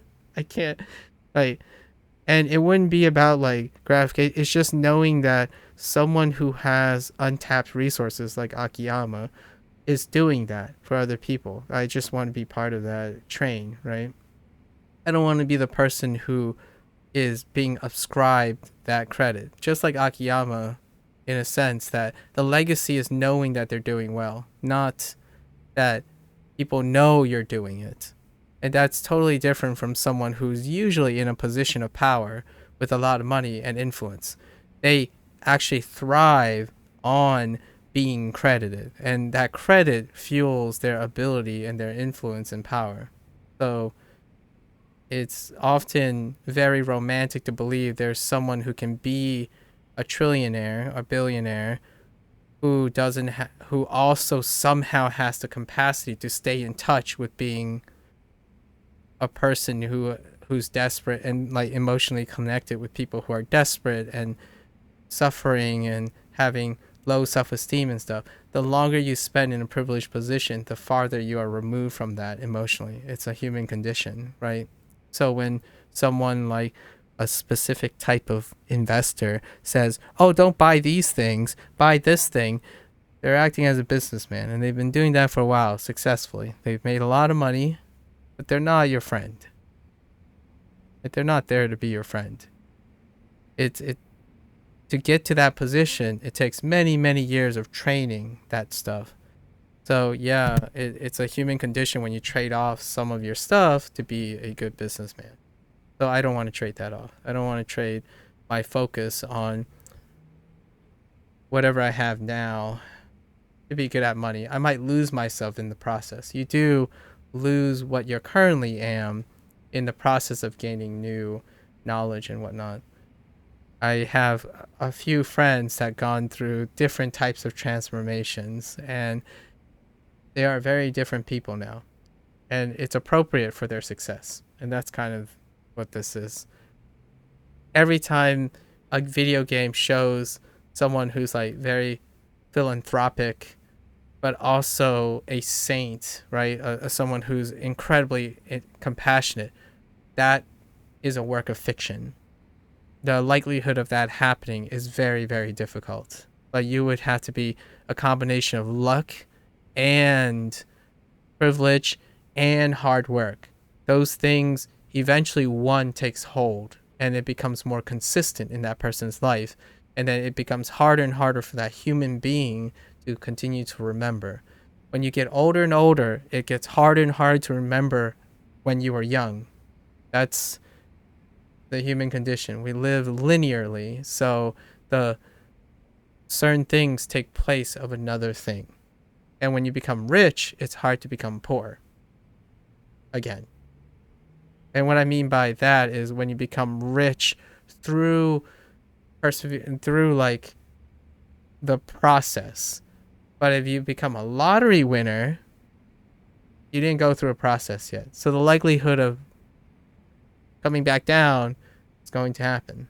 That's kind of the idea of the human condition, right? So Akiyama is a fictional character written by people with different perspectives. So it's not a rich billionaire writing Akiyama's personality. It's someone who is in game development, who has a specific background that's not reflective of someone in his position. It's a facsimile of what they think a person could do. If a billionaire tried to write Akiyama's personality, it would be very different than constantly exercising reckless use of the money, if you know what I mean. That kind of thing. It's great. These are so great. Sub-stories, constantly a wealth of real life things. What? No interest? Then what's in it for you? And this is where I get so sappy. Like, I for the moment, be careful what you wish for, kind of thing, right? Remind myself. But in these moments, I just want to be in those moments, and that's it. And then take me back. I momentarily gain a wealth of fortune. Explain to them that sometimes, and this is a suspension of disbelief, because typically if someone had a lot of wealth and they can do this, what's in it for them is a return on investment. That would be their focus. But he is a fictional character. So what he's going to say is, that's nothing for you to worry about. Or would you prefer to pay interest? So the answer he's like sliding over is that he buys into people's dreams. And that's romantic. It's very video gamey of a fictional character. Oh, I get it. You have some kind of condition, don't you? Like, I have to sleep with you. That's grounded. Well, that sounds great. But no, you're a little off base. And obviously, Akiyama is diffusing because she's not a little off base. She's totally off the grid. But he's a very charismatic person. So, like, I love the writing of Akiyama's character. It's just incredibly charismatic. All I ask is that you take a test. A test? Yep, a test. Pass the test and I'll consolidate your debts. No interest, no collateral. So, what kind of test we are talking about? I have 1 million yen here. I'm going to give it to you, and then it'll be your job to decide how to spend it. Huh? I just have to spend 1 million yen? Pretty much. So what do you say? Alright, I accept. Then it's a deal. Use every last yen of this 1 million. And that's it. But he's obviously testing for character. But we'll see. I'll be back when it's gone. See you then. Oh, this is so different and I love it. I love these sub-stories. I can't wait to see all the other sub-stories because they're all going to be character themed. They have such a clever way of bending sub-stories to the caricatures. Chief, are you sure about this? That's 1 million yen you gave her. Hana is playing the devil and angel thing. So, the devil is the character that's getting the loan, and then the angel is the grounded perspective of like realism to safeguard himself, and then he is mediating all of that, and that's kind of nice. It's a it's a nice balance that they're doing for Akiyama. I feel like Akiyama's got like the brunt of the initial impressions in Yakuza 4. It's like systematically just a lot more TLC. So we'll see how that compares with Saejima is arguably second or maybe even first, like tied for first. And then Tanomura kind of got a short end of the stick in a lot of things. And then Kiryu is just, we have legacy. So like Kiryu is arguably the weakest, but he has the most legacy too. So it doesn't take much to prop Kiryu's arc up. Tanomura though, oof, it's a little rough. Like basically what it feels like is a lot of things didn't make it into the game for him. And he's the farthest detached from if I had to argue, he needed the most to establish a precedence in Yakuza. Because he is the character that's startlingly different in context because he's a cop, right? But that's okay. There's a silver lining to this. Not to the person who reprised the role or the sentimentalism for the fictional character, but Lost Judgment, when we play Judgment and Lost Judgment, they are arguably the spiritual successor to the experiment they did with Tanomura. Lost Judgment and Judgment is a spin-off in a non-overlapping universe that includes the same city, but the main character is a cop. Is a detective. I don't specifically know what kind. Maybe not a detective. I don't specifically know what type of police officer he is, but yeah. And we'll get to that eventually. But for all intents and purposes, this is all we know about Tanomura. He might come back. Who knows? That's 1,000,000 yen you just gave her. I gave it to her, yes. But then again, I didn't just give it to her. And yet, you're reluctant to give me a bonus. Oh, yeah, look. This is a test to see how Shoko-san spends her money.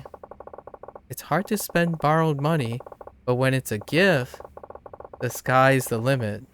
One's spending habit can give you a pretty good idea of one's character. Ah, man. Oh. Akiyama is like my spirit animal right now.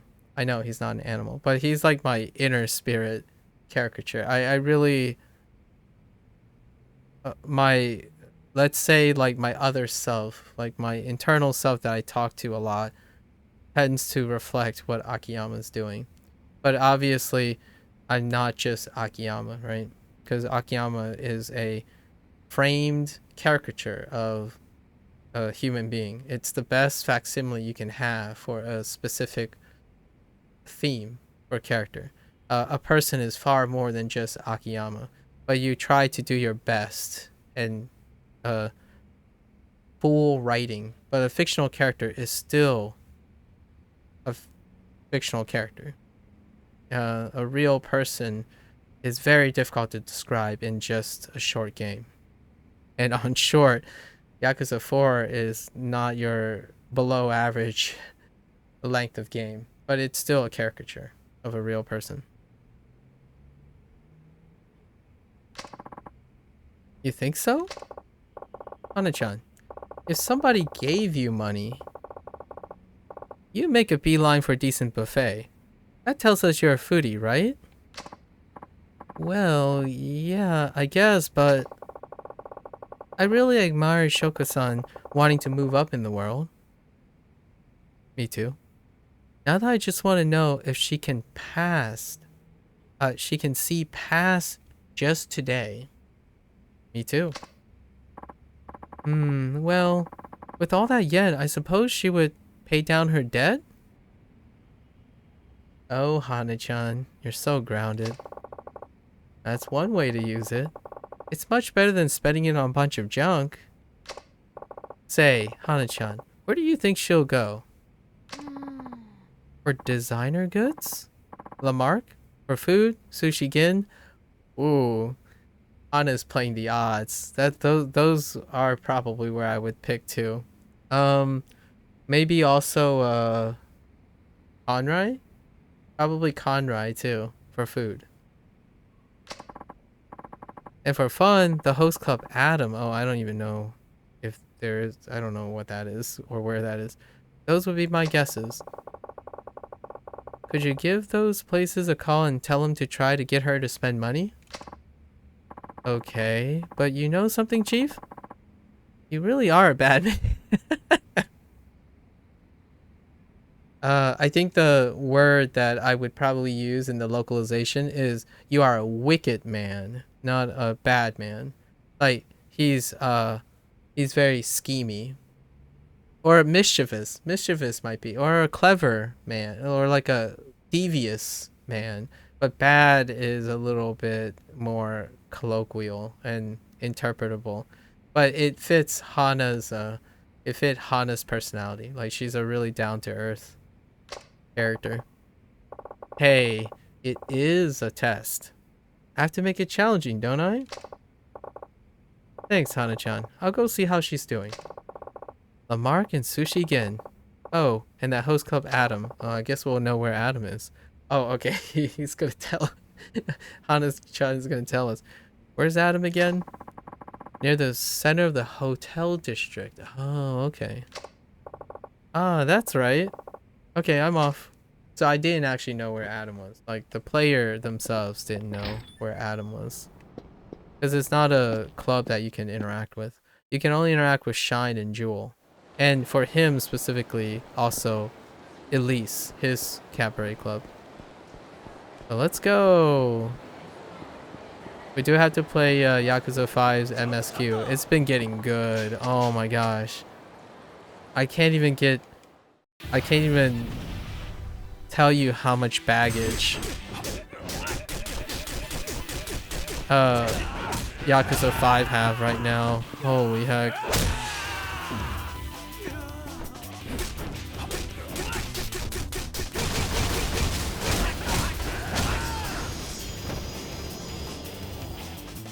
Multi-character games are trending upward. So I think we're just going to keep grabbing multi-character games from now on. Like narrative-driven, multi-perspective, weaving. I think I know what I'm going to start working on next. Start experiencing next time. Wait, where are we going? Oh, we were supposed to go to Sushi Gin and I beelined for Club Adam for whatever reason. Out of just sheer coincidence, I beelined for Club Adam, which is in the hotel district in the north side of Kamurocho. We won't be completing RGG Studios catalog. The goal right now, the realistic goal, is completed before the 2024 release of Yakuza 8. Oh, or Like a Dragon 8. Sorry, I misspoke. Like a Dragon 8. I have to get myself used to that. Club Adam. The Club Adam is around here. Oh, there she is. A host club, huh? This could be bad. Oh, that's Club Adam. I knew. Actually, I've seen Club Adam. It's the site of Yakuza 3 had. It's either Yakuza 3 or one of the characters in 4 had an event here, and it was not too. Oh, it was Yakuza 3. It's one of the hostess at Club. I want to say it was either. I think it was Club Shine. It was one of Yakuza 3. It was one of Kiryu's hostess who she basically just makes really bad, poor decisions. Oh, she got wasted. She got wasted here in this building, and then we had to pay her debt, and it was a lot. It was like 500. It was like $500,000 in yen, and she didn't quite learn her lesson. She was like really not. It was Club Shine. It was the third hostess. I don't remember her name, but we had to pay her bill in Yakuza 3. It was rough. She had a rough personality. And she wasn't very remorseful. Or like she didn't really learn from it. Kiryu was just there as her luck, her safety blanket. Hey, you think it's really true that Shoko's come into some cash lately? Oh no, it's another loan shark. It's true. Alright. I heard she got it from that Akiyama guy at Sky Finance. Pff, that Akiyama. What a pain in the butt. Wish he'd get the heck out of Kamurocho already. Hi.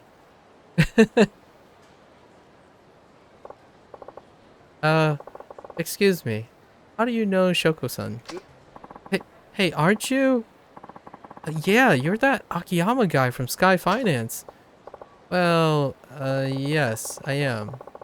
And I'm going to have to ask you to leave Shoko-san alone. She's right in the middle of one of my tests. And doesn't need any distraction right now. The heck you say? You think you can order us around? I'm not ordering. I'm asking. Never mind that. Never mind that. Look, we lent her tons of money. If we don't get it from her while the getting's good, she'll slip away from us again. As if you didn't already profit enough from your ridiculously high interest rates. You probably pay off the principals ages ago. Yeah, so what? She signed the contract. You got a problem with it? Oh, I'm sure she signed the contract. The intentionally confusing contract you most likely forced her to sign? Shut up. And mind your own darn business. You'll stay out of the way if you know what's good for you. I guess there's no use talking, huh? Hey, you want to fight? You got it. Really? Your timing couldn't be better. I never did like your face. We need you out of our business, so we're gonna snap a leg bone or two. Come on. Well, I mean, we know where this is. Come on. Oh, they are Yakuza. Okay. It wasn't clear if they were Yakuza or not.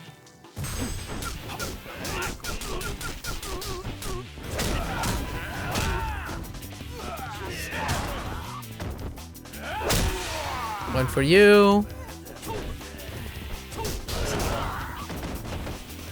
Oh. One for you.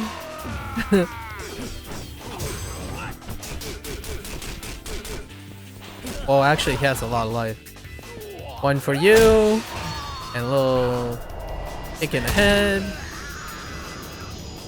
Oh, I mean, it would be nice if I could do this too, but I can't. Or it would be very unlikely that I would participate in this, but it would be kind of nice to know somehow without doing that I could do that if worst comes to worst. Obviously, I can't. Like physical confrontation, if need be, right? Don't actually know without actually doing it. I wouldn't put myself in a situation like that though. Sorry, I should have told you. I'm stronger than I look. Alright.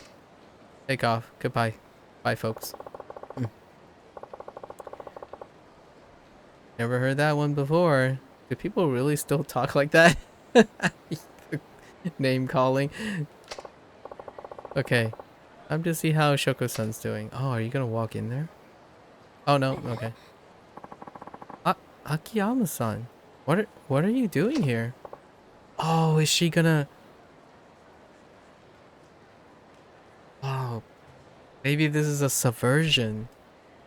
Oh, wait a minute. Have you been following me? No, I was just in the neighborhood collecting a debt. What have you been up to? Me? It doesn't really matter, does it? It has nothing to do with you after all. Fair enough. By the way, did you figure out how to spend that 1,000,000 yen yet? No, not yet. Why? Are you curious? Not especially. I mean, I gave you that money. It's yours to do as you please. Yes, well, I have some place else I have to go, so if you'll excuse me. Oh, I think they're pulling a subversion. Someplace else she likes to go. Where's she headed now? I think this goes deeper. This is gonna go deeper. That guy kind of looks like a... Oh. Hold.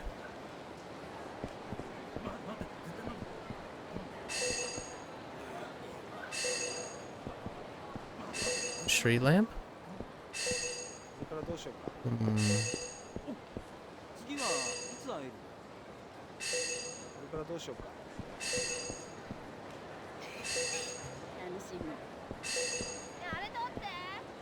Uh... Uh... Uh...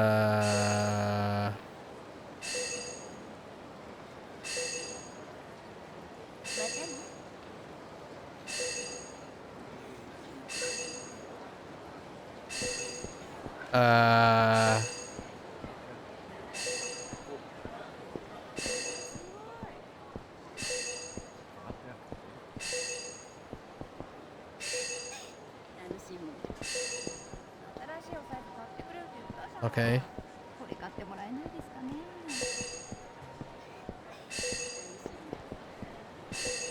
It's not that thing on the ground. That's trash. That's recycling trash. That's the symbol for that. So it's this way.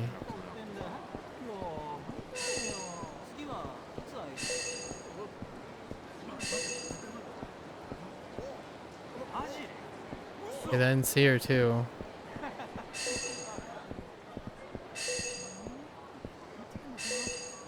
Man. These are well hidden.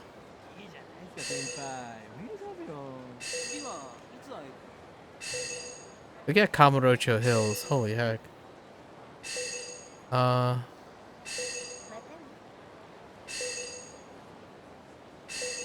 there it is.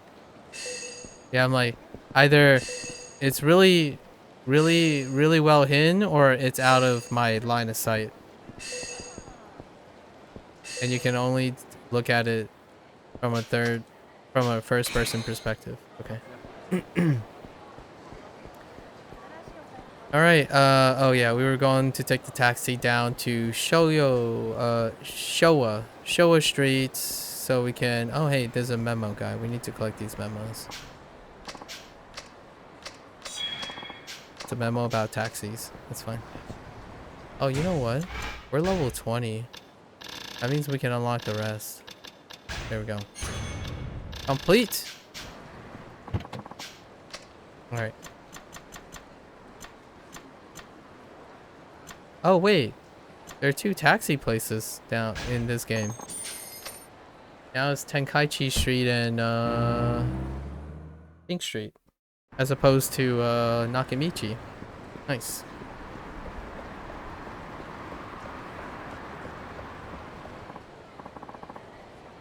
Ah, that was delicious. Sushi Gen really is the best in town. I guess Shoko-san had some sushi. That like slow strut, that slow strut away may have just failed the test. Let's see what the chef has to say. I think she gave money to them, like to support them, but let's find out. Ah, yeah, welcome. Ah, if it isn't Akiyama-san. Hi there. I thought you got a call from Hana-chan, right?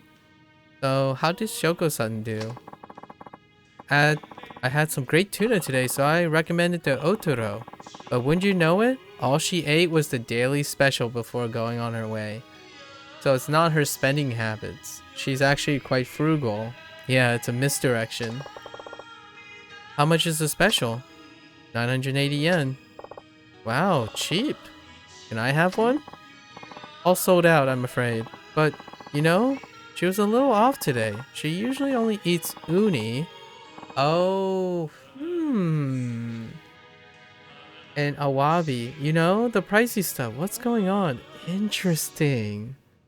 So she's making active effort to... Huh. Interesting. I guess she hasn't touched that million yen yet, then. Wait, what? When Hana-chan told me to make her spend money, hey, is this another one of your tests? Something like that. Thanks for your help. I'll have to drop by again soon. Kamurocho Lullaby playing in Sushigen. Of course. Great stuff. What was the third place? Sushigen, Hostess Club, Lamarck. We just walked down the street to Lamarck. Lamarck is on Showa Street. Close to Senryo Avenue.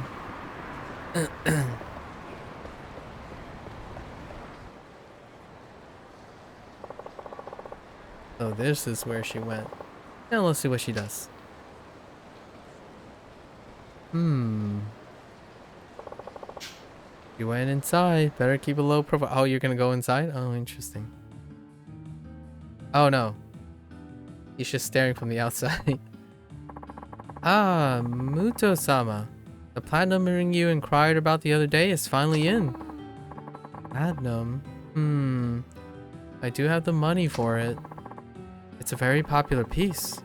I've already had a number of customers asking after it, but I put it aside especially for you. I believe it's your size. Would you care to purchase it today, Muto-sama? No, that's alright. I'll come back when I can pay for it myself. I see. I'm terribly sorry, but I can't guarantee you'll be here for on your next visit. That's fine, thank you. Huh.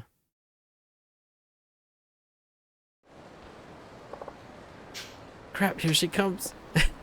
Ditch. It's kind of a cute sub-story too.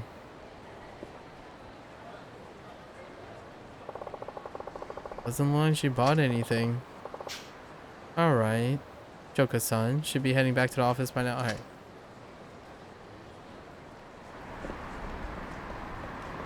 Sus. Very sus. Very, very sus. Where is this going, RGG?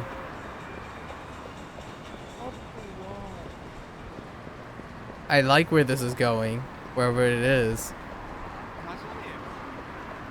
But still, sus.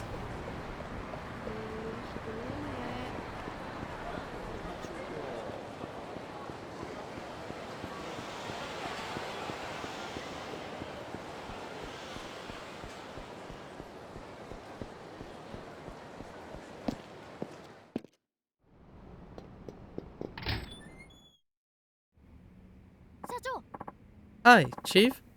Joka-san's here. Okay. Oh, is she? That was fast.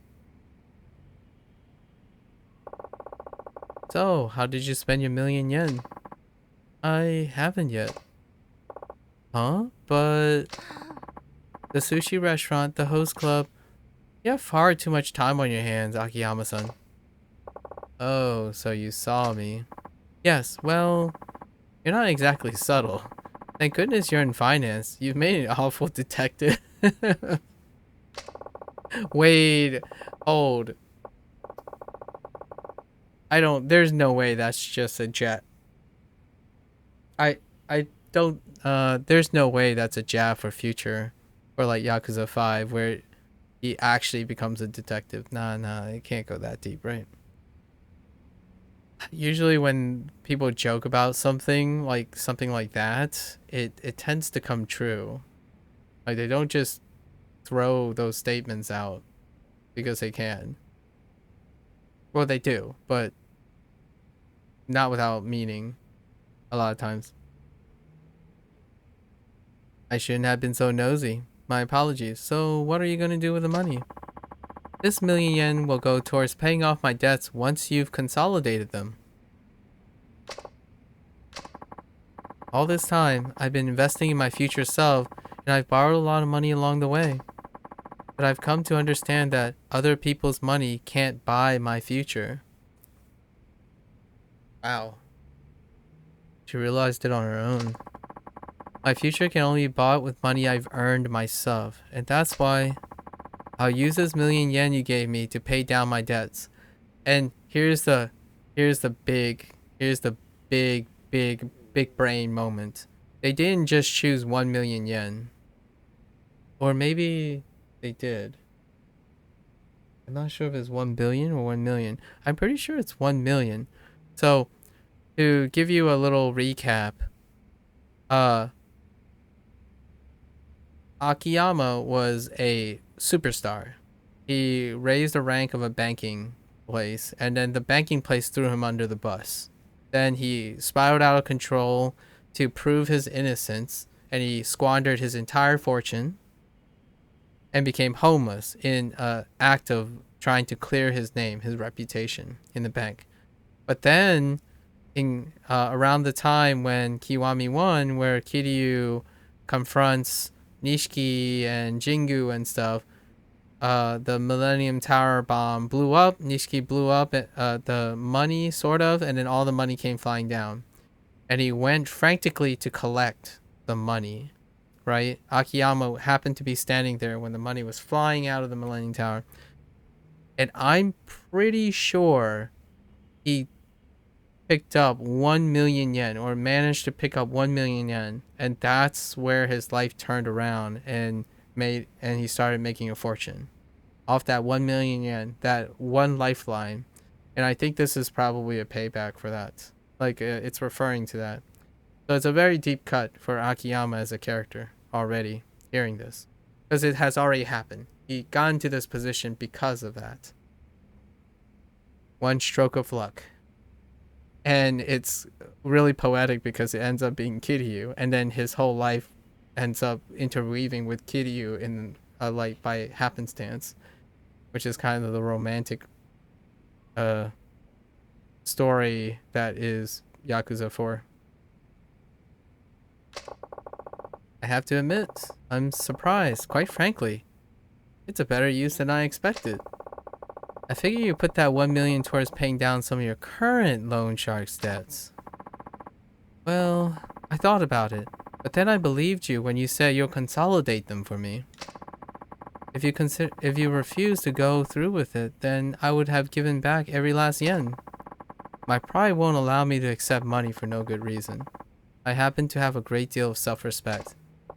Well, in that case, I say you've passed, and with flying colors. You should be proud of yourself. You did better than I expected.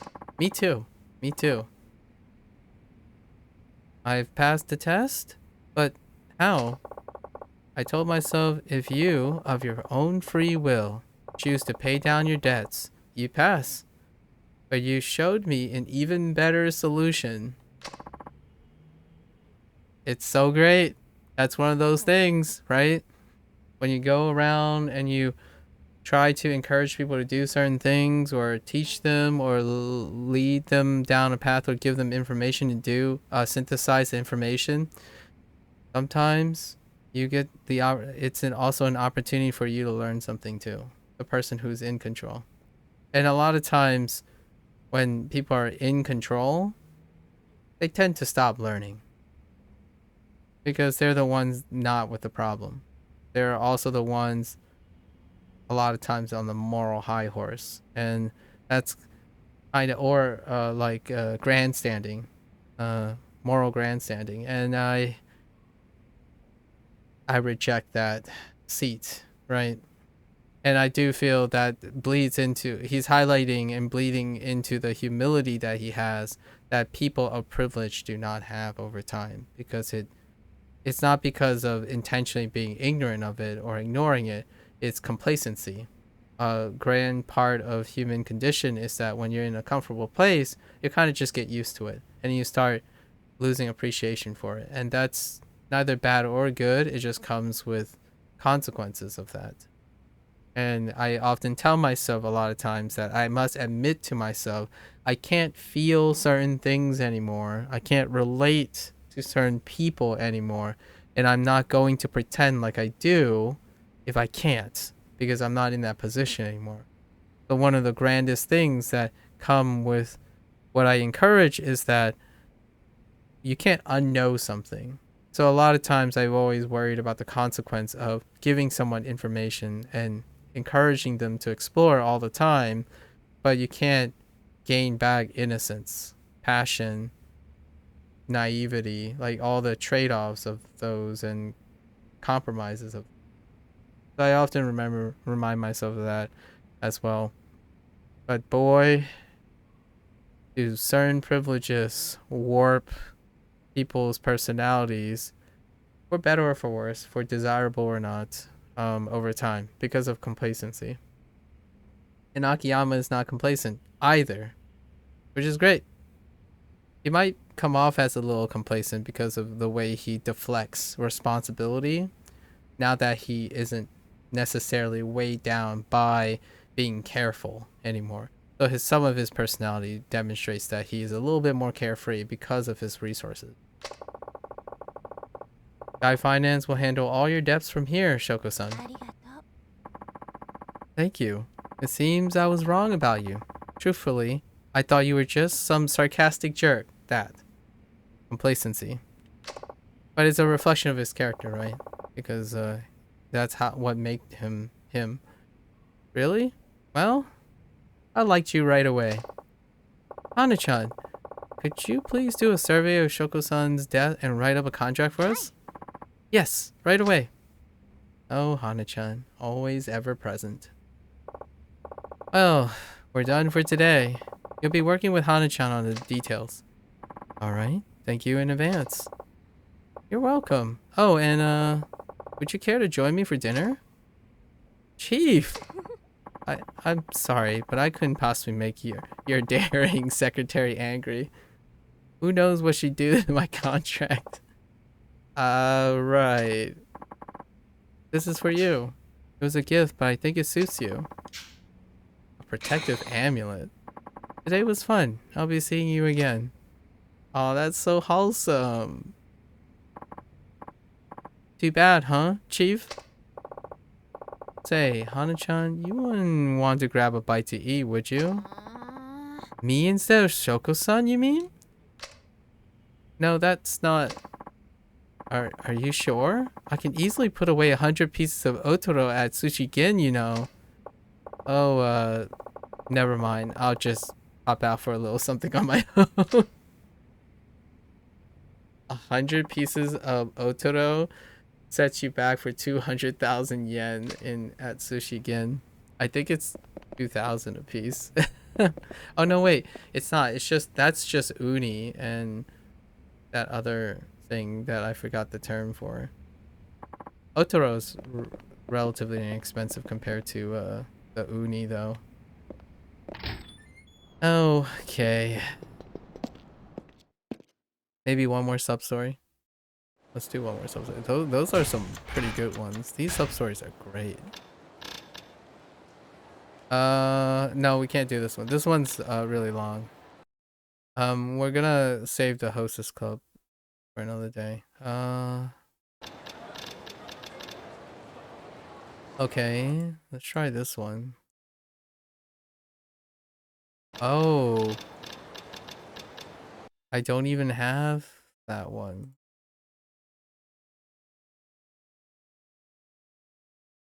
Oh my gosh. Did I complete this? It's like a long... Okay. Did I do this one?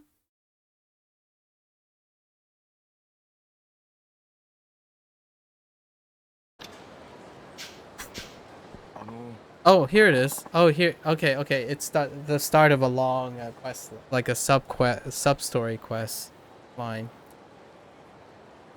Is this guy finance? Whoops. Yeah, it is. Are you a customer? Can you help me? I need money. Oh, would you please give me a loan? All right. Let's find out. Now, just calm down. Let's head up to my office and I'll hear what you have to say. Oh, thank goodness. All right. Let's find out.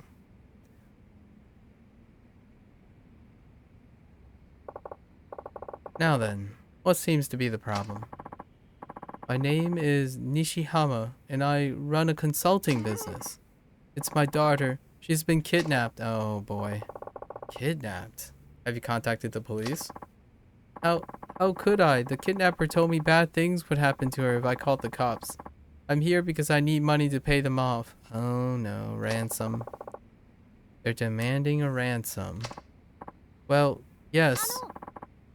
Most kidnappings fail, you know. The police often wind up catching the criminals in the end, so you might want to try them first. Just because the police catch most of them doesn't mean my daughter won't get hurt. I'm not going to gamble with her safety like that. Besides, even if they did catch this guy, my daughter is delicate. If anything were to happen to her before they caught him, I understand. But we can't be sure that money will bring her home safe. Well, there's no sense in just talking about it. Here, take a look at this.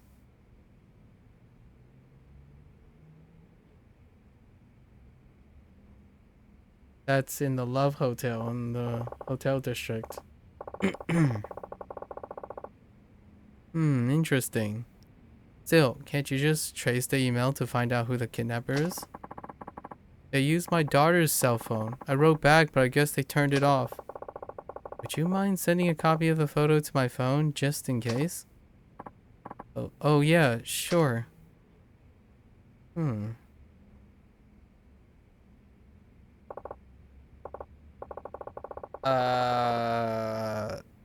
2011 tech?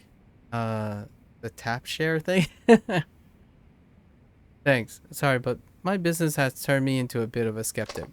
So, how much were you looking to borrow? The kidnapper is asking for 100 million yen. I scrapped up 70 million by cleaning out my accounts and borrowing the rest from the bank. Now you need the remaining 30 million. That's correct. I heard you can make it happen without any interest or collateral. Well, I do have a few conditions. If you can pass my test, the loan is yours. No interest, no collateral. Thank you so much. I'll do anything you ask. Anything. Please help me. What kind of test is he gonna use? Now I'm more curious about Akiyama's test. Alright. Well, you have to pass my test first. We don't have much time, so let's get to it. Hana-chan, would you run a check for me on that Nishiyama guy? Oh, and look into how his business is holding up as well. Sure thing, Chief. Hang on. Let's see. Here we go. Says here he lives with his wife and one daughter. The daughter's in high school. Okay. High school, huh? That sounds about right. He was checking her photo. Nishiyama-san has no criminal record. Oh, but his daughter has been taken in a few times? Maybe she runs with a dangerous crowd. Anything else? Nishiyama runs a consulting business. Yeah, he mentioned that. It appears to be doing alright. He has an average amount of debt. Okay. Interesting. A kidnapping strikes a completely ordinary family. That is sus. That is really sus. I got the contract. This should do the trick, right? That looks fine. Thanks. Looks like you passed the test. No interest, no collateral? Deal's a deal. I'll lend you 30 million, as promised. However, I can't give you such a large sum right this second. It's not like I have it lying around. He does have it lying around, but let's see where he goes with this. I'll send it over to the exchange point. It's safer that way. I suppose you're right. Oh. I see what you did there, Akiyama. Good call. Then we're all set for today. I'll be waiting for your call. Alright, I guess I'll head home then. Just please don't let me down on that 30 million yen. Hana-chan, could you get the money ready? I have a feeling he'll be calling soon. Sooner rather than later.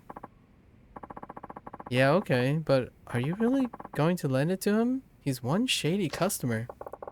Well, he passed the test, so now I've got to uphold my end of the deal. You wouldn't want a liar for a boss, would you? I guess not. I'm going to step out for a moment. Take care of that money, okay? Sure thing. Be careful out there. Hmm.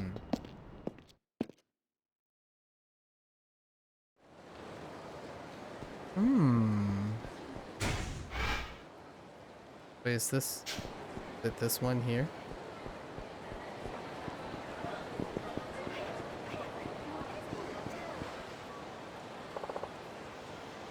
Oh, wait. It's Shiobata. Oh, Akiyama-san. What are you doing on this side of town? Actually, I was just on my way to see you. Me? Uh-huh. Alright. Let's head upstairs then. Okay. There's a follow-up to Shiobata? Oh, what can I do you for? What can I do you for? What can I do for you? Akiyama-san, please make me your apprentice. Okay. My apprentice? Yes, please. Well, this is sudden. Weren't you starting some kind of online company? That's what I figured at first, but when I really sat down and think about it, I couldn't come up with anything I wanted to do. So why become my apprentice? I bet if I study under you, I could discover my true calling. That's crazy talk. Figure that out for yourself. But please. I have no intention of taking on an apprentice. I'm not asking to be paid, of course. I just want to stay here until I work out what I want. Absolutely not. I don't want to waste the 5 million you lent me. Please. Please. What's holding you back, Chief? He already said he's not out for money. I don't know. Well, I'm all for it. Thank you, Hana-chan.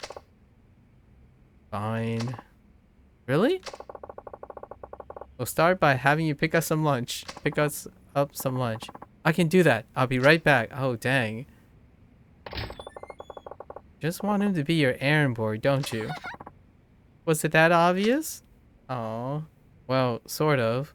Weird. Where's this going? Phew, I couldn't eat another bite. By the way, Akiyama-san, why did you start Sky Finance anyway? Why? Well, frankly, you're not making any money here. I was just wondering what gave you the idea. What gave me the idea, huh? You really want to know? I do. It might help me, help give me a push. I used to be homeless. Did you really? Yeah, I've worked at a bank. But with one thing after another, I quit. Ran out of money pretty fast. Oh, that's not even close to the actual... That's a lot of baggage cut out. When was this? About 5 years ago. Maybe. Pretty much when Jingu was doing his thing. After I left the bank, I lived on the streets for a while. Then one day, money came literally fluttering down from the sky. End of Kiwami 1. Really? Money? You didn't hear about that? There was an explosion at the Millennium Tower that blasted billions of yen out into the street. Oh yeah, I saw that on the news. I ran around like an idiot, but eventually gathered up about, yeah, it is 1 million. Yeah, so he gathered 1 million. Or so. And that's how you started your business? With that chump change? Nah. You can't even rent an office for that little. Then what did you do? I've been in the banking business, so I knew a little bit about finance. I thought, what's the best way to make more? I went into day trading. What's that? It's basically trading stocks within the course of a single day. You complete a bunch of trades on a day-to-day basis, and if it all goes well, you can earn a substantial profit on your sales.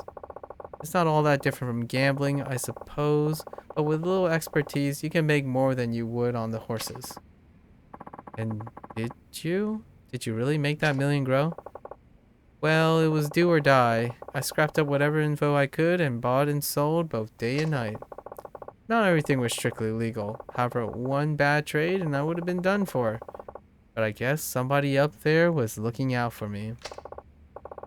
Before long, I made a pretty nice chunk of change. Then I tried future trading and the like. Maybe I had a natural talent for it. In any case, he is a guy that equivocates talent and luck.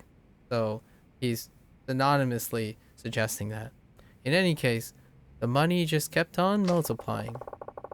I made a businessman's salary thousands of times over in only a few short years. Soon after, I found myself wondering, what should I do with it all? Which made me lukewarm on the idea of making more. And there it is. Did you lose interest in money itself? No, I just went from thinking about how to make money to thinking about ways to use the money I made. And you became an interest-free moneylender to help people with their money problems? No, it was more than just wanting to help people out who are strapped for cash.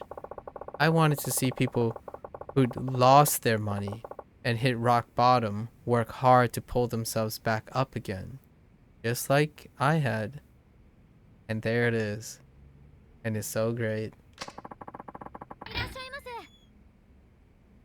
And that's how Sky Finance came to be. Wait.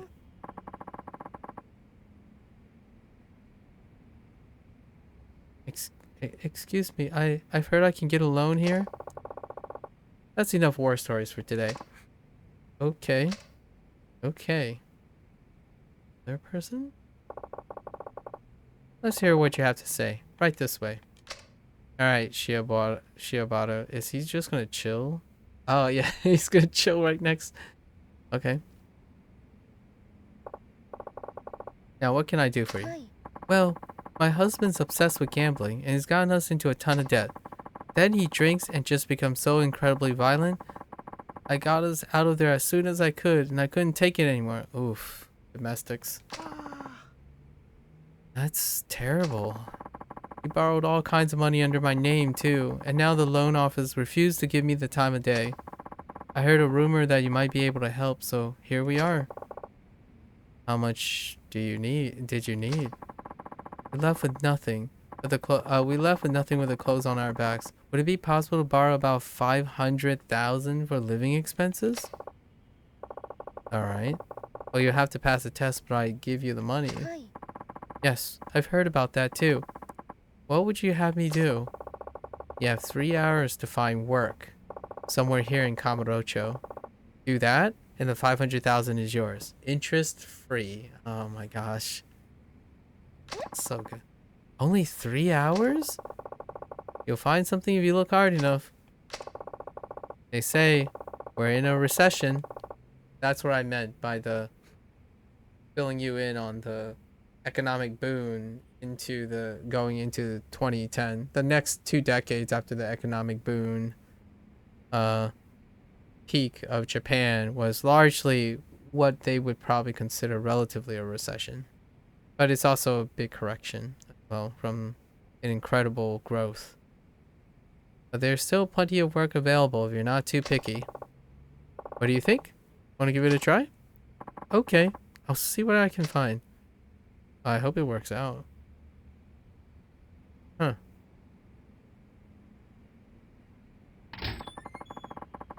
Was it really necessary to give her a test after all she's been through? If she's serious about the loan, she'll pass it just fine.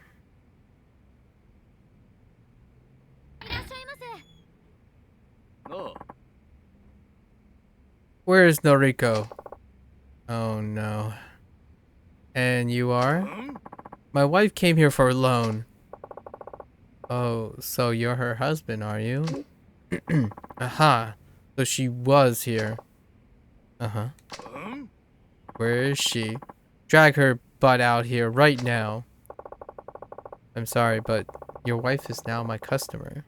And I'm not at liberty to divulge information about my customers. While you... If you have any complaints, I'll be more than happy to take this outside. That suits me just fine. Oh, okay. Yeah, this is where it goes into the territory of which we can't do. Alright, let's hear what you have to say. Oh, hey, Hana-chan's here too. I've got nothing to say. Just get Noriko out of here now. You looking to get your butt beat? Now, see here, pal. Oh, shut up, will you? Looks like I'm just gonna have to beat your butt. Alright, well, see. And this is where I check out, but you know, it'd be kind of cool to be able to kick some butt when necessary, maybe. And a kick in the face. Just a swift kick in the face.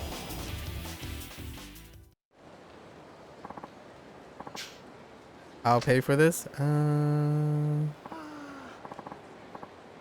Wow. I'd run too if I were married to him.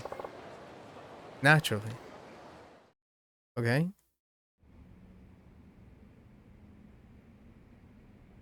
Okay. They're back.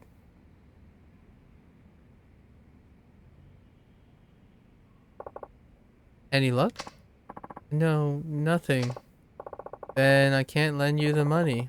I'm afraid I'll have to ask you to leave. I stopped in every single place looking for part-time help. They all said I was too old. I tried lots of stores and restaurants, but they told me they had enough help.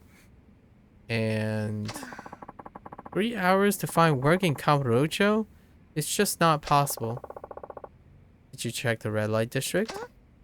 What? You know, massage parlors, places like that. Somebody as good looking as you should be able to find a willing employer, no problem. I could never work in the sex industry. That's entirely up to you. But you won't get a loan until you pass the test. But I really must ask you to leave.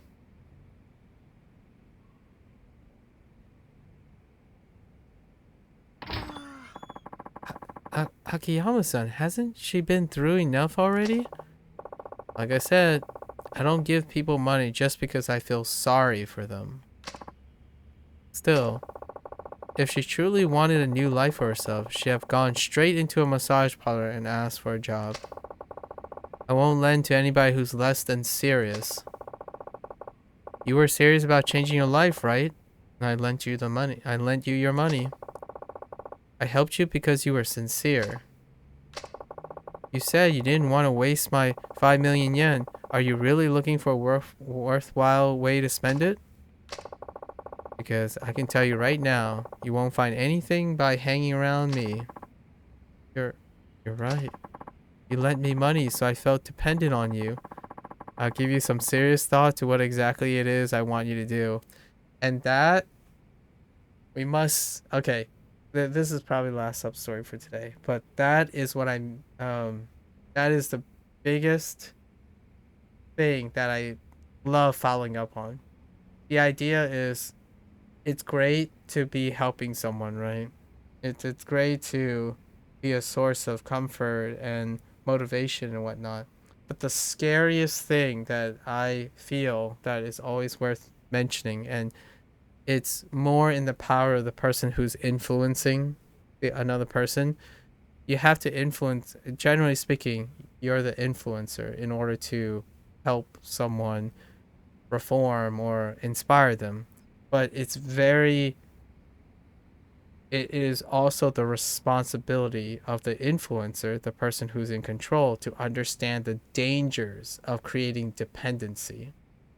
You want a mutual respected, you want a mutualism, like a give or take, some sort of even ground. So reminding people about that, or downplaying, like exercising humility and whatnot, is a responsibility of the person who's have the resources and those who are influencing. And a lot of times that falls by the wayside, and it creates dependency, and that dependency stunts a person's growth. it may even lead to emotional attachments that can blow back on the person, whether intentionally or not. And that's generally what Akiyama is trying to portray on his personality. He is purely a professional. He's not allowing sentimentalism to supersede the potential dangers and compromises with creating dependency. And in a great world, I would love to be that person that is sappy and enabling people, but at the same time, enabling someone without encouraging their own growth, right? Giving them skills, allowing them to solve their own problems will inherently enhance the higher probability that that particular person will become dependent on you. And that is sufficient when you're talking about a child or someone who is truly dependent on you at the time, but it will make the transition of separation even more difficult when they need to become independent. So a lot of times when you're thinking about friends as opposed to like a parent and a child, at some point you must encounter that. And how difficult that phase is, or that transition, is both the responsibility of the person, and a lot of times it's forced upon the person who's dependent to make the transition alone or even on their own. But I would argue that it is just as dangerous, and more responsibility lies into the person that is in control.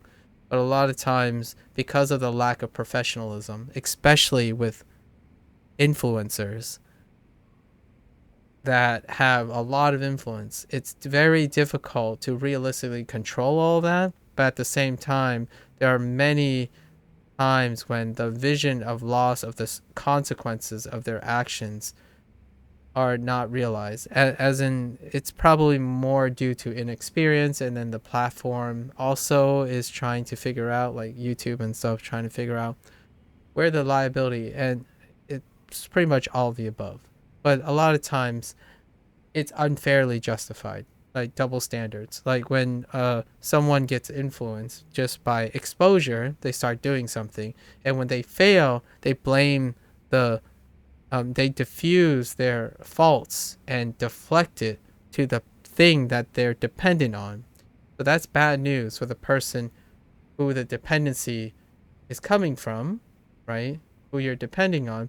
And at the same time, that person may be unintentionally aware that they must segregate and make sure that whatever they're promoting or influencing doesn't lead to that dependency, because it's a lose-lose situation. On the one hand, the person who's dependent has a stunted growth and will become fully dependent, and model and limit their views and their ability to that person, and then it becomes a risk, a liability to the person who's influencing.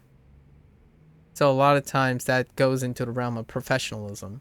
Professionalism is when you're trying to compartmentalize, at least be aware or raise awareness that sentimentalism and pragmatism often don't go hand in hand, but bouncing back and forth keeps one reminded about the dangers. So that type of consequence doesn't really occur at the moment because unprecedented power and influence comes with inexperience now. At the same time, it's coincidental. It's coincidentally new. It's not something that is refined now. So moderating that is probably the future. But it's one of those things. Hey, this influencer loves what they're doing. They're just going to keep doing it. And then all the consequences later comes with consequences later. And it's unreasonable to expect them as a young, aspiring content creator to be aware of these life lessons. Because you are, and there's no disclaimer that says they're amateurs. I don't loosely use the word professionalism too much, because when you're a pro in something, you do you do what Akiyama is doing, more that line, than turning yourself because of self-interest. You can be a passionate person and be a content creator, but that's not a professional.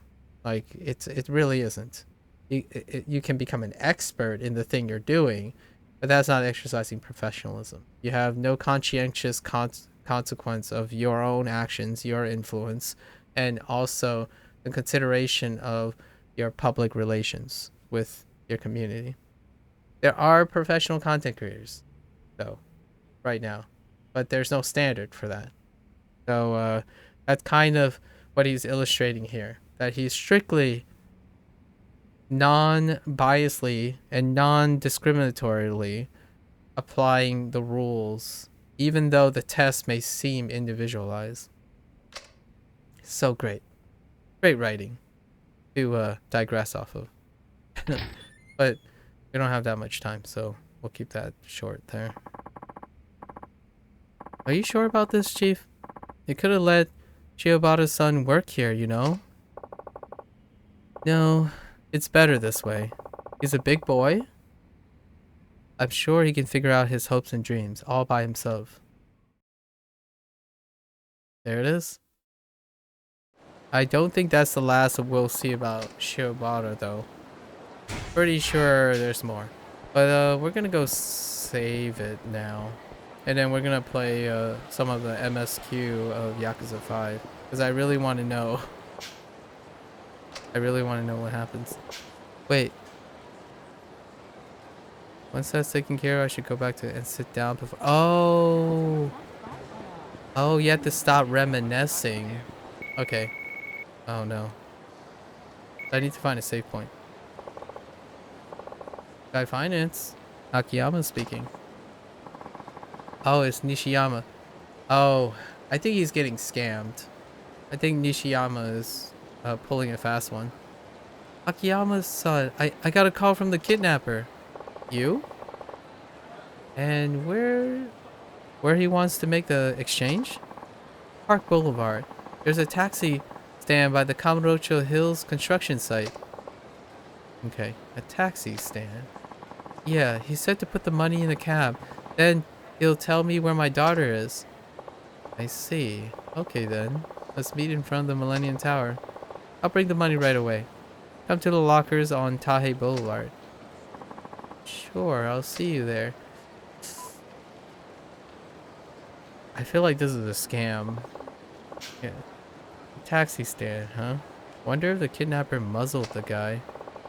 Anyway, I better head back to the office and get that. Yeah. It's fine. We're gonna save. There's a save point way over there. Man, these sub stories are great.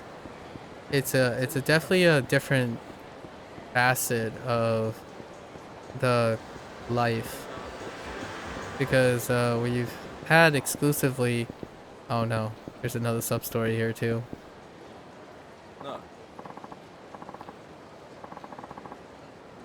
His name? He's a sycophant? Well, hello there, Akiyama-san. Fancy meeting you here. I'm sorry. You are the competition. You've no doubt heard of Tenjin Loans. I'm Arima, its president. Yeah, okay. Yes, I've heard rumors. Well, we won't get into what kind of rumors. We won't get into what kind of rumors. Haha. Did you need something? I was just heading over to your office to talk to you about a little something. My office is right over there, though. Mind if I take a minute of your time? Don't worry, I won't bite. Really, I just want to hear me out. I want you to hear me out. All right, I'll be happy to. I just want to save the game. So it was all bottlenecked by one sub-story. All right. We've seen this room before.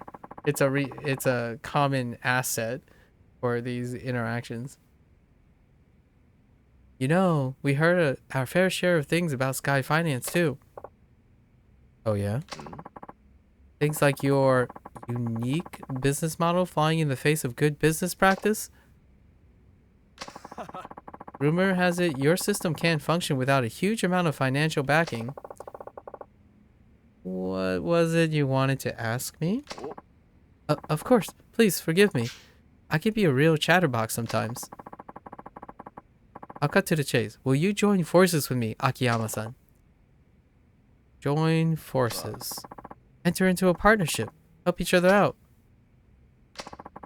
If Engine Loans and Sky Finance were to join forces, share our connection and client info, I'm sure business would be much more efficient.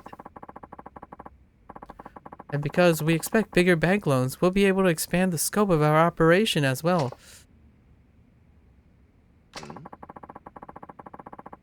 Care to rule alongside me as King of Kamurocho Finance?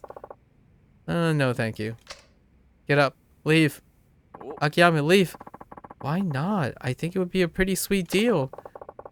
I'm afraid I much prefer working alone. You don't come across offers this good every day. I mean, you basically didn't say anything. If it were that good, you wouldn't be making it to me. You could even have a big office in a bright, shiny new building. Not like grimy old dump you have now. Old and grimy suits me just fine. Now, if you'll excuse me. Let me guess. Company walks through that door. Look, I've tried to talk to you like a grown-up out of courtesy. If that's the way you're gonna be, I have other methods. Don't say I didn't warn you. Thanks for the tip. I'm out. See ya. Dang. Whoa, his office is over here? Holy heck. Okay. Let's go save. I want to know. Leave. Me alone.